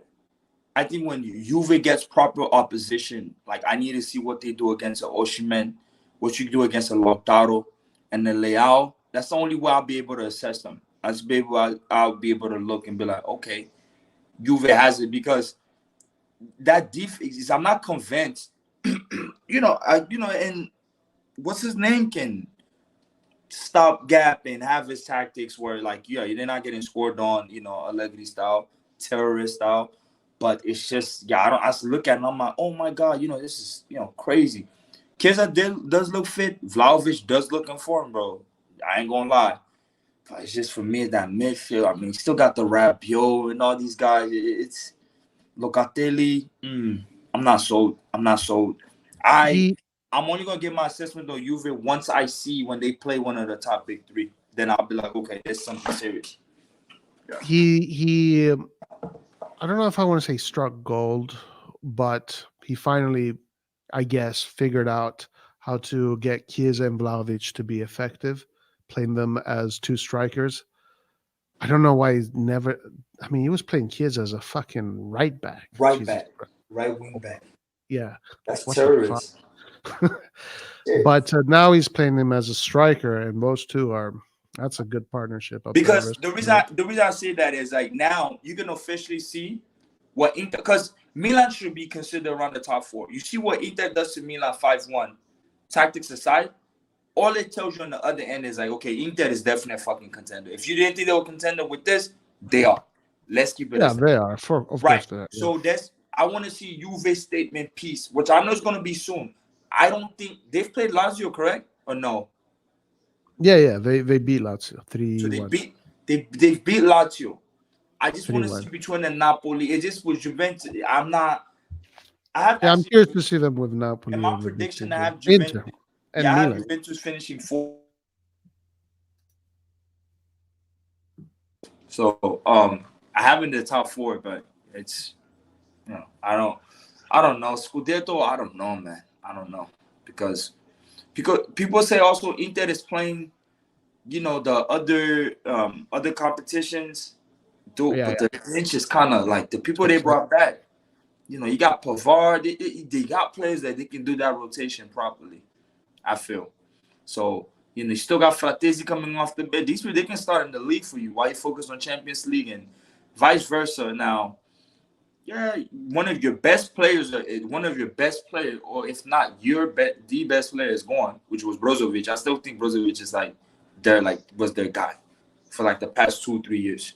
Oh, fuck, I completely forgot about him. Jesus. Yeah, but he's gone. Yeah, you're right. So it's they'll still do it.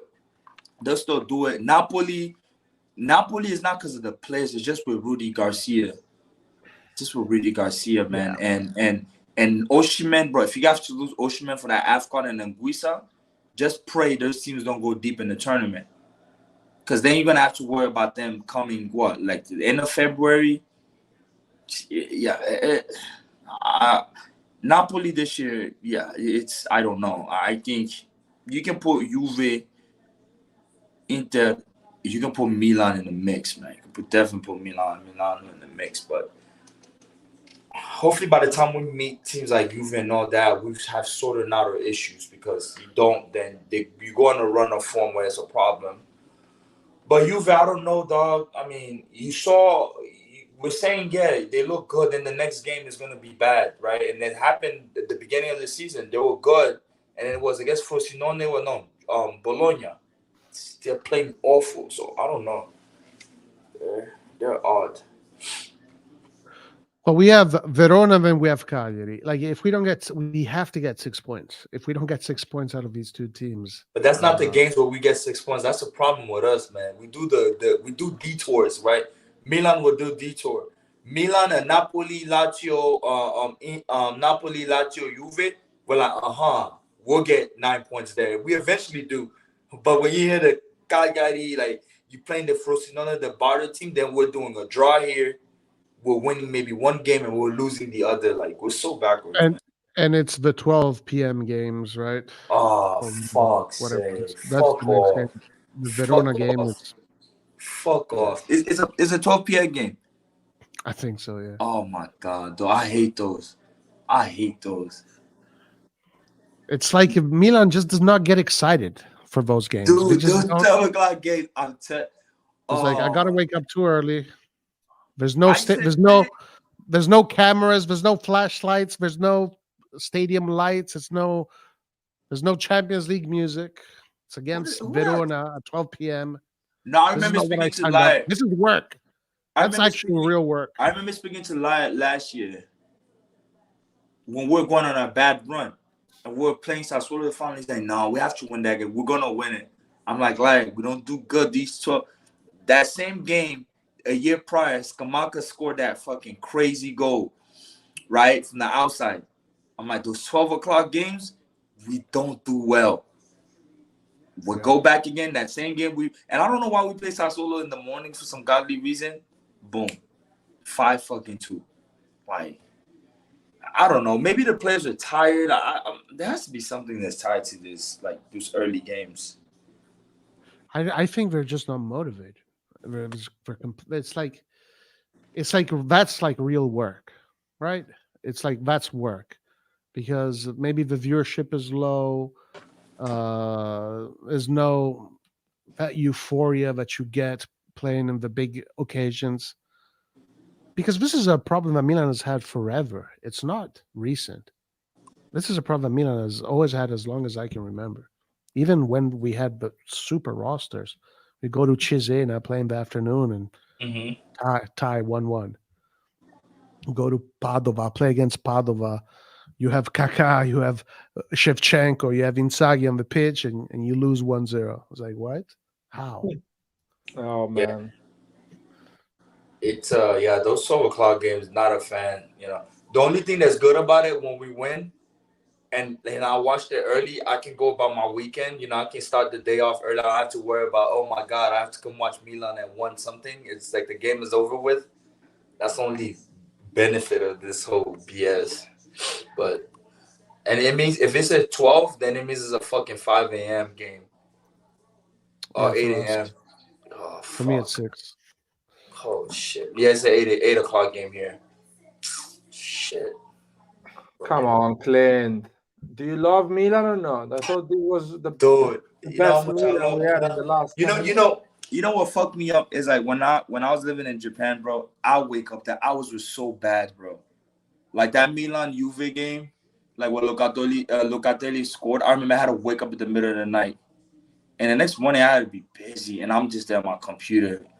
Like my roommate woke up, he's like, but what the fuck are you? I'm like, dude, I gotta catch the game, man. But they're brutal when you're in different time zones, man. It's just so fucking awful. Like when I'm back in like the Ivory Coast in Africa, like it aligns with Europe. It's just an hour ahead, 2 hours. So it's like the games come at the same time. So even when I went last year, it felt so weird because I was in the States for so long. I'm like, it feels weird watching a Milan game at night, you know, in the country. Because I never watch a Milan game at night here in the States. You don't. Oh yeah. So it For felt sure. weird. I'm like, I'm watching the Milan game at night. It's nighttime in Europe. It's nighttime here, which is because we're in GMT like timeline by the time like in Ivory Coast we use the GMT, the Yeah. Greenwich Meridian, a time zone. Yeah, so it's. But yeah, here's a different story, man. In the United States, you're usually at work, but it's so awful, man. But I don't care. I stayed home today. I was supposed to be in the office. I was like, fuck that. Milan's playing, dog. Clint, let's close the live. I want Yeah. an evaluation from you, Roy, and of course I'll give my opinion as well. And the chat can give their opinion. After these 5 games of AC Milan, professional 5 games, how do you think our season will be? You can give me the 3 competition: Serie A, Coppa Italia, and Champions League. How far we will go, what we're gonna do, how we will perform. You can start, and Roy can be second. I'll I'll start do with that. this, and without getting deeper explanation, I think Champions League this year we get out the group stage round of 16. We're out first Champions League for competition. Okay. Coppa Italia, we're gonna fall in the semifinals. I just don't think it's a competition. We're not gonna win it anytime soon. I have no prediction whatsoever thinking we're even winning it like this year. We fall semifinals, which we usually do every year, except last year it was quarters. The league, I think, is gonna come down to the end where we're gonna battle for top 4, which it's gonna be a top 4 finish, no silverware. I do not Okay. anticipate any silverware. I didn't come into this season thinking we're gonna have silverware, but my wish is for us to win the league. I still think we're gonna fight for the league, but like I told Hans the last time, you know, I have Inter finishing above us and winning the league this year. That's just my prediction. I said it at the beginning of the season, so I stay on that until I see something new. So yeah, that's what I have. Yeah, for the league, similar. I think we will be fighting for top 4, but we do have a risk of not finishing in top 4. But there's always that chance, that crazy chance, like in '99, that a miracle can happen, but that's a slim chance. But I think, realistically speaking, it is between 4 and 7. It can be really bad. I think this season But can you're be exaggerating, Roy. There's no way we're finishing 7th, bro. Well, I've seen it. I've seen it before. I'll with- send with you better- $100 if we finish fucking 7th. I'm not saying we are. I'm just saying it can happen. I've seen it before with better rosters. Let me put it this way. As far as the Champions League, I just don't. I think that Europe is not that difficult. I don't know. I have this feeling. I think that Europe is not going to be so difficult for Milan. So I think that in Europe we're going to do well. I think we are going to go through the group stages, and we might even go to the quarterfinals. Who knows? Depends on who we face.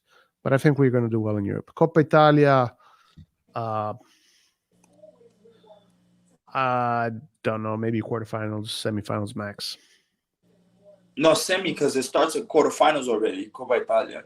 And So who are you we playing will against? play a mid-table team, and then your semi, you play usually your big four, which is same. I think it's Torino, right? Is it Torino? I think you have to play either like you play this time. We're not in the same bracket as the Inter because Inter will always stop us from going anywhere. So, But did you do you know who we're playing against? I think we're playing Torino. Let me see again. It is Torino, right? Yeah. I mean, every year it sounds like we're playing Torino. Mhm.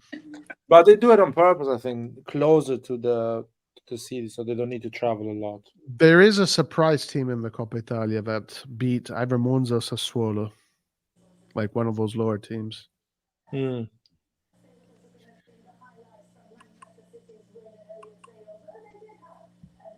Yeah, so that's my assessment right now.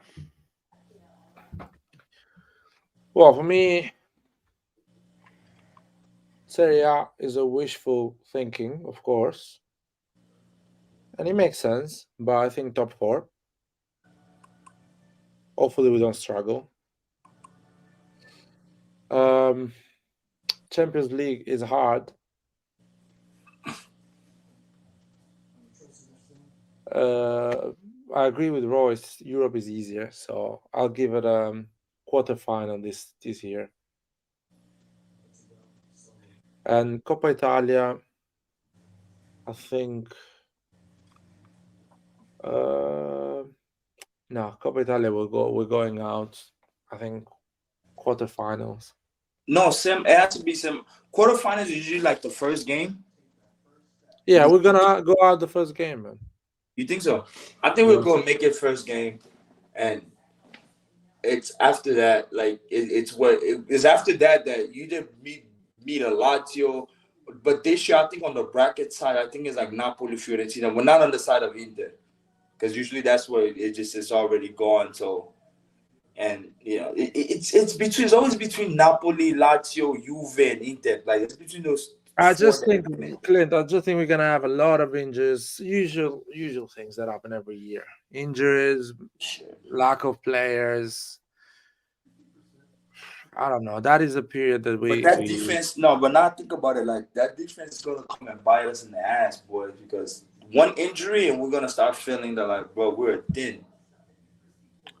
But it can also be a blessing because then my boy Simic starts and. Yeah, I mean, let's see. But I feel like Champions League will be the competition that will give us a bit more, how you call it, excitement of the 3. Yeah, we just hope we don't finish second.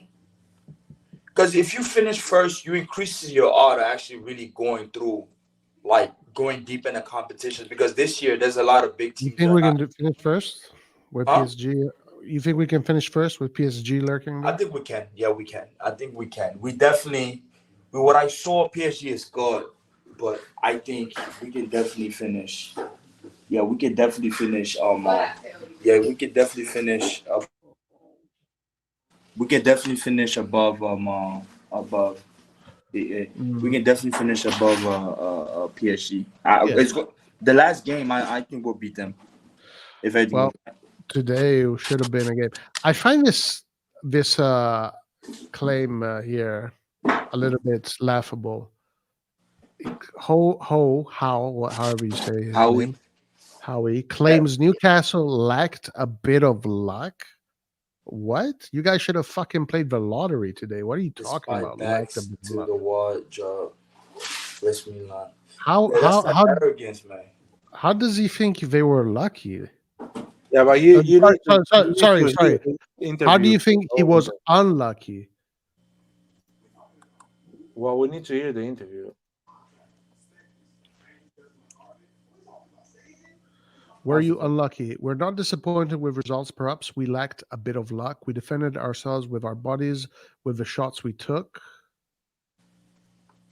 We defended ourselves with our bodies, with the shots we took, with the shots they took, maybe. Of course, to move forward in this tournament, we will have to do better, but let's not focus on the negative sides. Consider the atmosphere and the emotion of a debut. We'll improve, and from the next game, we'll see another Newcastle. I mean, I'm just saying, like, I think we were unlucky, not them. But I don't think he's saying he's unlucky. Everything he's saying is, What is I that? don't know. It doesn't say, "Oh, we were unlucky." Where He is says, it? perhaps we lacked a bit of luck. On what? Like they took what, 3 shots? Like they conceded 1,000,000 shots. Maybe he should have said, "We're not disappointed with results. Milan was a little bit unlucky. We defended ourselves with our bodies, with their shots, whatever." You know. Yeah, it doesn't work on everything he's saying, because he's saying we paid the atmosphere and it was tough. You know what I mean? It's confusing. I mean, they defended well. You know, you can't give them shit for that. Like defensively, at a certain point, it was like, okay, yeah, these guys are fucking defending like their lives depend on it. But with all the shots we took today, I mean, I in the chat, Red John shared some pictures. Leao, when he did that, when he had the opportunity when he did that back heel, it looks like just before he had that opportunity. Well, he had the opportunity to just have a normal shot. There was nobody in front of him. If you see the picture, like, why did he try to do a back heel there? Like I said, and that's what I'm saying. My boy tried to get a moment. That's exactly what it is. He was thinking of I Show Speed. Try to get a moment. You know, they clip it. It looks good. Then it's part of your profile. They put your music. Yeah, but then say goodbye. But say goodbye to the score. Ballon d'Or. Proper, say bye to the Ballon d'Or. Yeah, proper film scoring. Like, yo, you should be trained with the fucking John Williams soundtrack. Yeah, fucking have Hans Zimmer put some fucking nice little track underneath, like Leao try to do the back heel, make it look with the clips. That's what he likes doing.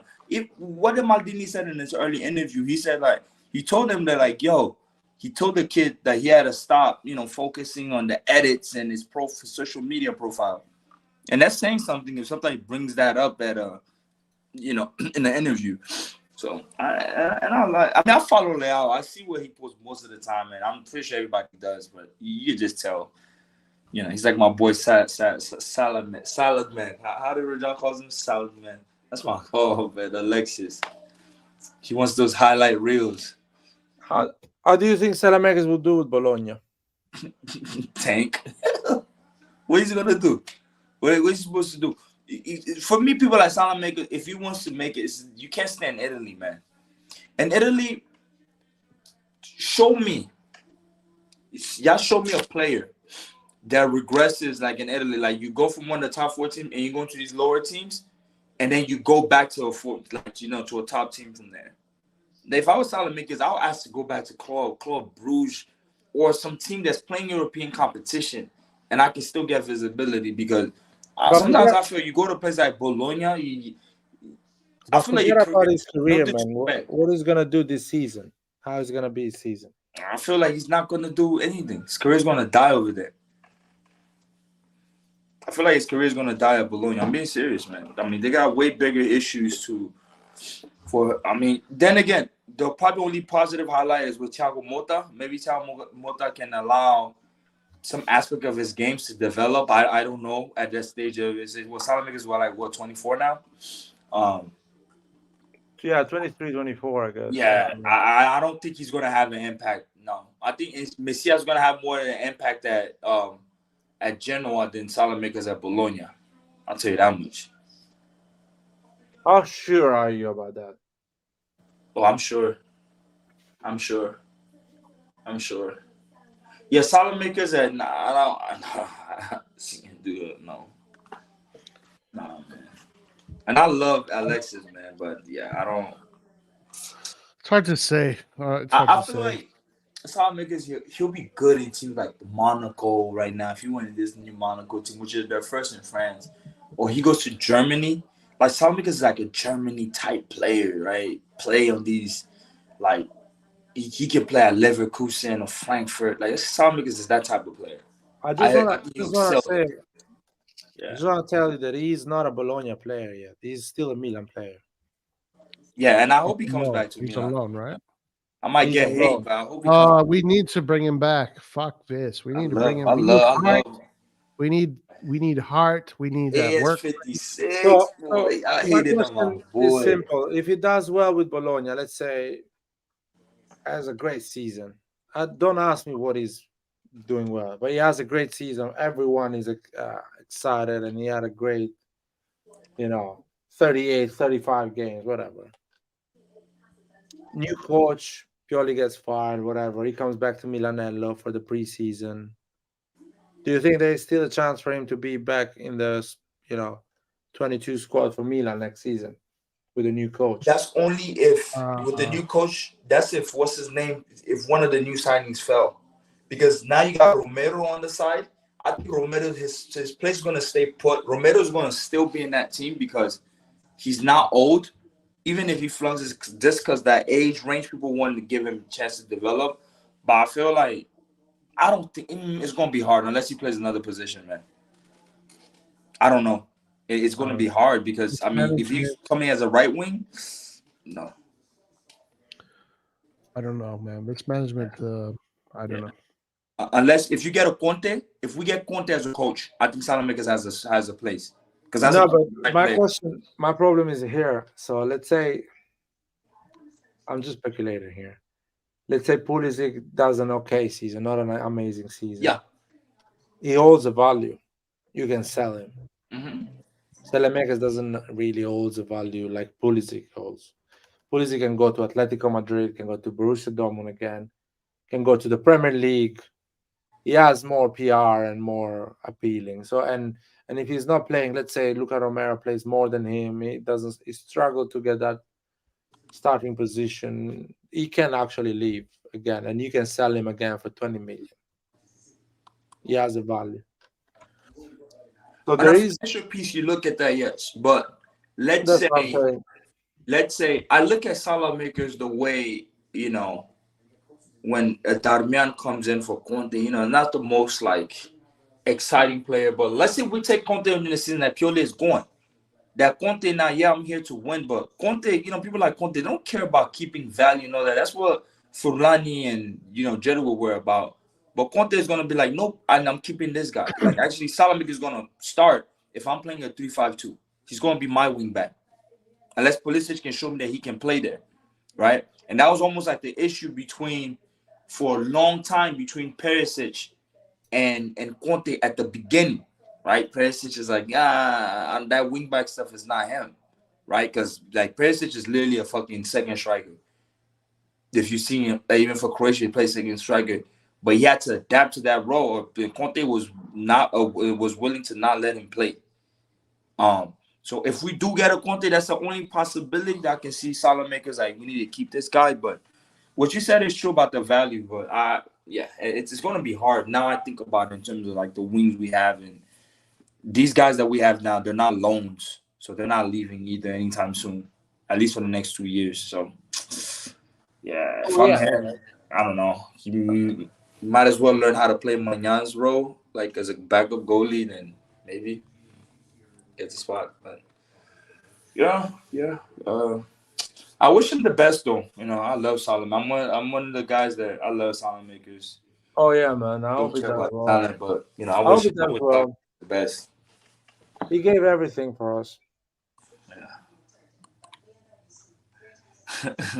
It's the name Salad Man that makes me laugh. He's original calls him Salad. He hates him, man. John hates him with a passion. Who?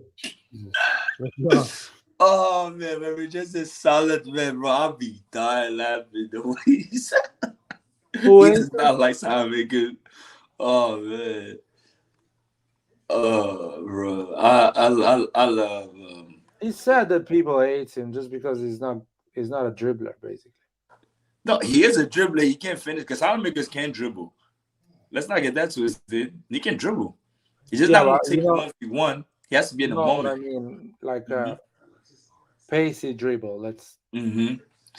But this is my problem too. I won't say with new watchers because those are not casual watchers. But I guess we got too spoiled with like the fast player type now. Because us watching football back in the day wasn't always for that, right? We weren't looking at players like, let's say, I don't know. Like, I'm not looking at a Crespo to be like, oh, bro, Crespo needs to dribble. Or like, why Beckham didn't do like a step over and all that. You just appreciate the game. They're going to score. But now it's all about flashy, the individual stuff. If you don't do that, then you suck. Like, I'm like, dude, how does that make sense? It's like, I don't understand these comparisons, right? Or it's not fast. And I can understand for those positions, but I don't know. The same way Rajon hates Salamakers, the same way Nathan hates CDK. I think they're on the same level. Sometimes I ask myself which one's worse, but I guess it's on the same level. They despise it. He's not going to be answering those phone calls anymore. He's getting bullied. He got personality. And what's his name is a bully. Gasparini is a mean man. He's a mean little old man. He chokes people. Go ask Papu Gomez. So CDK knows he needs to behave or he's going to get slapped. He got heat this week from some players on the newspapers. For real? For what again? For the PlayStation again? No, I don't know what happened. Just the way he communicates. Oh yeah. Who's the one that said who just left Atalanta and talked about Gasperini? Demiral. Yeah, Demiral, yeah. When he says like, oh, he doesn't like, I'm like, who-wee? He doesn't like what? No, he said like Gasperini is so picky on like, stuff that has nothing to do with football pretty much. And the Commisso. Like what they do. What the Commisso do? Commisso? He told I can't remember who he told, but he pretty much told either Atalanta or the Atalanta fans or Gasperini to fuck off. Literally, he used vaffanculo. He said vaffanculo. And the newspapers were going crazy. Like, man, you can't say that. You're the president of a club. You have to have a decor. Man, fuck all that. He a real one for that. All those politicals said it's to get backstabbed and all that, man. Tell them to fuck off. Like us, Roy. Imagine me and you running Milan. Oh Jesus. We'd be cancelled, man. In 3 hours, we'd be cancelled. Imagine me and you on Paramount TV, man. Arguing with who? With Marco or what's his name? The other guy, Mike Grella. I have to be actually politically correct if I end up there. You know that's gonna be so funny for people that know you, and we're gonna start laughing. Yeah, that's not lie. Listen. See, he can't lie on Paramount saying the lie. Oh no, but I love Jetty. I love the move that Jetty made. That's why you need to back the management. You're gonna be like, oh boy, you're gonna clip that shit. See, Paramount now has for the Italian games they have American commentators. Now that Pulisic is in the league, good commentators. No, not at all. You talking about Matteo Bonetti for depending, but the commentators are the same. There's a new one. There's a new guy. The new guy that commented the last time for the Inter game, he just replaced Andreas Cordero. Andreas Cordero, he does Champions League. It was a sub. It was just a sub? Yeah, he just a sub. But I think he's going to be there permanent because Andreas Cordero, too, he's an OG. He's more La Liga type. He's not too much Serie A. The big games. But he's always there. Mm-hmm. I see him translate into the American audience much better. Like, he should be the guy. Who? Cordero? Or the one? Whoever was the one that did Inter Milan. He's not bad at all. Yeah, he's good. He's good. Yeah, he's good. He's exciting and he's got the American accent. Yeah, as long as you don't have fucking what's that redhead dude? Don't have these guys around, then we good. Because he played in Italy. He's the first American. Alexi Lalas. Alexi Lalas.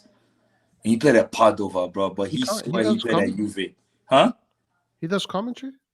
I mean, he does commentary. He's a pundit, but I think in some of these games they'll put them as commentators because Bonetti was a pundit. He was not a commentator, but they'll give you the role. I think once you're a pundit, They're okay, man. They're okay. I wouldn't say they're spectacular. No, he's not. But Bonetti been in the game for the longest though, because he was over at BN Sport with Bobo and these guys. Yeah, I know. And you know that's his wife is Kate Murray on ASPN, the Australian, the British speaking girl on ESPN FC. You probably seen her. She's not Australian, a right? panel on ESPN. That's his wife. She's not Australian. Huh? She's not British. Australian. I think they're a little bit dry. These American Italian guys, they're a little bit dry. Yeah, it's never English is not a cute language when you comment. But passion is not as the English commentators are really good, man. Like the ones Yeah, that they're good. They're really good. Get they are. The bro. They will BT Sport. bring Have you end up watching some TNT Sport? I don't know if you guys have that. I don't but know. you I mean, get when that. I don't know, like I don't watch it now, but when I used to watch the EPL, like they bring the games to life, and so do the Italian commentators But what's in his Italy. name is good. Iron Drake. Oh yeah, the Italian commentators are really good. Yeah. Caressa Iron is Drake. amazing. Iron Drake is good though. Who's that?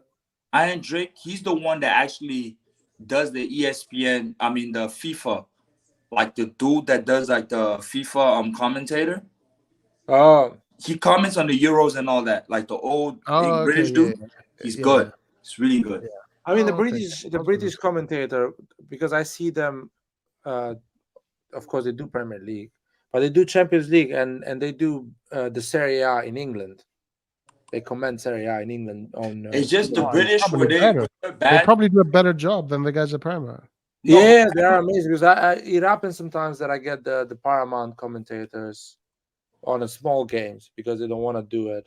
But the They Paramount, use the Paramount. what they're good at is it's like the actual on set, the actual scenes and all that. Like they're good. Like I think when I look at BT Sport, it's just fucking snooze fest. Yeah, you can look it for soccer, but like this is snooze fest. It's not as engaging. Try to do it like TNT, like TNT style with Shaq in them, like for basketball. At halftime, I mean, I'm American, so it might sound, I know Europe is not always the way to go on those type of things, but I feel like the British, they're a bit boring on those type of things. But I don't know. I like Spanish. French commentator, that's specific French commentators that I actually like. But yeah, the English, I'll give them that. Commentator good, actually. Huh? Are the Spanish commentator good, actually? The Spanish commentator? No, I mean Spanish. I'm talking more like the Latin American, like Spain. I don't really care. I like watching. If I want to watch something, bro, I'm gonna watch it on Univision. Seeing them times like, "Ora para Messi, goal." That's like Latin America, none of that Spanish stuff, man. They're passionate. Go, go, go, go, go, go, go. Like the Mexican commentators, they're so good. They're so good. They're so good. I never watched like it. I watch stuff in Spain and Spaniard, but nah, they too dry for me. I like your Mexicans commentator are good, man. I think when they're too excited, it's a bit too much. You think so? No, but it's fun, like, cause I cut the my fucking hair. goal is in the midfield. They are still excited, like it's almost a goal. It's almost like a radio commentator. Yo, those Irish commentators are funny too, man. Exactly. Like those guys are as well. The goal is in defense. Oh, they're Irish, man. And they are alone most of the time. These are yes. He's alone and not stop. The dude is on cocaine. One guy that's a good commentator that people sleep on as a commentator, like next door, is Marcel Desailly. Desailly is so good. Like in the French word, like Desailly, like his voice, he's so good. Yep. Desailly is good. He's like he's really excited when he speaks. Like he's so excited. Oh, dude, the worst were the English guys that did the German league back in the day.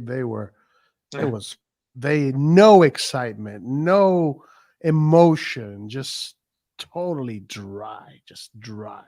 You said English people? It was English. Well, it was Germans doing it in English. It was for the German league, but for English viewers. Oh, yeah. yo, I watched some of it on ESPN. Like sometimes because the ESPN show Bundesliga, yeah, it's not fun at all. It's not fun. It's really dry. Like the atmosphere is always popping in Germany when they're playing at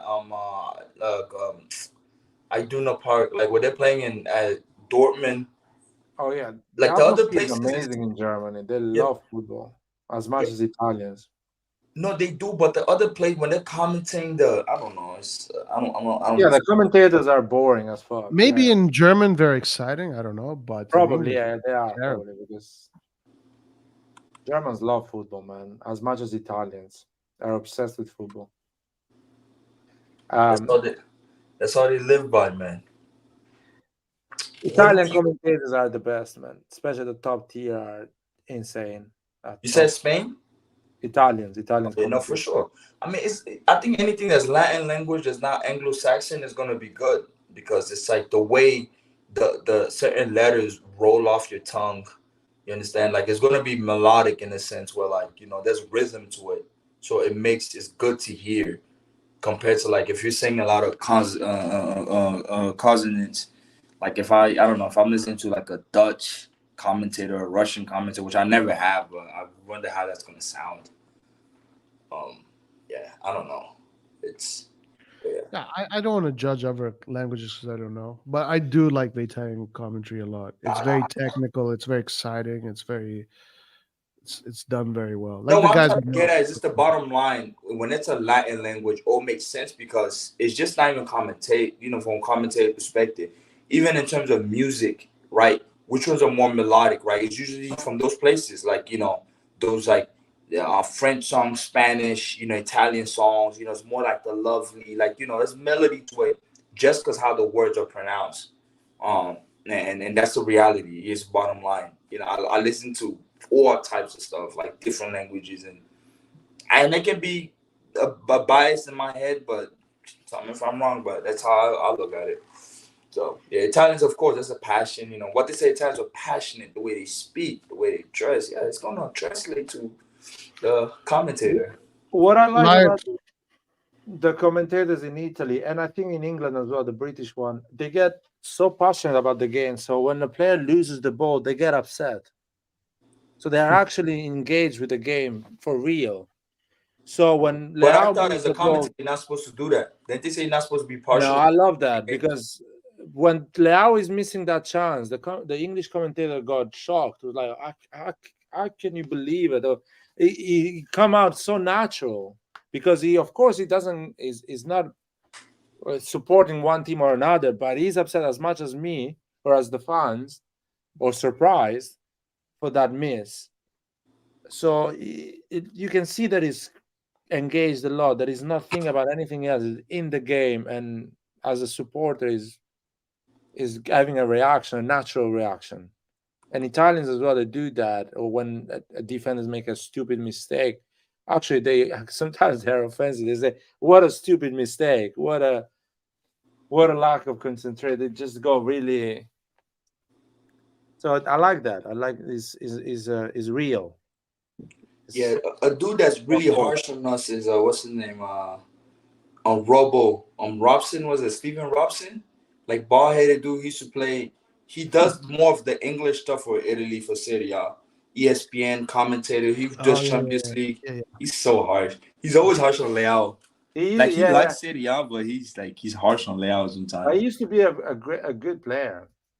He's an old school player, man. No, yeah. No, I know him. Mm-hmm. You know what? All the old school players would be harsh on Leao because he's such a big potential, and he's never, completely on it. Yep. My favorite guy is what's his name? Roy Keane. Oh, I love Roy Keane, bro. He does not. Roy Keane is funny, man. Roy Keane is cool. That motherfucker needs to be in jail, dude. Roy Keane? What? Yeah, true. That's true, but still, it is funny. What do you do? For the tackles he used to do. Like yeah.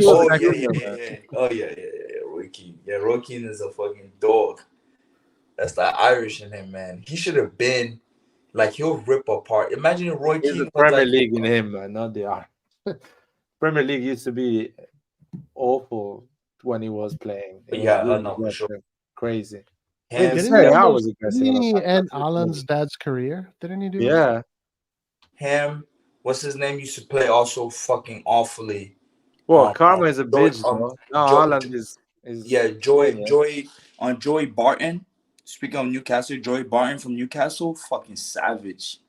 There was Patrick Vieira. Like these guys, they want to end break your leg, man. Fucking man.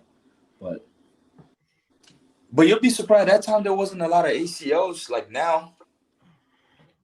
Yeah, bro, dude. No, If there you was, go there on was, YouTube, there was a lot of ACL that time guys, as well. if you go on YouTube and you see games from the 60s, the 70s, and you see the fouls, there are video compilations done of fouls. They're terrible fouls, like just killer fouls. People just get up. There's no acting. They just got up. It's like, okay, it doesn't hurt that much because, and the truth is, they don't really hurt that much. So they just used to get And up. they knew how to take them. They knew how to take him. Yeah, it's so different, man. Kids So nowadays, they different. need fucking milk. That's why people are like, these kids say, oh, Ronaldo's longevity. Fuck you, man. Have you seen how they used to tackle Van Basten when he was at his peak? Van Basten ended his career at 27. That's to crazy. clarify, Van Basten ends his career 27, but he actually, the last year of his career, he plays like what, 3 games? And the year before, he plays 13 games. So technically speaking, he ends his career at the age of 25, 26. And by that age, he has already won a Euro, 3 Ballon d'Ors, 3 Champions Leagues, 3 Ballon d'Ors, and scored 330 goals. Van Basten had a trajectory higher than Messi and Cristiano Ronaldo. Yep. But because his injury was awful and he had to quit at the age of 26, basically. That's the same for R9. If you go back and look at R9, like goal ratio stats, when he was scoring for fun, yeah. 1 year he spent at PSV, the year he spent at Barcelona, and you see those stats, and you're like, bro, what the fuck? That's Haaland before Haaland, bro. You see players now successful dribbling 2.1, 1.7 a game, no? It doesn't tell the full story, though. Ronaldo at that time was having 5, 6, 7, 8 successful dribblings a game. Was dribbling players for fun. Every time he was getting the ball, he was dribbling 1 or 2 players and getting a foul. Yeah, I saw his documentary, the way he developed him from the youth in Brazil to Europe. He was just better than everybody else wherever he went. For me personally, that's why. For me, I saw him play, and I was there when Ronaldo was still, that prime, not at the end of his career. Before the move to Madrid, to me, he's the number. Anybody, they use that same comparison in music. They say music is like, oh, but this artist won a lot of Grammys. They're like, it doesn't matter. A musician that revolutionizes a culture is what matters the most, or like that changes the sound. He's the guy that done. Anybody can win an award. The dude redefined the position about what's being in line. So I don't want to hear nothing about this and that. He changed the position. You think about a number 9, somebody that revolutionized that position as a number 9 that's fast, that's physical, that can score, that's technical. Bro, R9 was mad. Because they bring this like full potential. Last time there was a debate I was hearing, and they said it was one of these it's actually professionals, and they were like, it was on ESPN, who didn't realize their full potential, which one hurts the most, and they only did a comparison between Ronaldinho and Neymar, like who didn't go to their full potential in terms of, some people are like, no, Ronaldinho, some people say Neymar, and they're like, no, trophies aside, and what they mean by that is, who could have went to the extreme if they weren't limited from nothing? Like, who are you more upset about? And I said, personally, I'm like, you should throw Kaká in there. You should put Ronaldo in there. You should put Pato in there. Because who knows, Kaká without injuries, how many Ballon d'Ors does Kaká have, right? Or how does he even go that far? Pato for sure. Pato would have had 2 Ballon d'Ors. Or somebody like Pato, for example, or even R9. R9 doesn't start being plagued with the injuries and the whole thyroid issue where he's gaining weight, what does that lead R9 to become? Or even speaking about people like Cristiano, probably still speak about Messi, but are you? Or you see Ronaldinho, because you're not even getting players like that anymore. Like that can dribble. I'm not talking about you did a lot of cone drills in and out type thing. Like I can just do something to you right there. Dude, I don't even think we're gonna get these type of players anytime soon because everything is systematic now. So, but dude, because I look at Ronaldinho, the shit that he does, I'm like, dude, how the fuck did you do this? It's like a proper street footballer that became pro. R9, same thing. I mean, R9 is like, yeah, dude. Pato was insane, guys. But I would say this: Pato doesn't get injured, Thiago Silva and Ibra don't get sent to PSG, Milan would never hear what's a better era. Would never hear about that. Dude, Pato was insane. I don't even care about Pato for Milan. I'm sorry for the kid that got injured because he would have won Ballon d'Or with other teams. He would have gone to Barcelona, Real Madrid. He would have gone to Barcelona instead of Neymar. Barcelona, if Pato was not injury prone, and clearly Berlusconi was selling the club, was dismantling Milan. At one point, he would have sold Pato to Barcelona, and Pato would have played with Messi and Suarez on that left wing, or as a striker with Messi, or go to Man City and win Premier Leagues. It was just unbelievable as a striker. Yeah, he would have done well in the Prem. He would have done well in the Prem for sure. He just got he had those muscles that were too. Yeah, that's a conversation I sit there and I think about. I'm like, yeah, if you or we can throw Adriano in the mix. They're all Brazilian. Because think about somebody like Adriano. Adriano is another one, so powerful, man. Full potential. If people think that Erling Haaland is unstoppable, they haven't seen prime Adriano. Adriano, yep. Prime Adriano was scary. Shit, who you telling, bro? It was fucking scary. He was shooting from any position, and the goalkeeper was breaking the hands of the goalkeepers. He was a bullet. The man was unstoppable. He was running straight and telling people to get away. He was unplayable. It was too powerful. Problem with that Brazilian generation, man. They love to party, man. Oh man, the new generation too. The new generation, but they love the escorts, man, a lot. That was with you ever heard the story about Pato when they tell you about Ronaldo? You ever heard that story? Choose Jesus or choose yeah, we're rather asking Playboy. Choose a Bible or choose a Playboy or something like that. Yeah, some fucked up shit. That's how they distract the kids, man. And listen. When Ronaldo was on the Bobo Vieri show and they're talking in code, it's obvious that these guys are talking about how they used to go do cocaine all together at the fucking clubs. It's very obvious. I don't know how they got away with it, but it's very obvious that that's what they're talking about. Dude, they were no, I think they were more sex addict than. Yeah, they're more sex addict than them. Yeah, of course, they're doing a lot of that. But if you listen to what they're saying and they're doing and they're talking code, and then all of a sudden you even see Ventola start going, like remembering those nights. That's probably I can see Cassano being at the forefront of that. What? Cassano wasn't there. He wasn't there. Cassano was not there. No, not talking about Milan because I'm thinking about Cassano when R9 was at Madrid when Cassano went there. So I can imagine Cassano. Yeah, Cassano wrote a book and he says I had 900 women on my ear at Real Madrid. At Madrid, yeah, because I can remember him going to Madrid. So he was basically paying escort every fucking night. He wasted all his salary with escorts. Basically 2 a day because he only had 365 days a year. Probably he had like a 5 a day because some days probably didn't have any because that's true. Back in the day, a lot of these guys would have got canceled now with the whole camera, social media stuff. A lot of them would have gotten in trouble. Oh yeah, for sure. A lot of them. I don't think they've done anything major bad. You know what I mean?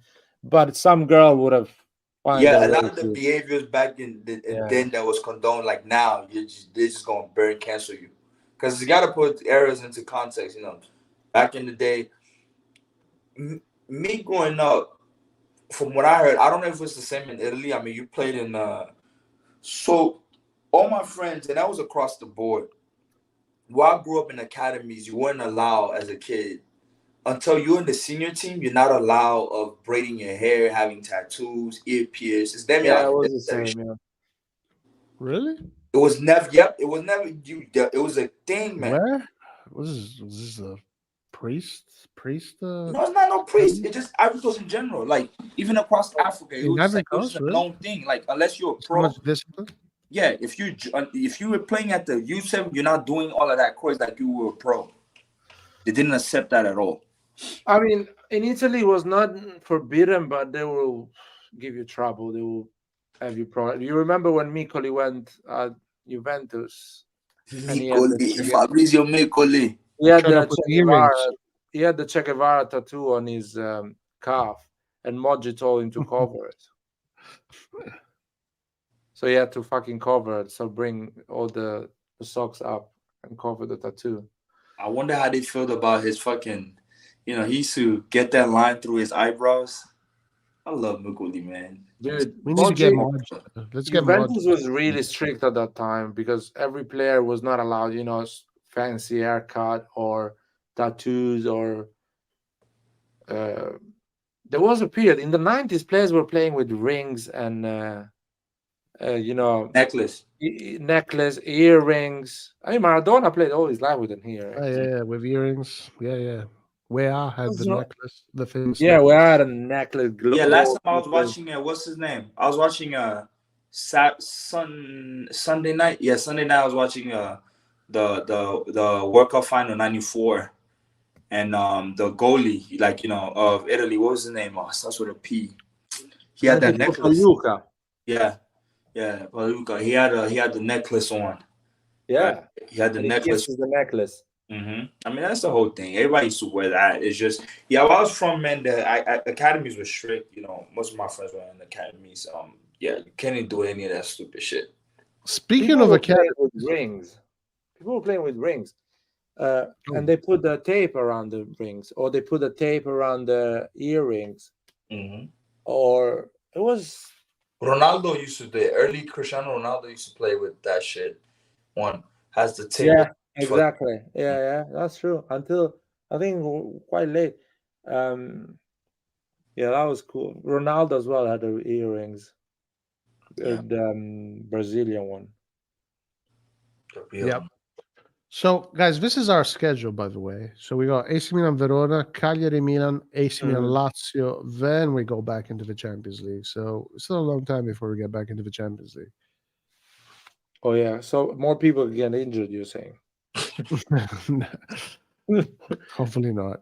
But speaking of academy, this kid here had a crazy 2 weeks. So he just came off of he got promoted to the U17 Italy team, and he's 15.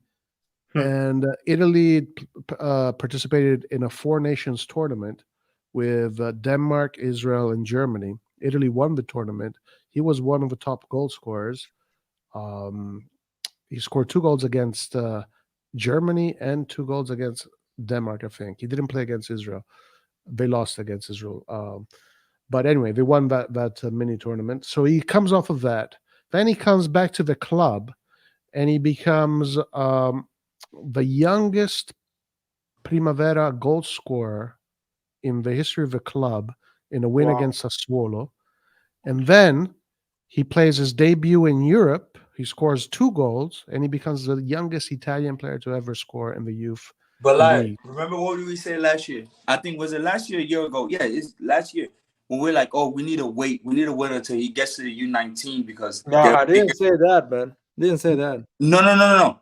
It's not because you were doubting him.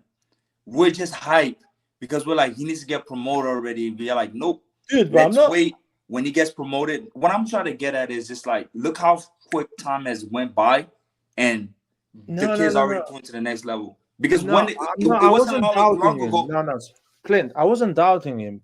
No, I'm not saying you're I was- doubting him. What I'm trying to say No, is no. Let me explain you. I wasn't doubting him because I haven't seen him play once a full game. I saw him today. So I was telling everyone, if he scores goals with the Primavera, he will be on the first team the year after. yeah. So it He's still doesn't need 15. to. He's still People were 15. putting an age. He should be in the first team at the age of 16. No, it doesn't work like this. You score. That league is too easy for you. You go to the next level. No, and that's what I'm saying. Because none of us were really sure. But like, yo, if that happens, that can really be the 9. And bro, time and time again. Because even last year, he barely got promoted to, that promotion at that time. And then he's moving on to the next one. And this is scary, man. This actually tells you the kid is actually talented. Well, we Yeah. know he's talented. It's just Yeah. grown-up It's football is not, different. It's not what if, maybe this, maybe that at this No, point. he's that guy. Yeah. He's still that too guy. young, though. I will let him play another season in Primavera because he's 15. He should He's play not another eligible. season in I don't Primavera. think he's even eligible, 16. right? Or Huh? I don't think he's even eligible to play with the seniors. yeah, No, he can play with the seniors. or do you feel like is it healthy enough that you actually send him out on loan to go play with a first team? No. No? He needs to be here with Milan. You sound like an Italian grandfather. He used to be Dude, here. but Milan. you remember Zaniolo? Zaniolo scored 16 goals at the Primavera tournament. League at the age of 16, 17. Mancini called him with the first national team, Italy, and Roma played him in Serie A at the age of 17. So that means if you score 16, 20 goals in Primavera, you are a Serie A player, or you are eligible to be on the 20 players that go and play Serie A football. It's not Rockback or those guys that Nathan is praying to play. Nathan wants Pioli to play.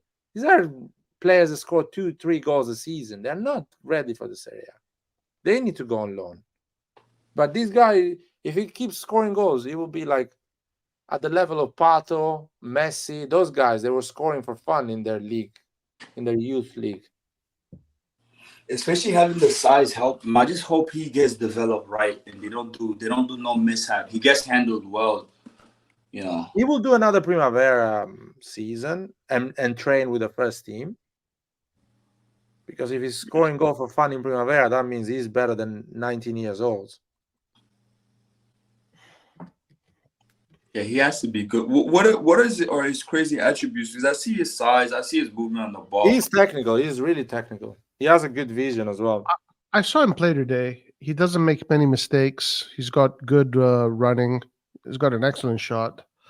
It's hard to quantify what kind of player he is, to be honest with you. Because he's a center forward, so he doesn't touch the ball a lot. But he's pretty. He scored a penalty and he also conceded, or rather, he earned a penalty. He got fouled on. He's always in the right place. His runs are right. The timing is perfect. He's not like a guy that will take the ball and take on like 5 players and then score goals. He's not that kind of player. Sounds like a golden goose for Jerry. Yeah, right. Who's he gonna sell him to, Laird? Chelsea's gonna come and buy him. Yeah, Chelsea. Chelsea's gonna come and buy him for 70 a million. weird amount. Imagine. Oh God. Why not? Maybe Inter fan were looking at Casadei, they were so happy, and then Casadei's going. And imagine if we sell this guy for 50 million at the age of 18. So bad. That's so bad. What? People didn't move a finger when he fired Maldini. So what are they gonna do if he sells Camarda for? Which 50 I feel million? now the whole time we're speaking about it, I'm not even thinking about this, but now you just mention it, I'm like, yeah, that's it. He'll be a good investment because it's either going to be. I'm gonna ask you this: between him, if there's a next mercado that we need to finance, and as between your core players, the Leao, Theo Magnan, and then Kamada is on the line to sell. Values are like estimated the same. Who are you selling? Who are you keeping? Jesus, if we sell Camarda, guys, And I know it sucks, right? But they just think for a second, like in legit, this Leao. you sell out. Yeah. I mean, first of all, your question is a bit weird, but Kamada does not have the value of Leao. No one will pay. I'm not saying no, and don't look at it in terms of value. But if you were forced to finance, your mercado. Oh, I'm selling Leao because he has a higher price, so you have more money to spend. Simple. It's a basic choice. But Kamada, you will gain 50 million from a 17 years old, promising 17 years old. 50? Let's say 50. Let's be optimistic. That's how they guy that doesn't play any pro football. Roy, you can't get mad at that. No, I'm trying to speak realistic. A guy that doesn't play any pro football, you can sell it for 50 million. You can put a value 50 million. You're not gonna sell him because it's just 50 million. You're not solving your problems with 50 million. Theo Hernandez has a 70, 80 million value. Mike Maignan the same. Leao is gonna cost 150, 160 million. So with that money, you can really rebuild the team. That's the reality. With 160 million, you can buy a center back, a midfielder, and a number 9, or a few wings, whatever. There were rumors of Man City asking about Leao recently. I don't know where that came from. Yeah, ask more. Shit. I hope they buy him. Why? Why do you hope they buy him? Well, to rebuild the team. That's what we do every summer now.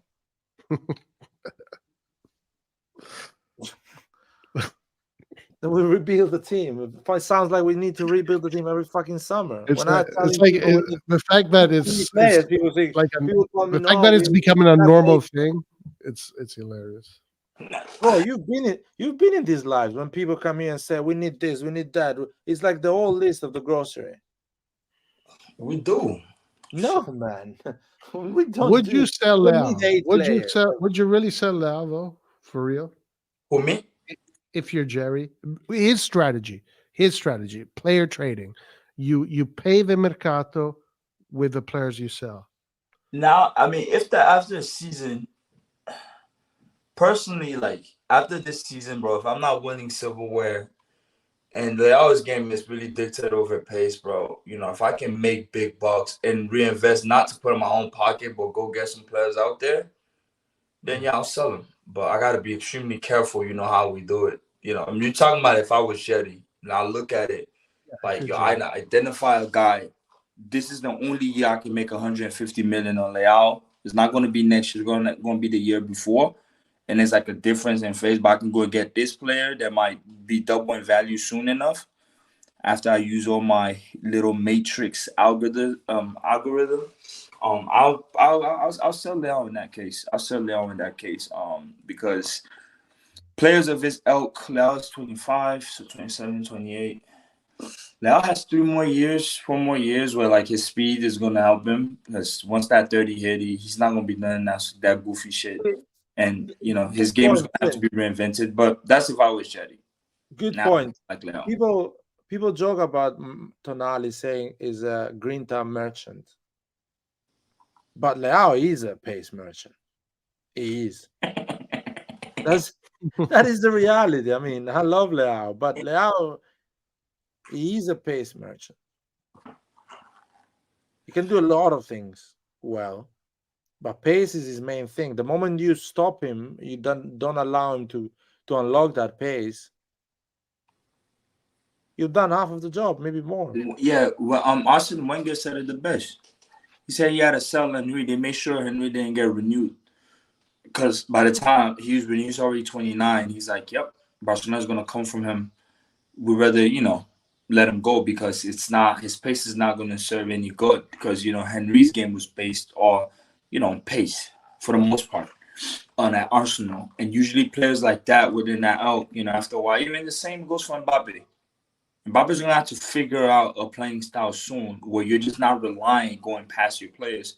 Cristiano done it, reinvent himself, and That's why even when you look at the comparison between Haaland and Mbappe, Haaland's going to have longevity in the game. He's going to play longer, just the way he uses his body, the way he plays. You know, like the Vinicius of the world and all that shit, like after like their early 30s, that's it, right? Unless they really reinvent, like, yo, how I'm going to play this. I mean, Another thing is, Mbappe and Vinicius, they are not amazing with headers. Cristiano Ronaldo just improved that game, and he became a great, goal scorer, headers, using his body. I don't see Mbappe and Vinicius growing that part of the game, as you said. So, they're not. That's a limitation that with age you pay. And that really matters. That's why, and you look at the players that played long, like as forwards. Somebody like a Lukaku can play a long time. Because Lukaku uses pace, but Lukaku uses a lot of his body. He's static, so Lukaku can play for a long time, right? You look at a Luca Toni play for a long time. Drogba play for a long time. Ibra play for a long. Giroud's playing for a long time because eventually when you Lewandowski, man, is fucking playing at the highest level. Because that whole I must keep running. I mean, some of us here are athletes. You know, I train at the highest level, not as an athlete, but being a military guy, like even that dude, like age kicks in, man. You're not gonna be doing whatever the fuck you want, and they need to understand that. And if this is your weapon, like i.e., like this is what I'm good at. I don't know. I don't think it's good news. I don't think it's a good thing. So Leao, they need to figure out his case soon, where his value is. I just feel like Leao next contract, you renew him and you gotta sell him. Yeah. No, it's dude, but even we accepted a 70 million offer. Do you think if a 160 million offer comes, Jerry's not gonna sack Leao? Yeah. Because even somebody like Theo Hernandez with the pace as well, that's another one. How does Theo become when he grows older? I think Theo becomes a better player the moment he loses pace. Oh, fair enough. Because Theo has a lot of attributes that he doesn't use them because it just runs like a train. Because he can shoot. Theo can shoot. He has a great shot. He has a good cross. He's clever. He's not stupid. He gets fouls. He knows how to cover the pitch when he wants. And another thing is he has a good vision. He sees some good passes. He saw a great pass to Giroud at the derby when Giroud after the pass. And by the way, his game will improve a lot, in my opinion. And by the way, Theo is the most dangerous when he dashes like inwards, not when on those sides. When he goes inside, because you don't know what he's doing when he's in that central. Fucking hell. And it looks on TV. Game will improve a lot when the moment he loses that blistering pace. It will be like, okay, now I need to calm down and use my brain. Because I even look at Messi now.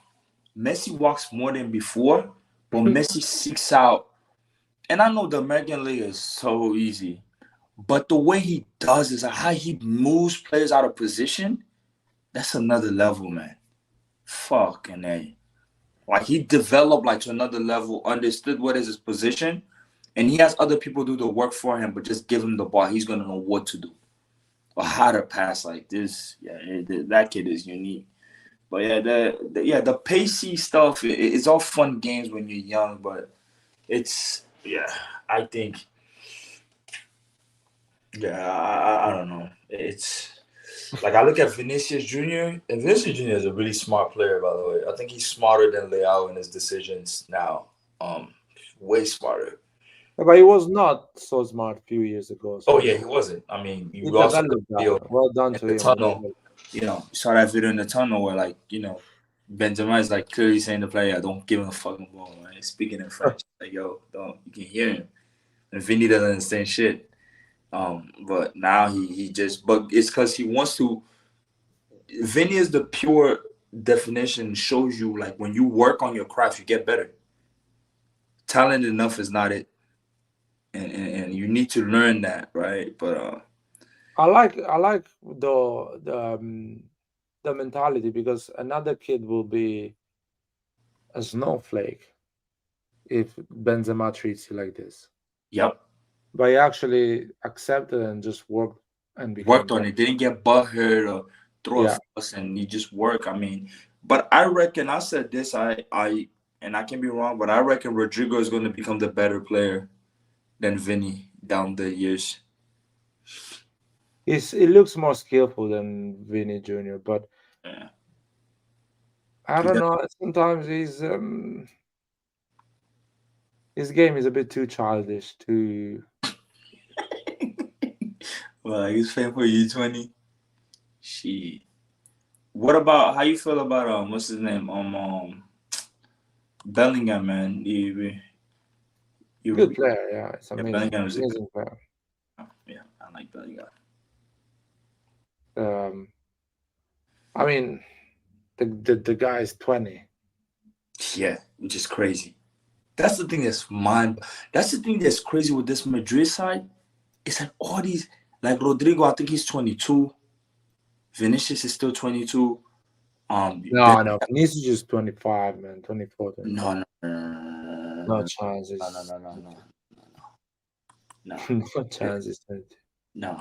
Vinicius, I think he's 23. Latest 24. Vinicius Jr. age. I think it's Mbappe's age or Leao's age. I'm right. He's 22 years old. Yo. Vinicius started at Madrid really young. Vinicius is born in he's born in July 12, 2000. Yeah, he's 22. He's supposed to be 23. But he's born in 2000 anyways. July, so he just turned 23 in July. Yeah. Vinny started Impressive. Yeah, he got bought. Yeah, because Vinicius got there at 18 when they bought him. No, younger. I think he was younger. I think it was 16 when they got him. No, they got him at 18. That was like 3 years ago. 18? Yeah. They got him. I remember he was a teenager for sure. Yo, guys, trouble is coming. Who? Fabio is here. Well, you can't even see me because you have the comments still on the screen. Oh, come on, man. Hide your kids, hide your wife. Hey, man, what a great day, don't you think? Beautiful. Shut up. Leave me alone.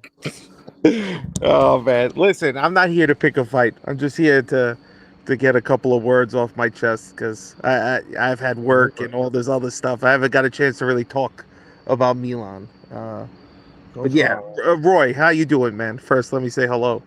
I'm doing great. All right, so because I'm just not aware because the names are not on the screen. Who else is on the pod tonight?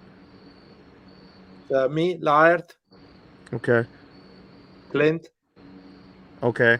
And Roy. Okay. So first, let me just say, like, it felt like a loss, right? It didn't feel like this was a point that we really earned. It's a consolation because the team is not clinical, and no matter whatever you want to say about how we got to this point, just from what you saw today, Leao, you want $7-8 million. You want to be a future superstar of European nights. These are the moments that you got to produce, and you had a clear chance that you just let it get away from him. He did have a couple of good spots, but other than that, he looked very lazy. He just didn't look. He didn't look like he was ready. It looked like Saturday was still lingering for some of them, and the other worrying thing is fucking Mike. I mean, like on cue, it's September. You know what happens in September? Fucking Mike gets hurt somehow, some way. This is like the third year in a row it's happened. So Mike is injury prone, man. And they have this saying that they always say here in America, right? Your best ability is availability. If you hurt, how are you going to be our number one goalkeeper, one of the best in the world, everything else, when we need him on the biggest stage? So I don't know. I'm pretty disappointed in the draw tonight. They deserve to win, right? I thought they did enough that within one or two chances, again, a team that's not bullshitting around, fighting for top four. a team that has real aspirations. You know, this is the difference between Leao and you would say like a Vinny Jr., a fucking a Haaland, a De Bruyne, or you know, pretty much anybody on Manchester City because Amada. I mean, yeah, I love that. Let's give the kid a chance to Amada finish doesn't high mess school. around, man. He just score goals. I know, but he's only 16. You know, Italy, they're not going to bring nobody up. No, Until he's I'm talking 34. about his levels. His levels. He doesn't mess around. He just goes in the pitch and scores the goals. Well, in the future, man. Hopefully, in the next couple of years, the kid comes up. But Leao, right now, we needed him to do that, and I don't know. What do you guys do? Were you guys missing Pulisic today in the first half, or did you think Chukwueze? I thought Pulisic was going to do better. I was a little bit disappointed with Chukwueze. I do think he needs a lot of time before he gets acclimated to the mechanisms of the team and just the style of play. All right, so I thought for the new players, Musa was the one that surprised me the most. Okay, so let me ask another question before we get to Musa, right? So there's things about Pioli that sometimes bother me, and I think honestly that, you know, I've said it. I think I've said it on here too. Like Pioli is the man this year. There's no excuses. You know, there's very rarely do people take over and clean out the management and keep the coach. That almost never happens, right? If you follow any of the American sports, most of the time, anybody, probably in all sports, honestly, if somebody comes in new at the top, they clear house, hire your own coach, you start the whole thing all over again. But they didn't do it with Pioli, so I think Pioli is going to be the scapegoat, and maybe rightfully so, because there's some things that it makes you scratch your head. I wouldn't say I'm like a Pioli out person, really. I might say it in joking, you know, tongue in cheek, but I just, there's some things that he does that, like other games, you know, it's a mistake.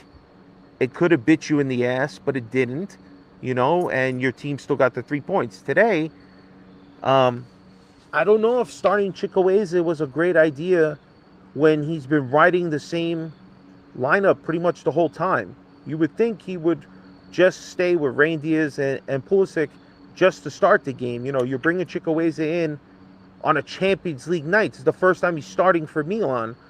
I don't know, just to me, that seems strange, don't you think?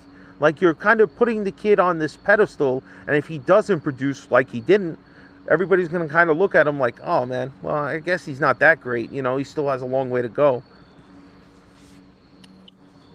Well, I mean, in hindsight, one game, you know. No, but I'm just saying, you got Verona around the corner. Verona could have been a good game. You let Chukwueze start from the beginning there. Maybe let him play the full 90. Well, maybe at that point it's too late. Pulisic get injured today, and you have lost one of them. Well, I mean, that you can't plan for. You can't plan for injury.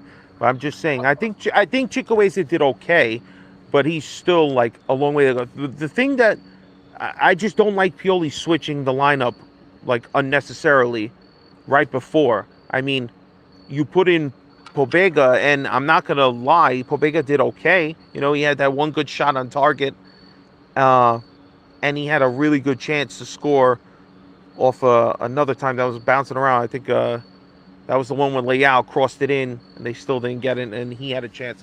But, like, some things that Pioli did, just, I don't know, it makes me scratch my head.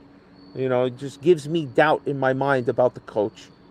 So, but other than that, no, they didn't do nothing. None of them. I would say probably Tomori, right? You got to give Tomori some love. He played pretty well. Him and Chow really didn't have much to do. I don't know, man. Honestly, Milan just came out and squandered an opportunity to get themselves back up to the correct level that they should be. Right before, you know, losing badly to Inter, you recover with a nice win against Newcastle. You would have been tied with first with PSG. Instead, we tie. We're still kind of a little in doubt. God forbid Verona comes out and plays hard against us on the weekend. We're going to look like shit, man. It's an early game. It's an early game. Those By the those way, games are usually not kind to us. Fabio, there is a Yes. good comment. Pioli cannot finish the Leao and Reinders chances. I think we had big chances, man. Oh my god! I want to say something. Rain Diaz. Not blame the coach for those chances. Yeah. No, that's true. I'm not blaming him for those chances. Just like I'm not 100% blaming him for Tomori's second card, right? That should have been if he just acted more proactively. Like as soon as he got the second one, said, you know what? Let me get Tomori out of there. I got Inter coming the next game. God forbid he gets a second yellow. Let me put somebody else in. But he was a little slow. But he didn't force Tomori to make that stupid tackle. That's still on Tomori. You know what I mean? So I hear you. I'm not blaming them, but Rain Diaz, holy shit, man. This guy at training, he should just be practicing kicking on target. Kicking on target. He cannot do it. He shouldn't be allowed to do corners, free kicks, because until he learns to actually get it close to the net, man. But he's the better midfielder, I think. I just think he's more creatively. I mean, don't you paid a lot of money to bring him in. Pogba, excuse me, Pobega, he's a backup, man. Let him do his studies, get another doctorate, whatever he's got to do. But starting in the He Champions almost League, scored a great goal today. it was a good shot, man. But that's pretty much what Pobega offers. His offensive is why you got him out there. He I'm gonna scored make a it. goal in the previous Right. Champions League. He scored a goal, Pobega. I know, but that game also too, it was like, wasn't it the last goal of like a 3-1 victory or something like that? If I Still, remember correctly, 4-1. Yes, again, offensively, yes, but to me, why are you switching it up if you're Pioli? I would just prefer you stayed with Pulisic and Rain Diaz, and that's the lineup you've been going with. Now you're going to switch it up, and surprise, surprise, you don't end up with a goal. I wanna respond to that. I just wanna no, it's not a response, but it's just a reflection. Yeah. Now, in hindsight, I think maybe that would have been the better choice, but not so much Pobega because we know Pobega, but Chukwueze needs to show his worth, and maybe you could argue this was not the game, but sooner or later, like this is the player we paid the most. Like he Yeah. is the marquee signing. Yeah, you're right. You're right about that, 100%. You expect that you paid him or paid that kind of money for him for nights like this, but it was his first night starting, and you're right. He hasn't in the games before. He hasn't really done anything to been like, oh yeah, he's definitely got to be playing. Like Pulisic at least has 2 goals and he had an assist. You know what I mean? He's done a lot of stuff so far. You know, maybe Pulisic is tired from the cross-country travel and then playing against Inter. I don't know. I don't know what the mentality was of not starting him today. But maybe Pioli thought it was a better matchup with Chukwueze. But it's a lot of pressure, man. Champions League night, you're at home. I mean, these are professionals. They should be manning up and playing the best of their ability. In the end, Leao fucked it. It's on him. He's our fucking $5 million man. And he had a clear chance. And he did look at times like he was lazy, man. Like he was just getting fed up. That's not good. We don't need to see that. That is on Pioli, the fact that he's lazy, because Pioli tells him to be lazy. Pioli hasn't shied away from this. Pioli literally tells him, don't run, because when you run too much, first of all, you just run like a headless chicken. But he tells him to be lazy. I think, listen, I'm not Pioli out, but I do think that something needs to happen. I think, Larry, you said it, like things are starting to get too comfortable, right? There's something needs to. He's a little predictable at times too. So. I think with the selections, it's yeah. There's too much comfort in the relationships. There needs to be a little bit more fear of the coach. There's no fear of the coach anymore. It feels like it. It's been a long time now. Maybe it is time for him to go. You know, maybe it is time for him to go. I just think he's going to be a scapegoat.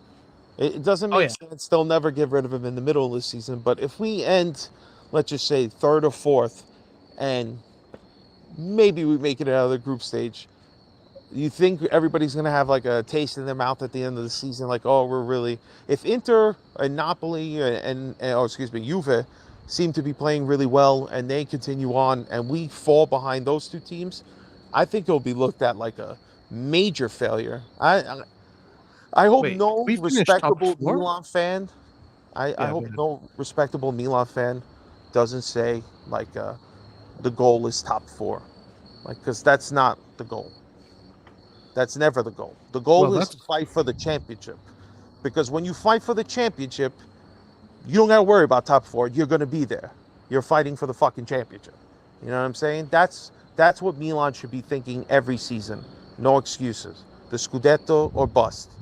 So let me ask you a question. If we do just end up fighting for the top 4 and we do finish in the top 4, you think that's enough of, like, that's your hard line, Pioli out? Again, it's more who's coming in then. You know, that's everybody's question. The Serbi. Guys, I tell you honestly, he's doing really good over there. You think he's gonna just fuck his shit up to come to Milan? No, that's why I say you buy him out, because I think the Serbi next big club, like, he's definitely gonna be Pep's successor. I'm watching it now. Like, this is the time. If you don't get De Zerbi, like, if it's one time in your life you want to get him, you get him now. Because after the Brian job, he's gone. He's going to a bigger levels, and we won't be able to get him. Clint, he can say no, man. It's not I like don't want him to say no, though. You know Like what I it said, I'll give is? to you about Bro, it's not saying no. It's saying yes to the money that they're going to give you. You know it's going to be substantially higher than it can be at Milan. That's the real issue. I mean, anybody could say no, but the idea is that a coach Milan's that going comes out. to comes offer you $4 million to coach, and then Real Madrid's going to say, I'll give you 12 to coach every year. You're going to Real Madrid, you know what I'm saying? And I also feel like, speaking of the Madrid, I also feel that Madrid job, because Ancelotti is definitely going to take that Brazilian national team. This is his last season. This is last year. So he's probably going to be giving recommendation like, hey, you might want to look at the De Zerbi guy over there, because the type of talent, the players that Madrid have are De Zerbi type players, like the Bellingham, the Vinicius, that quick, fast, passing play, and they're young players.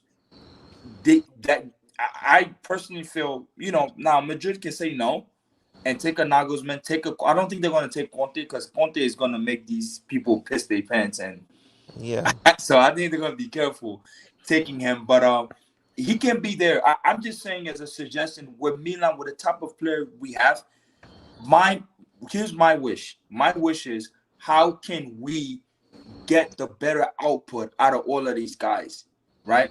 Yeah. Yes, I know there's so much a coach can do, but I also want to have the luxury to have a coach that's able to just get the best out of Leao, like technically, like the fluid, like you see, like how a Man City plays, right? Yeah. Not at that exact scale, but at a scale where, like, you have a similarity to that. We purely did do in the past, but I feel like his time has ran up, and I feel like they're too buddy with Pioli. You just see that, right? You just see that they're too buddied up, right? They do what they want. The fact that even Salamakers can get mad at you that he's not going to start shows that you got too comfortable with them. And last time I checked, it shouldn't be. At the end of the day, they play for you. It's not around. So we want to get, Pioli passage at Milan is never going to be a failure. He left with a trophy. He took us away from the ashes. So I don't think nobody in their right mind is going to sit there and be like, oh, Pioli, he was here just trash. No, Pioli is damn near, he a legend. He's going to be a Milan legend in terms of, like, you're going to take a Milan history book and you're going to look at Milan darkest days. Oh, how did they get out the darkest days? Oh, this man Pioli came out. So he's going to be remembered a lot of times. So, but I just feel like his time ran out. I've been Pioli out since last year, and he needs to go. I'm sorry. No, I would have. Clint has been Pioli out since 5 years now. It's been 5 years. Bro. He's got to go, man. Oh, man, he's a terrorist. Pioli came in. Huh? Since he came in. But you remember all of us. Finally, you're right, man. After 4 years and a league title, you're right, man. Listen, He But like, finally what's has funny? to go. But listen, everybody was purely out when Purely first signed though. Oh, yeah, Everybody true. was upset. True. I admit that. Everybody was I purely out. admit. I will admit Yeah, that. but then there was People that were Pioli on crying. fire People moment. were like, "Yo, we're going back to the Benta era. Why the fuck would you bring Pioli? We're not." Oh man. Exactly what I was thinking. In all Oh. fairness, Pioli didn't have a good record before then, you know? He didn't. was always like a few years and then fizzled out with every team. Didn't really have any trophies like that, right? I just wanna. But you're right. He's got one, and you got to give him respect for that one. You do. I'm curious because a lot of people are having the same opinion of Fabio that Pioli should have stick with his usual starting 11 of this year. No. I just think for the first Champions League game. So why we bought all those players though? I'm sorry? Why we bought all those players if we are not gonna play them for another Well, game?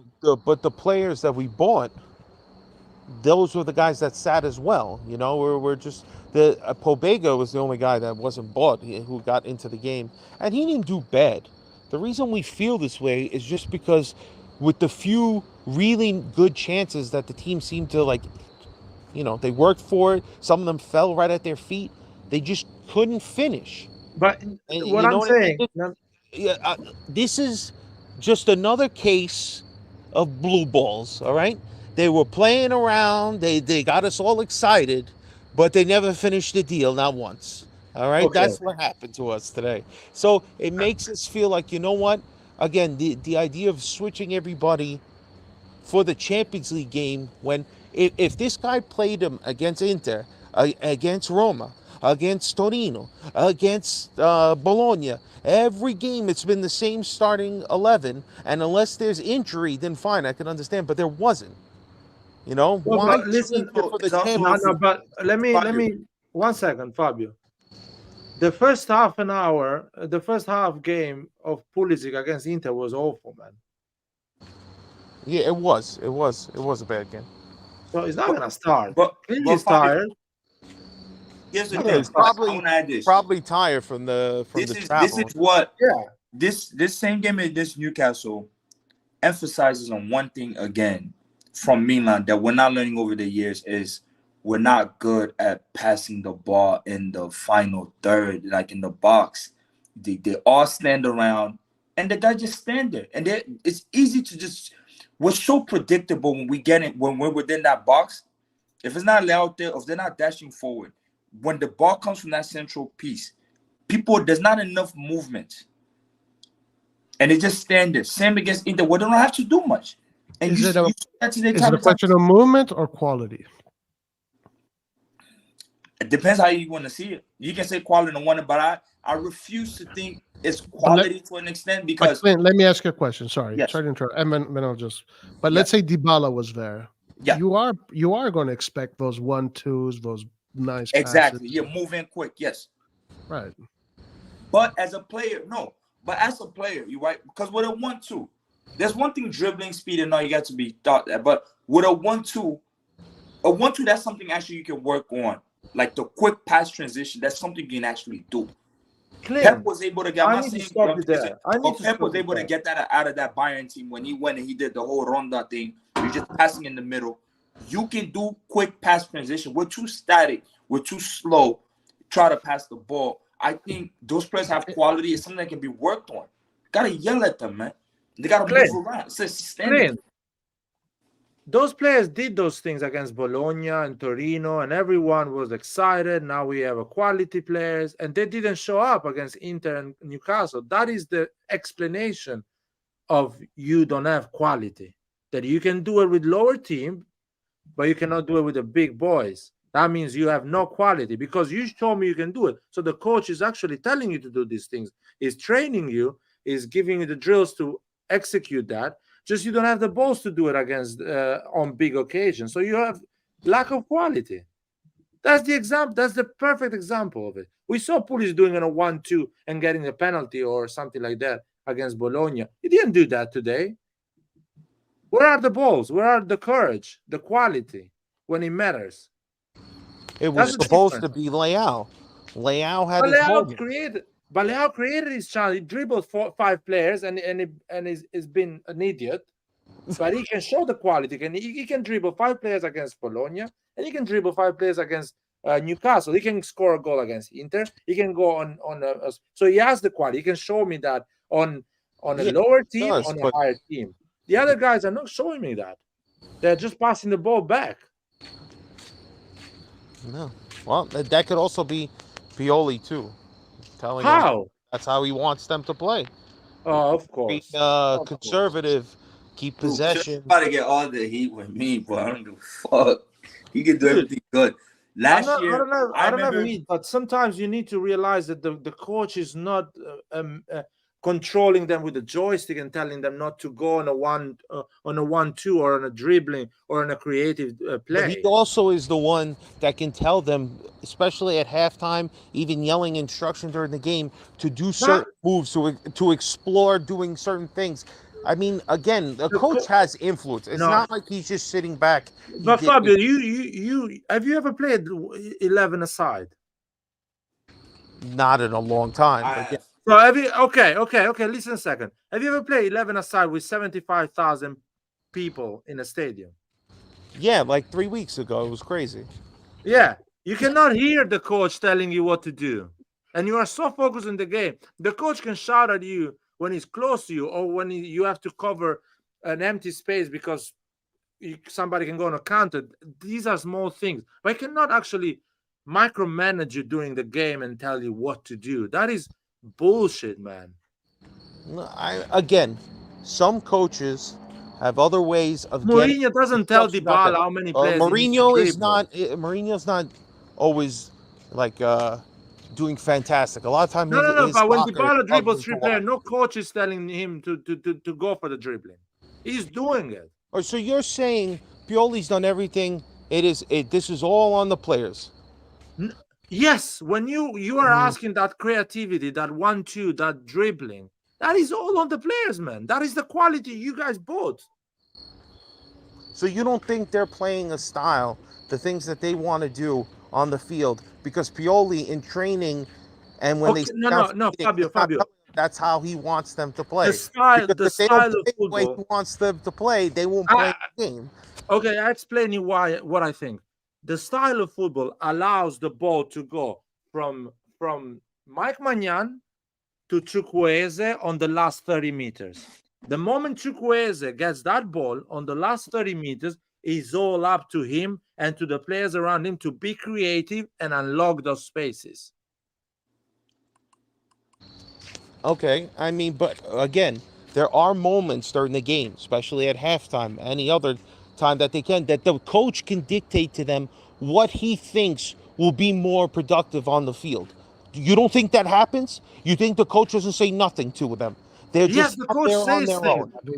The coach says things, but it's up to the player at the end to make the things happen. Of course, it always is. It's a collective on everything. Yeah, but the player is going to do it. Looking at Pioli, saying you chose these players. This is your game plan.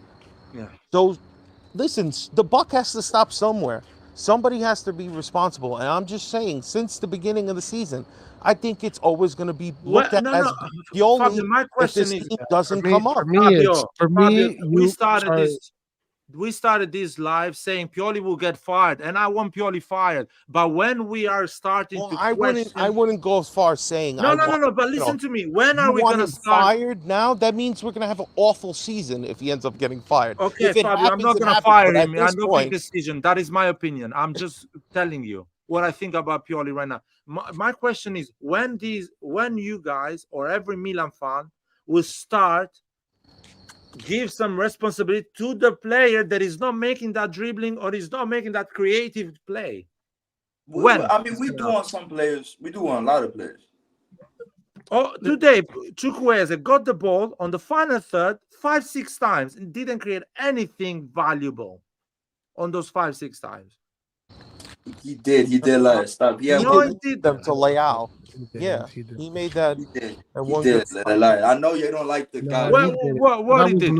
Watch the highlights. He did. He made one really good one. The other couple of ones, he squandered them terribly. Which one he did well? The cross that Leao barely took it and put it again back in. Well, that's how Pobega ended up getting that shot on target. The second. Yeah, but that cross was not good, man. That cross was too high. Come on, lie. Dude, that's not a good cross, man. Bro. If that is You a want good the guy cross, to be a 99, dude, like Nah, bro. every cross is. dude, if you think that is a good no, cross, you watch Milan. but it's sorry, like they sorry. never nah, got guys, you're crazy. Let me ask you man. a question guys here. are- Let me you're ask you a putting question. If Florenzi Selemek had is not like that one cross, good everyone cross is the whole upset for an game. hour and a half in this live. That is No, the but reality. That's not sorry, a good but cross. let me ask you. That's not a I good don't cross. disagree with Laird. I don't disagree with Laird. But That's a the thing bullshit is, like, cross. I don't blame it on the players. I blame it on the mercato. You want to win this game, you win it between June and August. So that's why you need a blame bald-headed terrorist guy. This is the most. This is probably one of the biggest budget him as a coach he's ever had in his fucking career. Pioli's been with different teams. I don't think when he was at Inter Fiorentina they gave him that much of wiggle room. He picked those players. He needs to assume. So we're not going to Jerry's blame not the a guys football that gave player. the He money to doesn't know. Pioli. We're not going to blame them. Like, for example, you know what would have helped tonight? A number 9 that is hungry, that wants to kill Right. the world. 100%. And Wouldn't have been awesome if that guy and his agent didn't try to scrounge up and basically try to take our club, the one that we actually like, and try to wring them out for more money and do some bullshit last minute because they knew how badly we needed them. So okay, nah, but don't come at me with Taremi love fest over here, all right? Him and his agent all right. didn't want to come to our club. They tried to fuck us over. I wasn't Yo, necessarily, why do you want them so but bad? I'm not necessarily speaking about Taremi. Fabio, But that money was regardless, slap in the I face, know man. you were. I know you No. were. You were salivating for Taremi, right? Oh, of course. He's But my that top money- Scored that a money goal was slapped in today. the I know. Fabio, you want to pay a good Guys, striker hold on, let 1 me million and a finish half. this. Let me Why would finish you pay him 1 million, bro?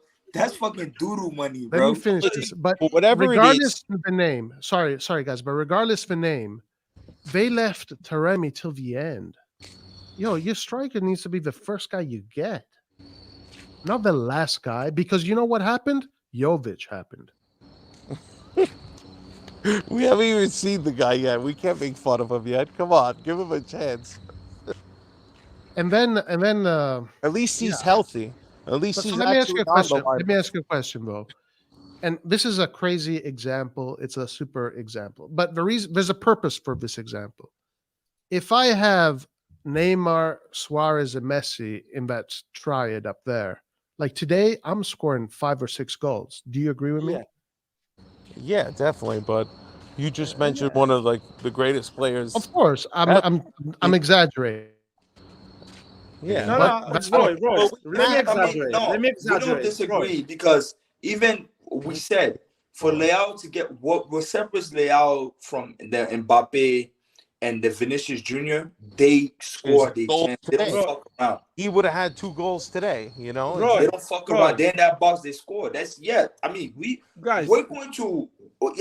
I'm just speaking the big. When I start blaming Pioli, I'm thinking bigger picture. Individually, we can pick on any player we want. Clint, let me reply to Roy. Let me exaggerate. If we had Selemakers and Messias today, we will finish 0-0. Why we fucking spend 50 million on Pulisic and Chukwueze? Why we spend that money on Pulisic and Chukwueze? We could have done 0-0 with Selemakers and Messias today. Oh, lie, man. I did. He found a way to bring his man Messias, man. We could have given those 50 million to a charity and do something better for the world. Why we did that maneuver? Why we changed those players? Messias should be mad. Messias or Salamaker should be mad because each time either the names get brought to any debate, it's them combined together. Clint, bro. I am mad, man. I am mad. Clint, it's been 15 years. I haven't seen a proper striker for this club yet. I am the one mad. They spent 50 million on 2 midgets. 15 years? Come on, lie. You're exaggerating. 15 years. Come on. You're 15 forgetting years? the Ibra. What about Ibra, my man? What Ibra, about Ibra? come on. Ibra was a fucking loan, 5 million euro loan from Barcelona. And the bought moment him, we bought him, we sold him to PSG. No, the last Ibra. Yeah, just Ibra in Ibra total. come on, guys. Was a 39 years old from MLS. Yeah, was a good footballer, a good striker. But I'm talking about proper one, a Shevchenko. What about Piantek? Shevchenkos don't grow on trees. Yeah, Piantek. What? What? Don't grow on trees. I mean, it's not like it's really easy to find a Shevchenko. I'll make it simple to you. Not even a Shevchenko. A You guy had that is Piontek, 27 but years hey, old. Vlad, what are you talking about? You had Piontek. Ah, Yeah, come we on, had please. the I'm fucking Belgian. serious now, We man. had I'm the fucking Belgian serious now. Kaká last year. CDK. We haven't bought a proper striker since I don't know when. Baka was a proper striker. Dude, it was Baka not. was For very example, underrated. we bring up Ibra. When Ibra was playing, when he came in, he was playing, and we had a really good run. Like the team offensively looked good, right? Yeah. Because he had the ability, we had he had the timing. We had a lot of Brazilians too. All right. Yeah. And then No, I'm not talking about 2011. I'm but you talking said about- not a proper 9. You still went and brought Pipita. What about Pipita? Pipita was a proper 9. No, man. Your boy Higuain. You're probably not gonna want to talk to you again to take a picture Bought a with proper you. number 9, man. Come on. Don't mention Higuain. Come on. No, that's Lions guy. That's why I said that. Oof. But No. But what about that John? So okay, what about the Jonathan David rumors? How you guys feel about that then? That says a 9. he's not a center forward. I agree. I said that. I say he's a second striker, but the people tell me He's a I'm second wrong. striker. No, he is a Dude, second if- striker. There's If I no say doubt that, people about it. think I have an agenda. I cannot even say that. Don't even There's ask me. no I doubt said about it. second striker. I'm like, bro, he's too even small. The way we want to play, I wouldn't even have him play as like a straight 9. No. Hoyland was the guy. I'm sorry. That's the dude Milan should have got. Play with Giroud, learn the tricks, and he would have been a monster. But The guy that's in Manchester United now. I've been wanting Hoyland since last year. I've been watching, and people were like, "Oh, he only scored." The teams in Italy don't like doing business with us. They always got to give us a hard time. No, but with us though, here's what hurt me with Milan. Atalanta wanted our player that was CBK. We could have bargained with them. Either get him or Scalvini. We should not just let them have it and then just option to buy and we just move on. When there's 2 players that you can actually seek out from that team, which was 2. Talking about Hoyland, his first year in Serie A, scores 15 goals the entire year, right? Just not Serie A, about Coppa Italia, everything combined, as a 20-year-old, 19-year-old. That's saying something. Because we know how Italy is. And the way Atalanta plays is damn near, he's playing the Duvan Zapata role. And Duvan Zapata, that's that prolific striker, the kids had a bench him. When none of these guys even start. And I'm like, dude, I'm looking at it. So I had to go and look. You know, people mention them. So I started watching 2-3 Atalanta games. I'm like, actually, this kid is actually good. Denmark, first start, 3 goals. Like, come on. Now he's at Man United. You're not getting him now unless he completely flops. And usually when they flop too, it goes bad. But I highly doubt that's going to happen. Or listen, we didn't have the money for him because he cost 70 million. Or you go for this. You don't get Chukwueze, you don't get Pellegrino, get Scamacca. I like Scamacca a lot, and even that last game that he had, where he scored the 2 goals for Atalanta, he looked real good. I don't know if he's like, was he injured? Did he play this past week? That's an injury prone too, boy. Yeah, another fucking stupid problem. We don't, Against Sassuolo, when he played with Sassuolo, he did not have injury problems. no, but I don't know what happened to Atalanta week 4. I didn't see their highlights, so I'm not They sure. lost. So They I don't- lost 3-2, right? 3-2 Yeah. against Fiorentina. Against Fiorentina, yeah. But you know, I'm a little down on the team at the moment. Just, you know, this was an opportunity you needed to take it, you know, and you expect a player like Leao that when he plays on a Tuesday or Wednesday night that he just takes the next step. He This keeps game- going by people, but This he game that didn't. just happened.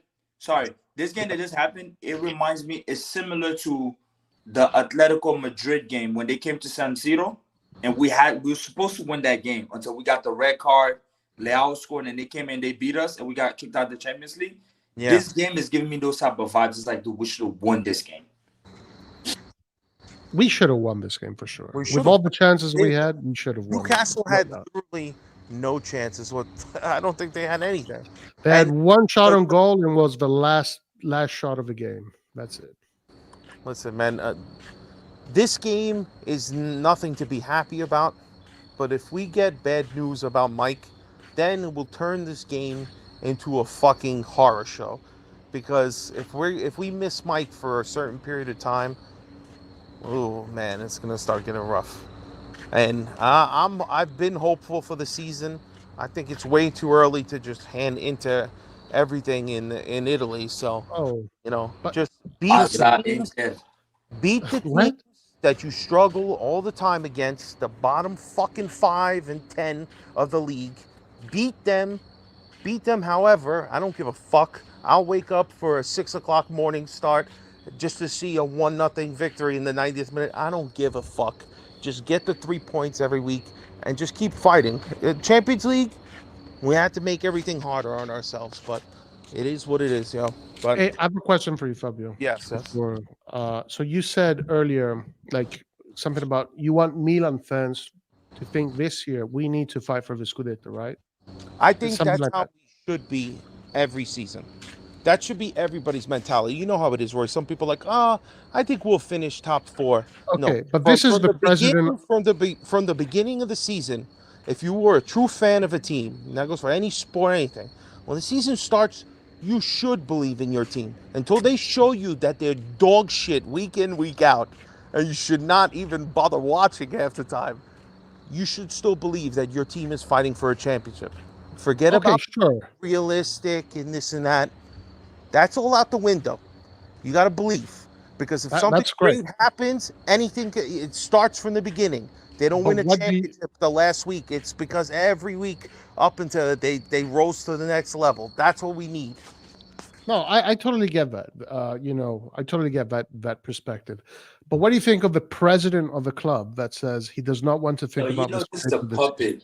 Roy, why are you taking this Scaroni's word serious? Because this is the management. This is the messaging of the management. You don't touch the money, Because Roy. You know that. This is not about money. Go out there and say no, but it's a term, bro. It's not necessarily like about money. It just means like you don't say it out loud to jinx it. They're not going to talk about the Scudetto until it's about to happen. Just like everybody else. No, that's not. I don't necessarily agree with that. I think, like, let's say if that was Maldini there, he would said, "Yeah, you always have to believe that we can win the Scudetto." But this guy is saying, "No, we should not think about winning the Scudetto, and yeah, let's play it safe." It's like it's already here. You see the problem right there. Like, we are run by people that are not winners. I can't argue with the quote on the screen. That I'm not going to argue about because that doesn't look good. But you know how it is. Sometimes reporting, things get said out of context, especially since they're probably translating it as well. Sometimes, yeah, that's true. This bullshit comes out. And a lot of times you have guys in front offices who put their fucking foot in their mouth all the time. You know what I mean? So, absolutely. And he's probably not saying he's not saying we're not going to win.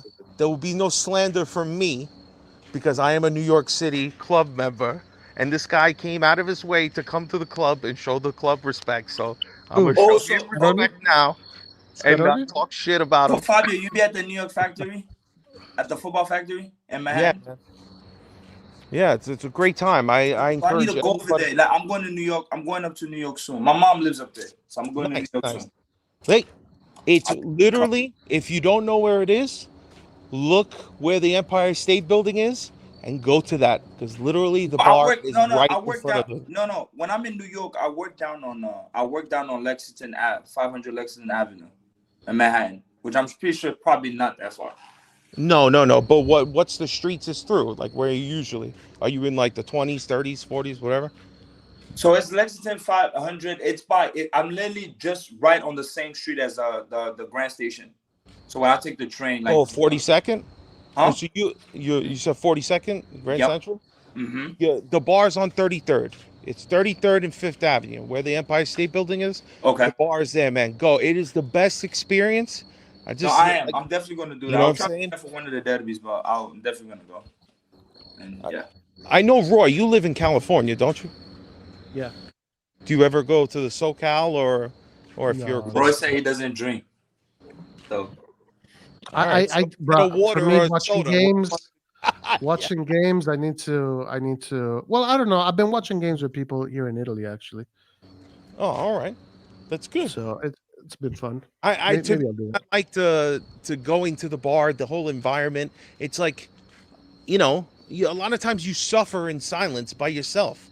So to me, it's easier to be at a bar with a bunch of people from my area. Go to, like, I went to the Phoenix bar recently. I'm a big fan of like the fan clubs all around the world, because you know, sometimes it could be mad lonely. If Milan's your favorite team and you live in a place like, you know, I live in New York, man. Unless you know Italian people or people who give a fuck about soccer, nobody gives a shit about me. They don't even know what the hell Milan is. So It's definitely different. You don't analyze the games as well, but you live them. I think you live them with less stress. When you're alone, you maybe you're more stressful. Oh. Maybe. No. I think it's just it feels better when you know the stress is like is shared. Yeah. Everybody's suffering together, you know, and you're all drinking your sorrows away, or just hanging out after. A lot of times the guys stay at the bar for a long time.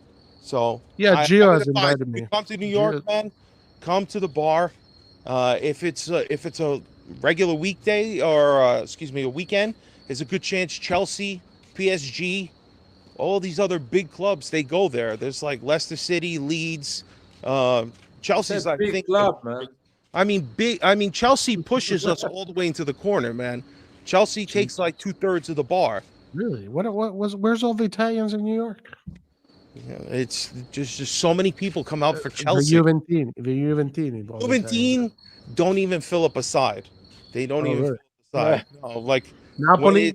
Maybe it's Napoli. Napoli's at a different place. They're further. They need the whole place for them. Philly. No, they're in more like a cafe, you know, some Neapolitan place. That's what they like. So That is true. no, but I hear their spot's pretty cool. CBS was there, but I just advocate for everybody to go to your local clubs if they're around, just to go like once a month, whenever you can.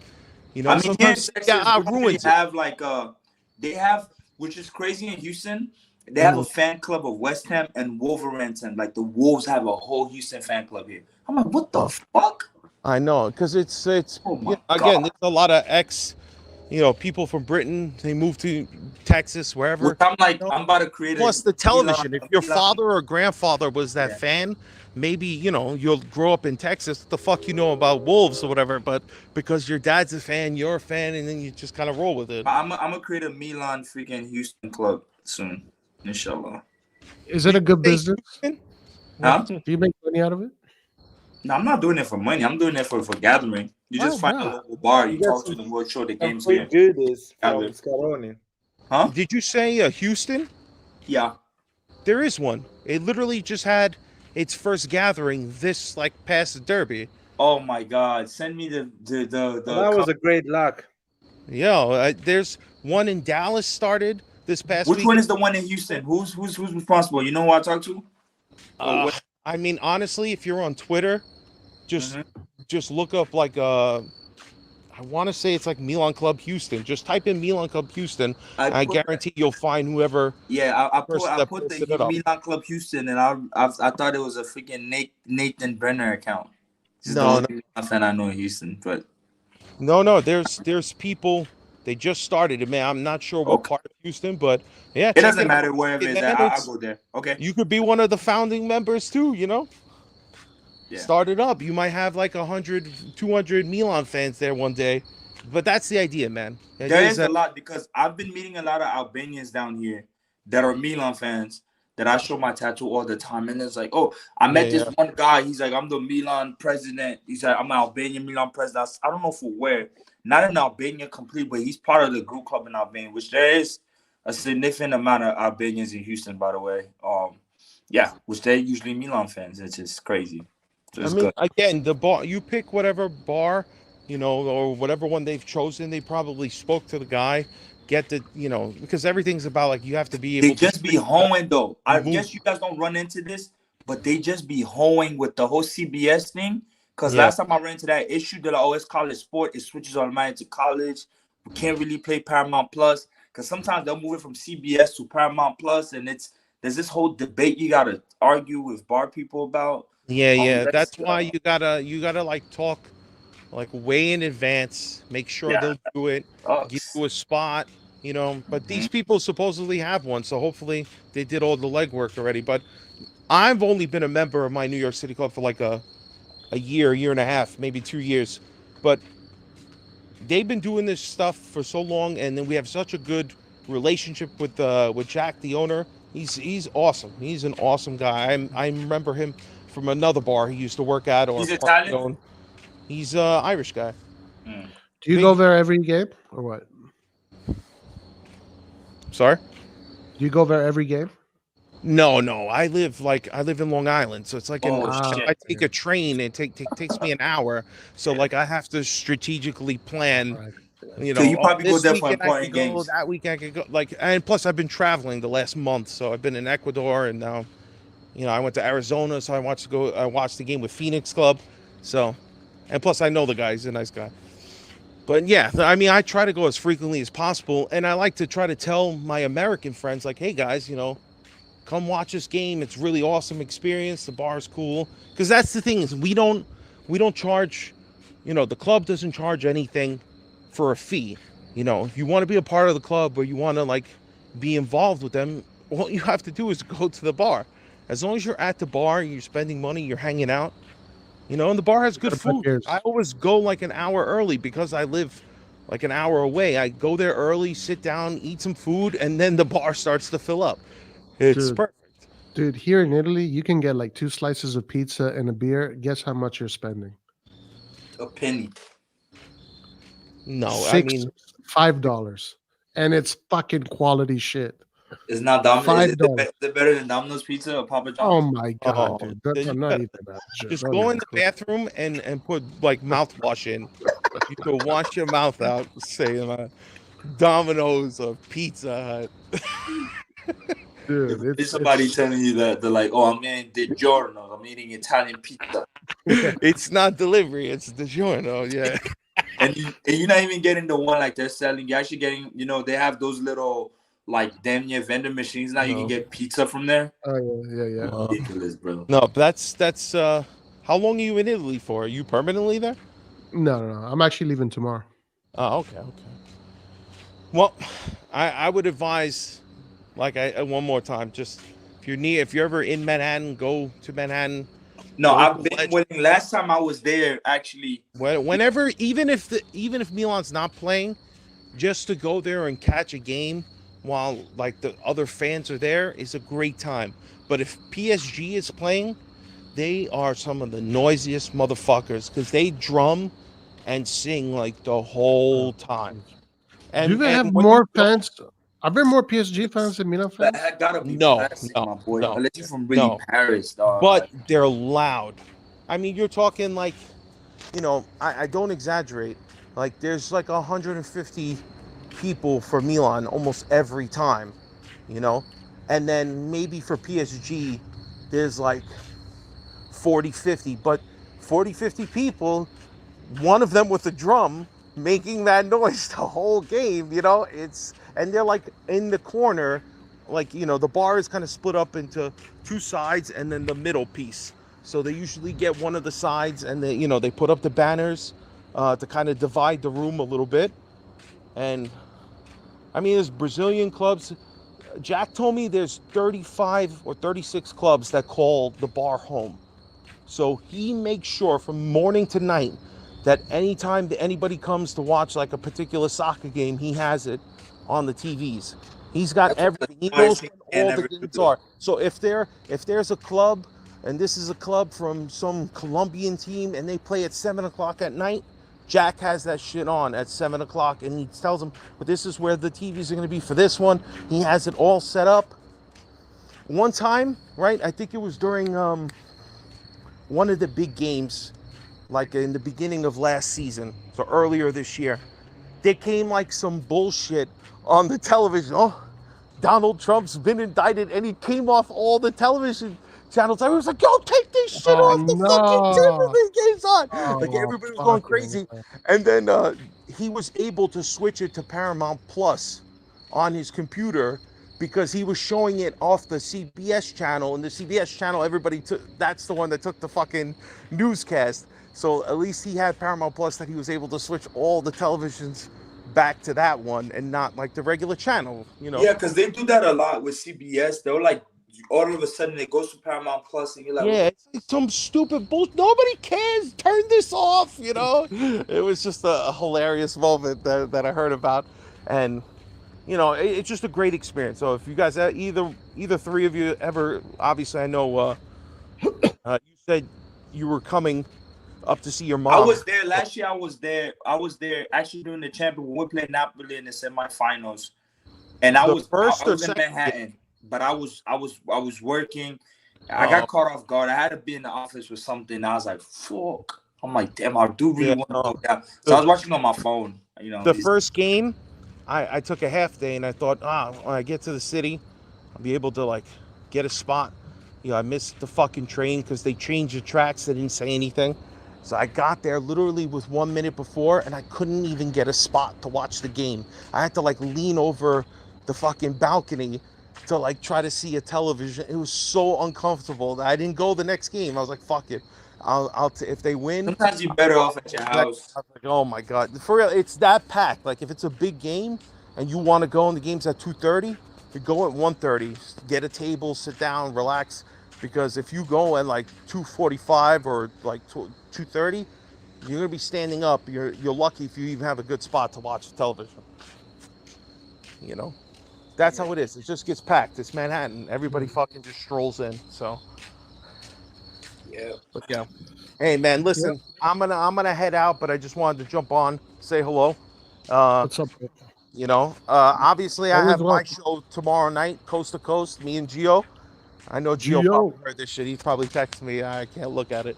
But, you know, I appreciate you guys' time. I hope you guys have a great night. Absolutely. Thank you, bro. Later, man. Yes.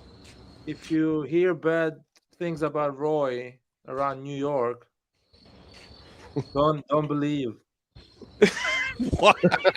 Roy, where you from? You coming over here? There's bad rumors going around about you? Yeah, because he had a fight with Martino. He had a fight with Martino, and Martino now is saying that we are open. No, I think everything will be all right.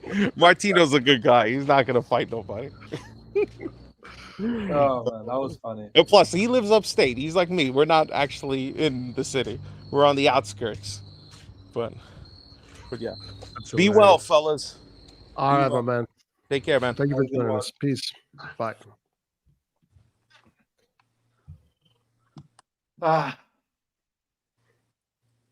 Wow. I just be talking, out. Man. I just be loving it. Not tripping. God, I'm gonna miss Italy, man. Italy is fucking. You acting like you like Italy's about to disappear from the face of the earth. You can go back. I'm planning. My plan is to come back in a few years and stay the whole year here, and follow Milan around. I don't know if I can make that happen, but you guys just gotta apply. Maybe you go to New York first, like what's his name? Fabio just said. Then you stop at Red Bear headquarters, and then you tell him you want to job with Milan. What? And then maybe you'd be on Jerry's good life. Then you start doing Jerry's PR. Following him. I think Jerry doesn't like me. I don't think Jerry likes me if he finds out who I am. I'm pretty sure they have listened to your shit, bro. If City has struck you down, they're seeing this stuff. Yeah, dude. The Milan channels copyrights us all the time. They blocked us. The Milan channel blocked us, right? Larry, do you know this? What do you mean blocked us? If you try and comment with RossonARI TV account on a Milan channel video or on a live chat, we're blocked. It doesn't appear. Oh wow. They really don't like us. They like you have to be Milan has a tradition of in Italian it's called aziendalismo. If you're not an aziendalista, you're. So they paid someone to actually research for us and hear what we say and block us.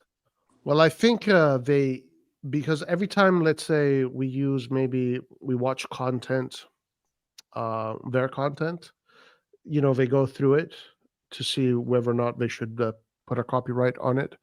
So they probably heard, some of the takes we have, and we are pretty like, we're not very politically correct here. We fucking say whatever we want.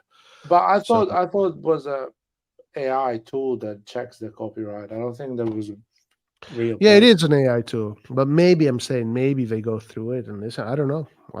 But Interesting. someone blocked us. Oh yeah. Thank you, Christian.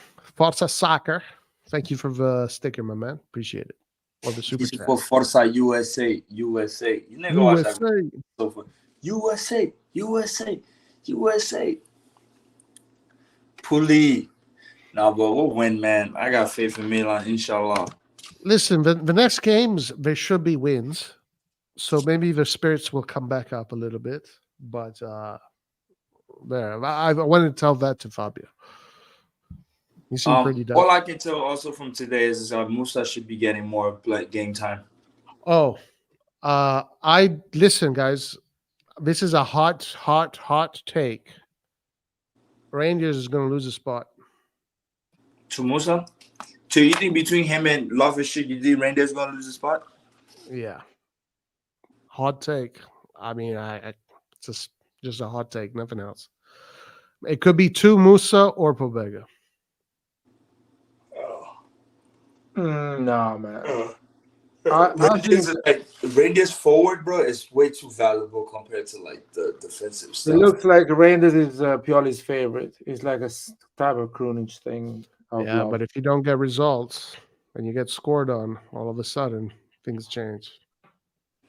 I think Rangers are actually going to get better. You actually want them to go through these challenges or their flaws now. Then at the end of the season, you get found out because you have time to work on it. It's a long season. It's a really long season. Now, I'm not saying he's going to like get lost, or like off of the planet of the Earth kind of thing. I'm just saying, like, I don't know. It's a feeling. Just a feeling.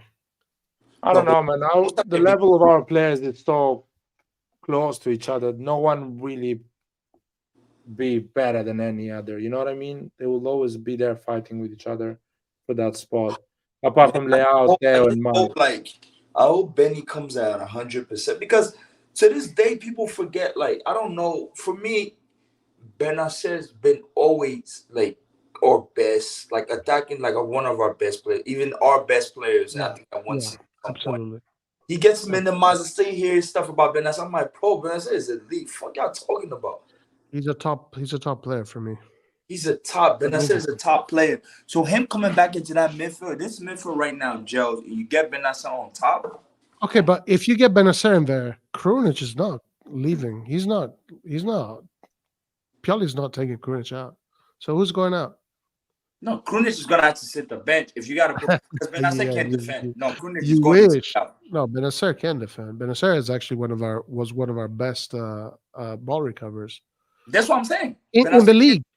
So that's the only reason Krunic is there is because he's defend. So you remove Krunic and you still keep RLC and all that. Because on top of that, not only are you gonna have Krunic abilities, but then you have somebody that can actually play from the back. So the thing about Benacer that's beautiful is he invites pressure, plays from that back, and then it creates space. With Krunic, it's not that. Nobody's really building from the back where you're inviting the pressure on you. It's just let's play this. Just sit deep there, and that's it. Good. Imagine a midfield: Benacer, Reinders, Tonali. Man, sheesh. I don't think he's going to take Krunic out, guys. He's going to keep Krunic in no matter what, even when Benacer is back. I don't know. I'm not sure about this, but that's what I think. But Benacer is gonna. Oh man, it's gonna be so long until he comes back. I mean, he comes back in December, but he's going to AFCON. Fuck, and they need him in that team too. Like he's their guy. Aren't you going to be there? With the AFCON, like to go into the thing, yeah. But like right now, it's just I had like some family tragedies and it kind of happened. So it's I'm in between things where I try to sort some stuff out. But yeah, that's my intent is to go and be there. At least for a couple of games. I'm gonna get to see Ndika. It's like Ndika. He was okay. He looked a little bit of a deer in headlights, but he was pretty solid. There's there's this new little Ivorian kid that plays with Salzburg. They just bought Konate. He was in the youth team. They elevated him. He was a big sensation in the Ivorian league. So he moved over to the Austrian league, got relegated. So now he's their starting forward, and he scored against Inter actually, the brace. Yeah, Konate, like he's fast. When? Slender. When did he do that? Oh, he played during the preseason this year. He's starting, I think, tomorrow Salzburg plays, so he's going to be there. Salzburg, Konate. Yep. Konate. So next thing you know, yeah, Konate, there's him. And Yeah. I remember him. Yep. And there's another kid. Wait, how old is he? His real age. I mean, did you say 17? No, I didn't say 17. He should be 20 something, according whatever's on his paper. No, because I thought you said 17, and I remember he's a big guy for 17. He's not that. I'm definitely not going to give you that slap in the face. But him, and there's that other kid, Adengra, that plays with Brighton. Really fast, pacey guy. There's a good one to loop. But hey, man, AFCON, man, Algeria, we'll see. I think Napoli's gonna suffer during the AFCON, but just pray like your boy Osimhen doesn't go off, because I think this is not gonna be. Yes, it's gonna be Osimhen's first AFCON. Yes, it is, because the other one he was injured. So it's gonna be a mess this year anyway, so it doesn't matter. Yeah, I think the defense, that's like where Napoli dropped the ball, man. I think Kim wasn't replaced properly. The Nathan kid from Brazil, I think it's too much big of a burden to come in, just slot in and just But there is one thing about them that is undeniable. If you look at the Serie A website stats, they are first in everything.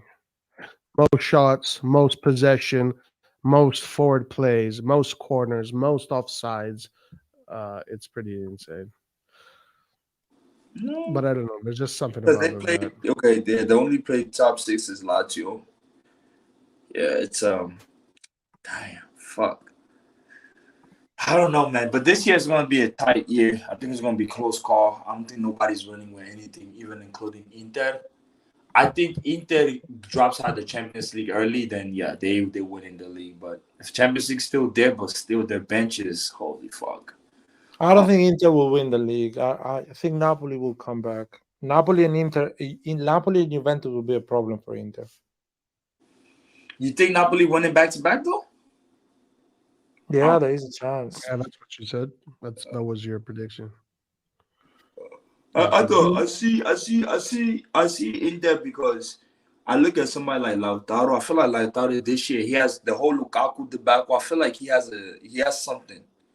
He has something to prove. I feel a different aura from him this year. I don't know. But I can be wrong until he goes on his runs where he's not scoring for like 10 games, 17 games straight. And this time you don't have Dzeko or Lukaku to bail you out. So let's see. I think we are so weak, man, that we announce they just feast with us. That's the thing. What happened to the other guys tonight? The other crew. What happened to them? Well, Floki's been silent for 4 days now, so I'm worried about him. Like, not a word? Not a word in the chat, anything. Really? Okay. The other ones are pretty cool. I mean, they don't want to come to this channel anymore, huh? I didn't send the link on the other chat. I didn't think about it, so I forgot completely. And usually, because I put it on the comments, usually they join from the comments anyway. But I don't know. I don't know what they want to do. It's they don't want to come here anymore because they're pissed off. Yeah, I mean, I hope they don't take personally our football opinion at the end. Shouldn't be. We're just talking about football. Disagreeing is normal, I guess. But yeah, They were too excited about this Mercato, I'll be honest. Too much. Being positive is one thing, being too excited is another. Well, they will wake up again against Verona, because if we're not fucking beating Verona, then we're in a crisis. Hopefully we will be fine. We are not going to, I mean, that's what I'm saying. I don't know. Larry, do Maybe you I'm- think this guy represents your character?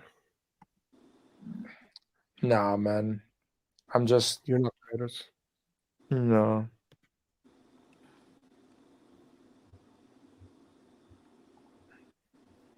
Clint, you're more active on the other chat. What's the mood there? What's the news for what? No, what's the mood? The mood. How come No, they're not the- coming over here anymore? They don't want to Oh come no, here. it's no, it's just not. I mean, we still haven't digested the whole thing for Inter. Oh yeah. Yeah, that's the thing that's transpiring. You know, the game. There's not enough like anything about this, anyways. But it's just more Inter. You know, it's the same way the way I feel about Pioli. You know, it's more of the Pioli part. But yeah, it's the whole Inter thing is still weighing off. I don't think that's gonna go away anytime soon. You know, and the more we don't get good results, you know, it's gonna transpire. But yeah, if you were to ask me, like that's the mood. Let me ask you a question. If we beat Verona and Cagliari, does that cancel out Inter and Newcastle? No. It doesn't. It can't. It can't. Because those things you're expected to win those, right? What about It only question. cancels. It only cancels in two instances I can give you, and that's just my opinion. Is if those two wins, like you know, legit brings us to the top, meaning Inter drop points and we're on top, and we can start forgetting about it, or that feeling wears off if we either beat a Napoli or Juve, then we can start looking past that. But until that doesn't happen, winning these two other games is just we don't care, because it still doesn't mean anything. You still want to have to beat those other teams, so that's how I'm looking at it. Yeah, that's the most important thing there. And I think what Lazio is the next big team we have to play. I think between the Juve and Napoli, me personally, that's when I'm like, okay, we're good, because you know that's the competition. But you know, losing against Verona, okay, guys, now it's going to add more fuel to the fire. But if we win, it's like, okay, yeah, you had to win this anyways. It's not going to make me happy. But yeah. Well, these are early games, man. All of them. What the fuck? Mm-hmm. Yeah, we So fucked. this is 2 p.m.? No, what? Wait a minute. This makes no sense. What is I this? think Is that this is not decided. The timing is not decided yet. So they put all in the same. Well, here bracket. they have 2 p.m. They have 5 p.m., 5, 9. No, 8. What is 20? 20 is 8 or 9? 20 is 8. 8. 7:45. What? It's crazy that in Italy we're never gonna have a miracle, like kind of like a Leicester type love story. Because the only one I can remember is that Verona, whatever, like back in the 80s. But Well, listening to Red John, we had it. Milan. Or Leicester. huh? Red John says Listen to Milan Red is the last. John is Milan Leicester. No. Why? Well, Who's supposed to win it? No. Man United hasn't won it in Man United hasn't won the league in 10 years. When Man United comes back and wins it, is it going to be? No, it's still Man United. They have to win. But I'm just wondering if you're going to get a love story where Atalanta or Monza comes and win the league, it's fuck. Well, that'd be amazing. That'd be amazing. It makes the league more fun where, like, I feel like that's why if you look at the other leagues, though, I think Italy is the one, especially now in this new era, where like the monopoly is not as dominant that some of these teams, Atalanta, can win the league. Where it's not too lopsided in this league at all. Like you really can. Like if Atalanta applies themselves, like they can win the Scudetto for sure. Which like it can push you, like, yeah, maybe, yeah. Even It's still- Fiorentina. yeah, if you apply yourself with your play, you do a good recruitment, that one season you go on a good run, you can win. Because the top teams here it's like the gap is not as big as if you were like, you know, in the Prem, and you're so far out. Like it's hard for you to, you know. I was looking at, I looked at some crazy number. Well, I'm like, bro, there's no fucking way they can compete. Yes, they Brighton spent all like their mercato. They spent $6 million. Literally 6 million.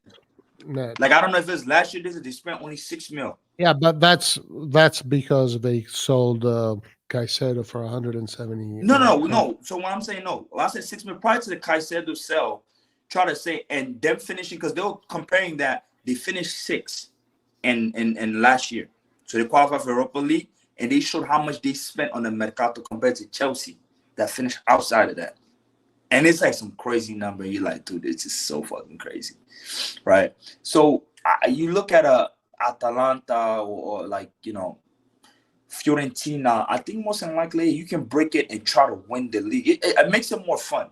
You know, when these teams kind of like those teams win the league, I'm happy. That one year, I think Atalanta should have won the league. I can't forget. No, but they finished third. Even the year when we finished, this time it was Verona. It was Verona a long time ago. So it can happen. You know, you can apply and enforce, and that's why Napoli is not Napoli Leicester story. Napoli, no, because the reason why Napoli is not a Leicester story, even though they don't have a lot of Scudettis, is because, but Napoli's been good for a good 14 years in the league. Ever since they came from Serie C, Serie B, they came back to Serie A. Since I'm6 was there from Cavani, before all these guys, for the past 7-8 years, where I can only think of, Napoli's been good. So after a while, you start expecting them to win. And so many times they finish behind Juve. So the year they win the Scudetto is not like Leicester City, the prior year, they were fighting relegation. They almost got relegated. And on the last day, they qualified. They stayed up. And the following year, they win the league. So that's what makes them say, like, yo, what the fuck? Napoli, it was overdue, pretty much. It was like, dude, fucking, you need to win this shit. So, you know, it's same for Roma. You know, if Roma would have won, if Roma would have won, you got to look at Roma the past 10, 12 years. Roma played how many two semifinals of the Champions League. They won the Conference League. They went to the final of Europa League. They finished second on multiple instances. You know, after a while, you're like, okay, it's overdue. So for them, even they win it, it's not going to be as impactful as if Atalanta, like that first time in their history.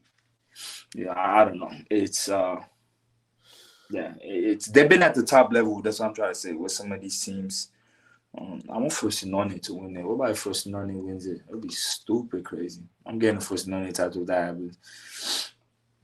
That would be crazy. When I say is it Roma or Napoli a Leicester story, I don't say it in a disrespectful way, but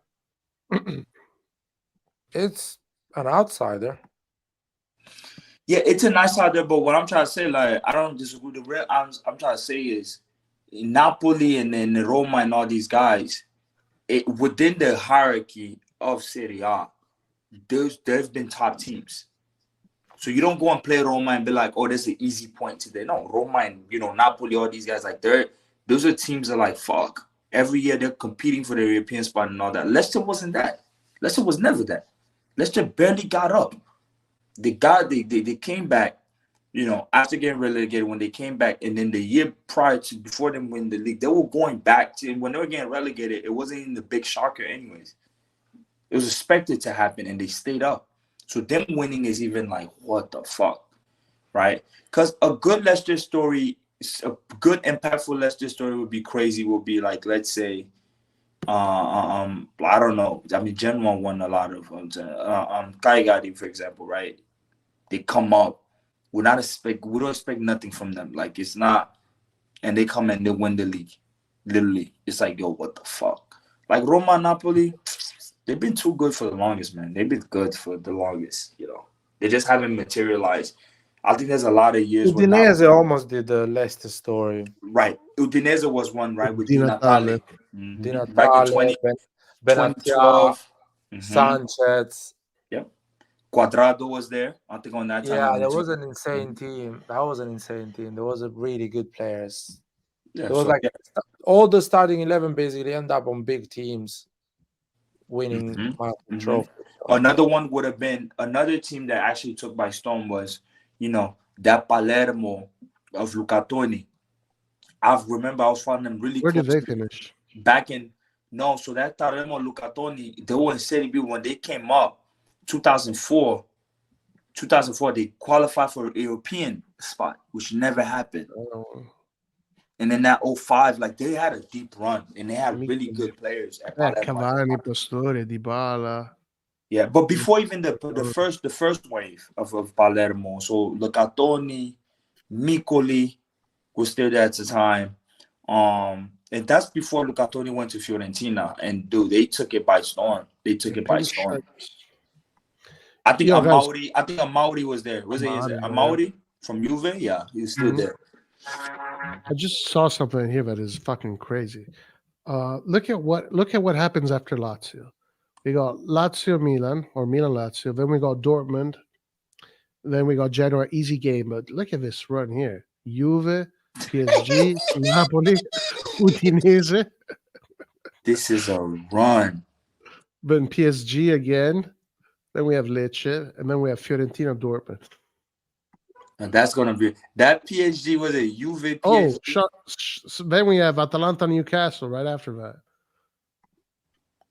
And then, dude, people saying we're deaf, so why are they worried? We have depth though. I'm not too stressed. Last year I would have been more stressed. This is an insane run. It's just this is the run that's insane. You get Juve, PSG, Napoli back to back. Wow. So you got to be on your P's and Q's, man. And Udinese is always that fucking team, but what's his name is no longer there. Our bully guy. The Brazilian. Oh, Pecao. Oh my God, I'm so happy. When he got transferred, I was just so happy. I'm like, God, thank God he's leaving. Because not only he bullies us, but he scores against us.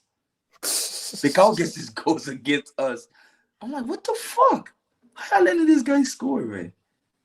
Clean, relax, man. Taking it too seriously. No, Pecao, what? I will always fear him.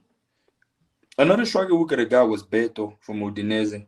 We could have got Beto. Beto would have been good for us, for sure. I don't know why they never looked at him. He went to Everton, so. Maybe because of a lot of money. Beto would have been good. If this run could make or break the season, like if yeah, I mean, start it off with Dortmund. Don't even go all the way down there. Start off with the Dortmund. Yeah. Or go with the Lazio. Fuck it. Yeah, this is gonna. Yep. This is where we're gonna see what Pioli is made of. This is what's gonna fire Pioli actually, or keep him. Yeah. You are 100% right about that. This is what's gonna fire him. This is going to be whether or not if Pioli's gonna finish the year or not. your final exam project, boy. The anticipating your final exam. Holy fuck. I mean, if Fitz doesn't kill you, it can only make you stronger. So throw the whole team away. Yeah, I'm definitely. This is a good test, man. It's tough, but this is like the best way to have your assessment. And I think if the results come as negative, I think at that point everybody's gonna have or on what side of the which party was in terms of like how you feel about management, about Pioli. You're going to have all your excuses or all your justification about what went wrong. Like, this is the run. I didn't even look at this. This is the run that's just going to tell us everything. Either we're going to know we have depth, and we'll be like, nope, they did a go to Mercato. It's like, nah, bro, we fucked up. Pioli needed to go. But I'm still going to blame Pioli. I'm just telling y'all right now, like, we fuck up this shit. I don't care about nobody. Pioli's my scapegoat. And this is 3 days. It's like you don't even get to train. It's like 22nd. It means everybody's going to have to be ready. Jovic, Pellegrino for the league. Everybody's going to have to be ready. The whole squad, yeah. It's good. And it doesn't even end there because after PSG, you have you have Lecce, which, okay, it should be a win. But then you have Dortmund again, and that could be a game that because You you need need to qualify. Mhm. and you have Fiorentina, and then after Frosinone, you have Atalanta, and then you have Newcastle. And Like this Frosinone is run, a hard team to beat too. yeah, this run starts this month. No. Yeah, it starts the 30th of September and finishes 13th of December. Yeah. What the fuck, dude? Christmas gift. Happy New Year. Pioli, this is Well, it. but other teams have it as well, guys. I don't think we are. It's just us. No, of course, yeah, but And imagine Manya's out. I need to know how long. imagine if you had Tatura Sana for this run. Against Juventus, you know. Even if you blew a pebble, bro, that shit goes in. Fucking hell. 18 shots on goal, 13 goals, bro. That's the most craziest stat ever. Means every goal is going in. Like, holy fuck, Tata. Shit. I feel bad for him. I wonder where he is now. Did he go to Saudi League, I think? Yeah, He went to the Saudi League, I yeah. think so. Yeah. It's good for him. Hopefully Sportiello doesn't get injured.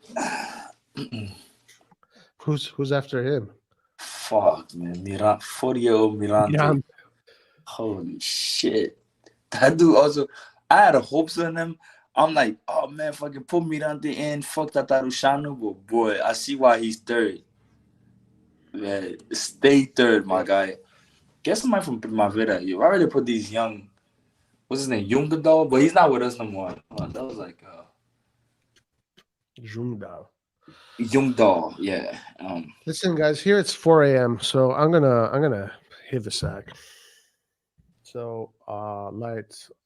Peace out. Okay, yeah. Close the live, Roy. Close it. Yeah. All right, guys. Yeah. I will You see want me you. to close it? Yeah, close it, man. Yeah, Light is tired.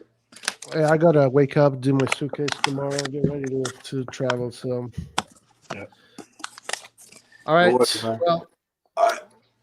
all right. Yeah, safe trip, man. Yes, sir. Thank you, bro. Yep, all right, bet. Thank you, Thank Clint. you, man. Clint. Yes, sir. Yep. See you next time, bro. Mhm. Everybody in chat, thank you very much.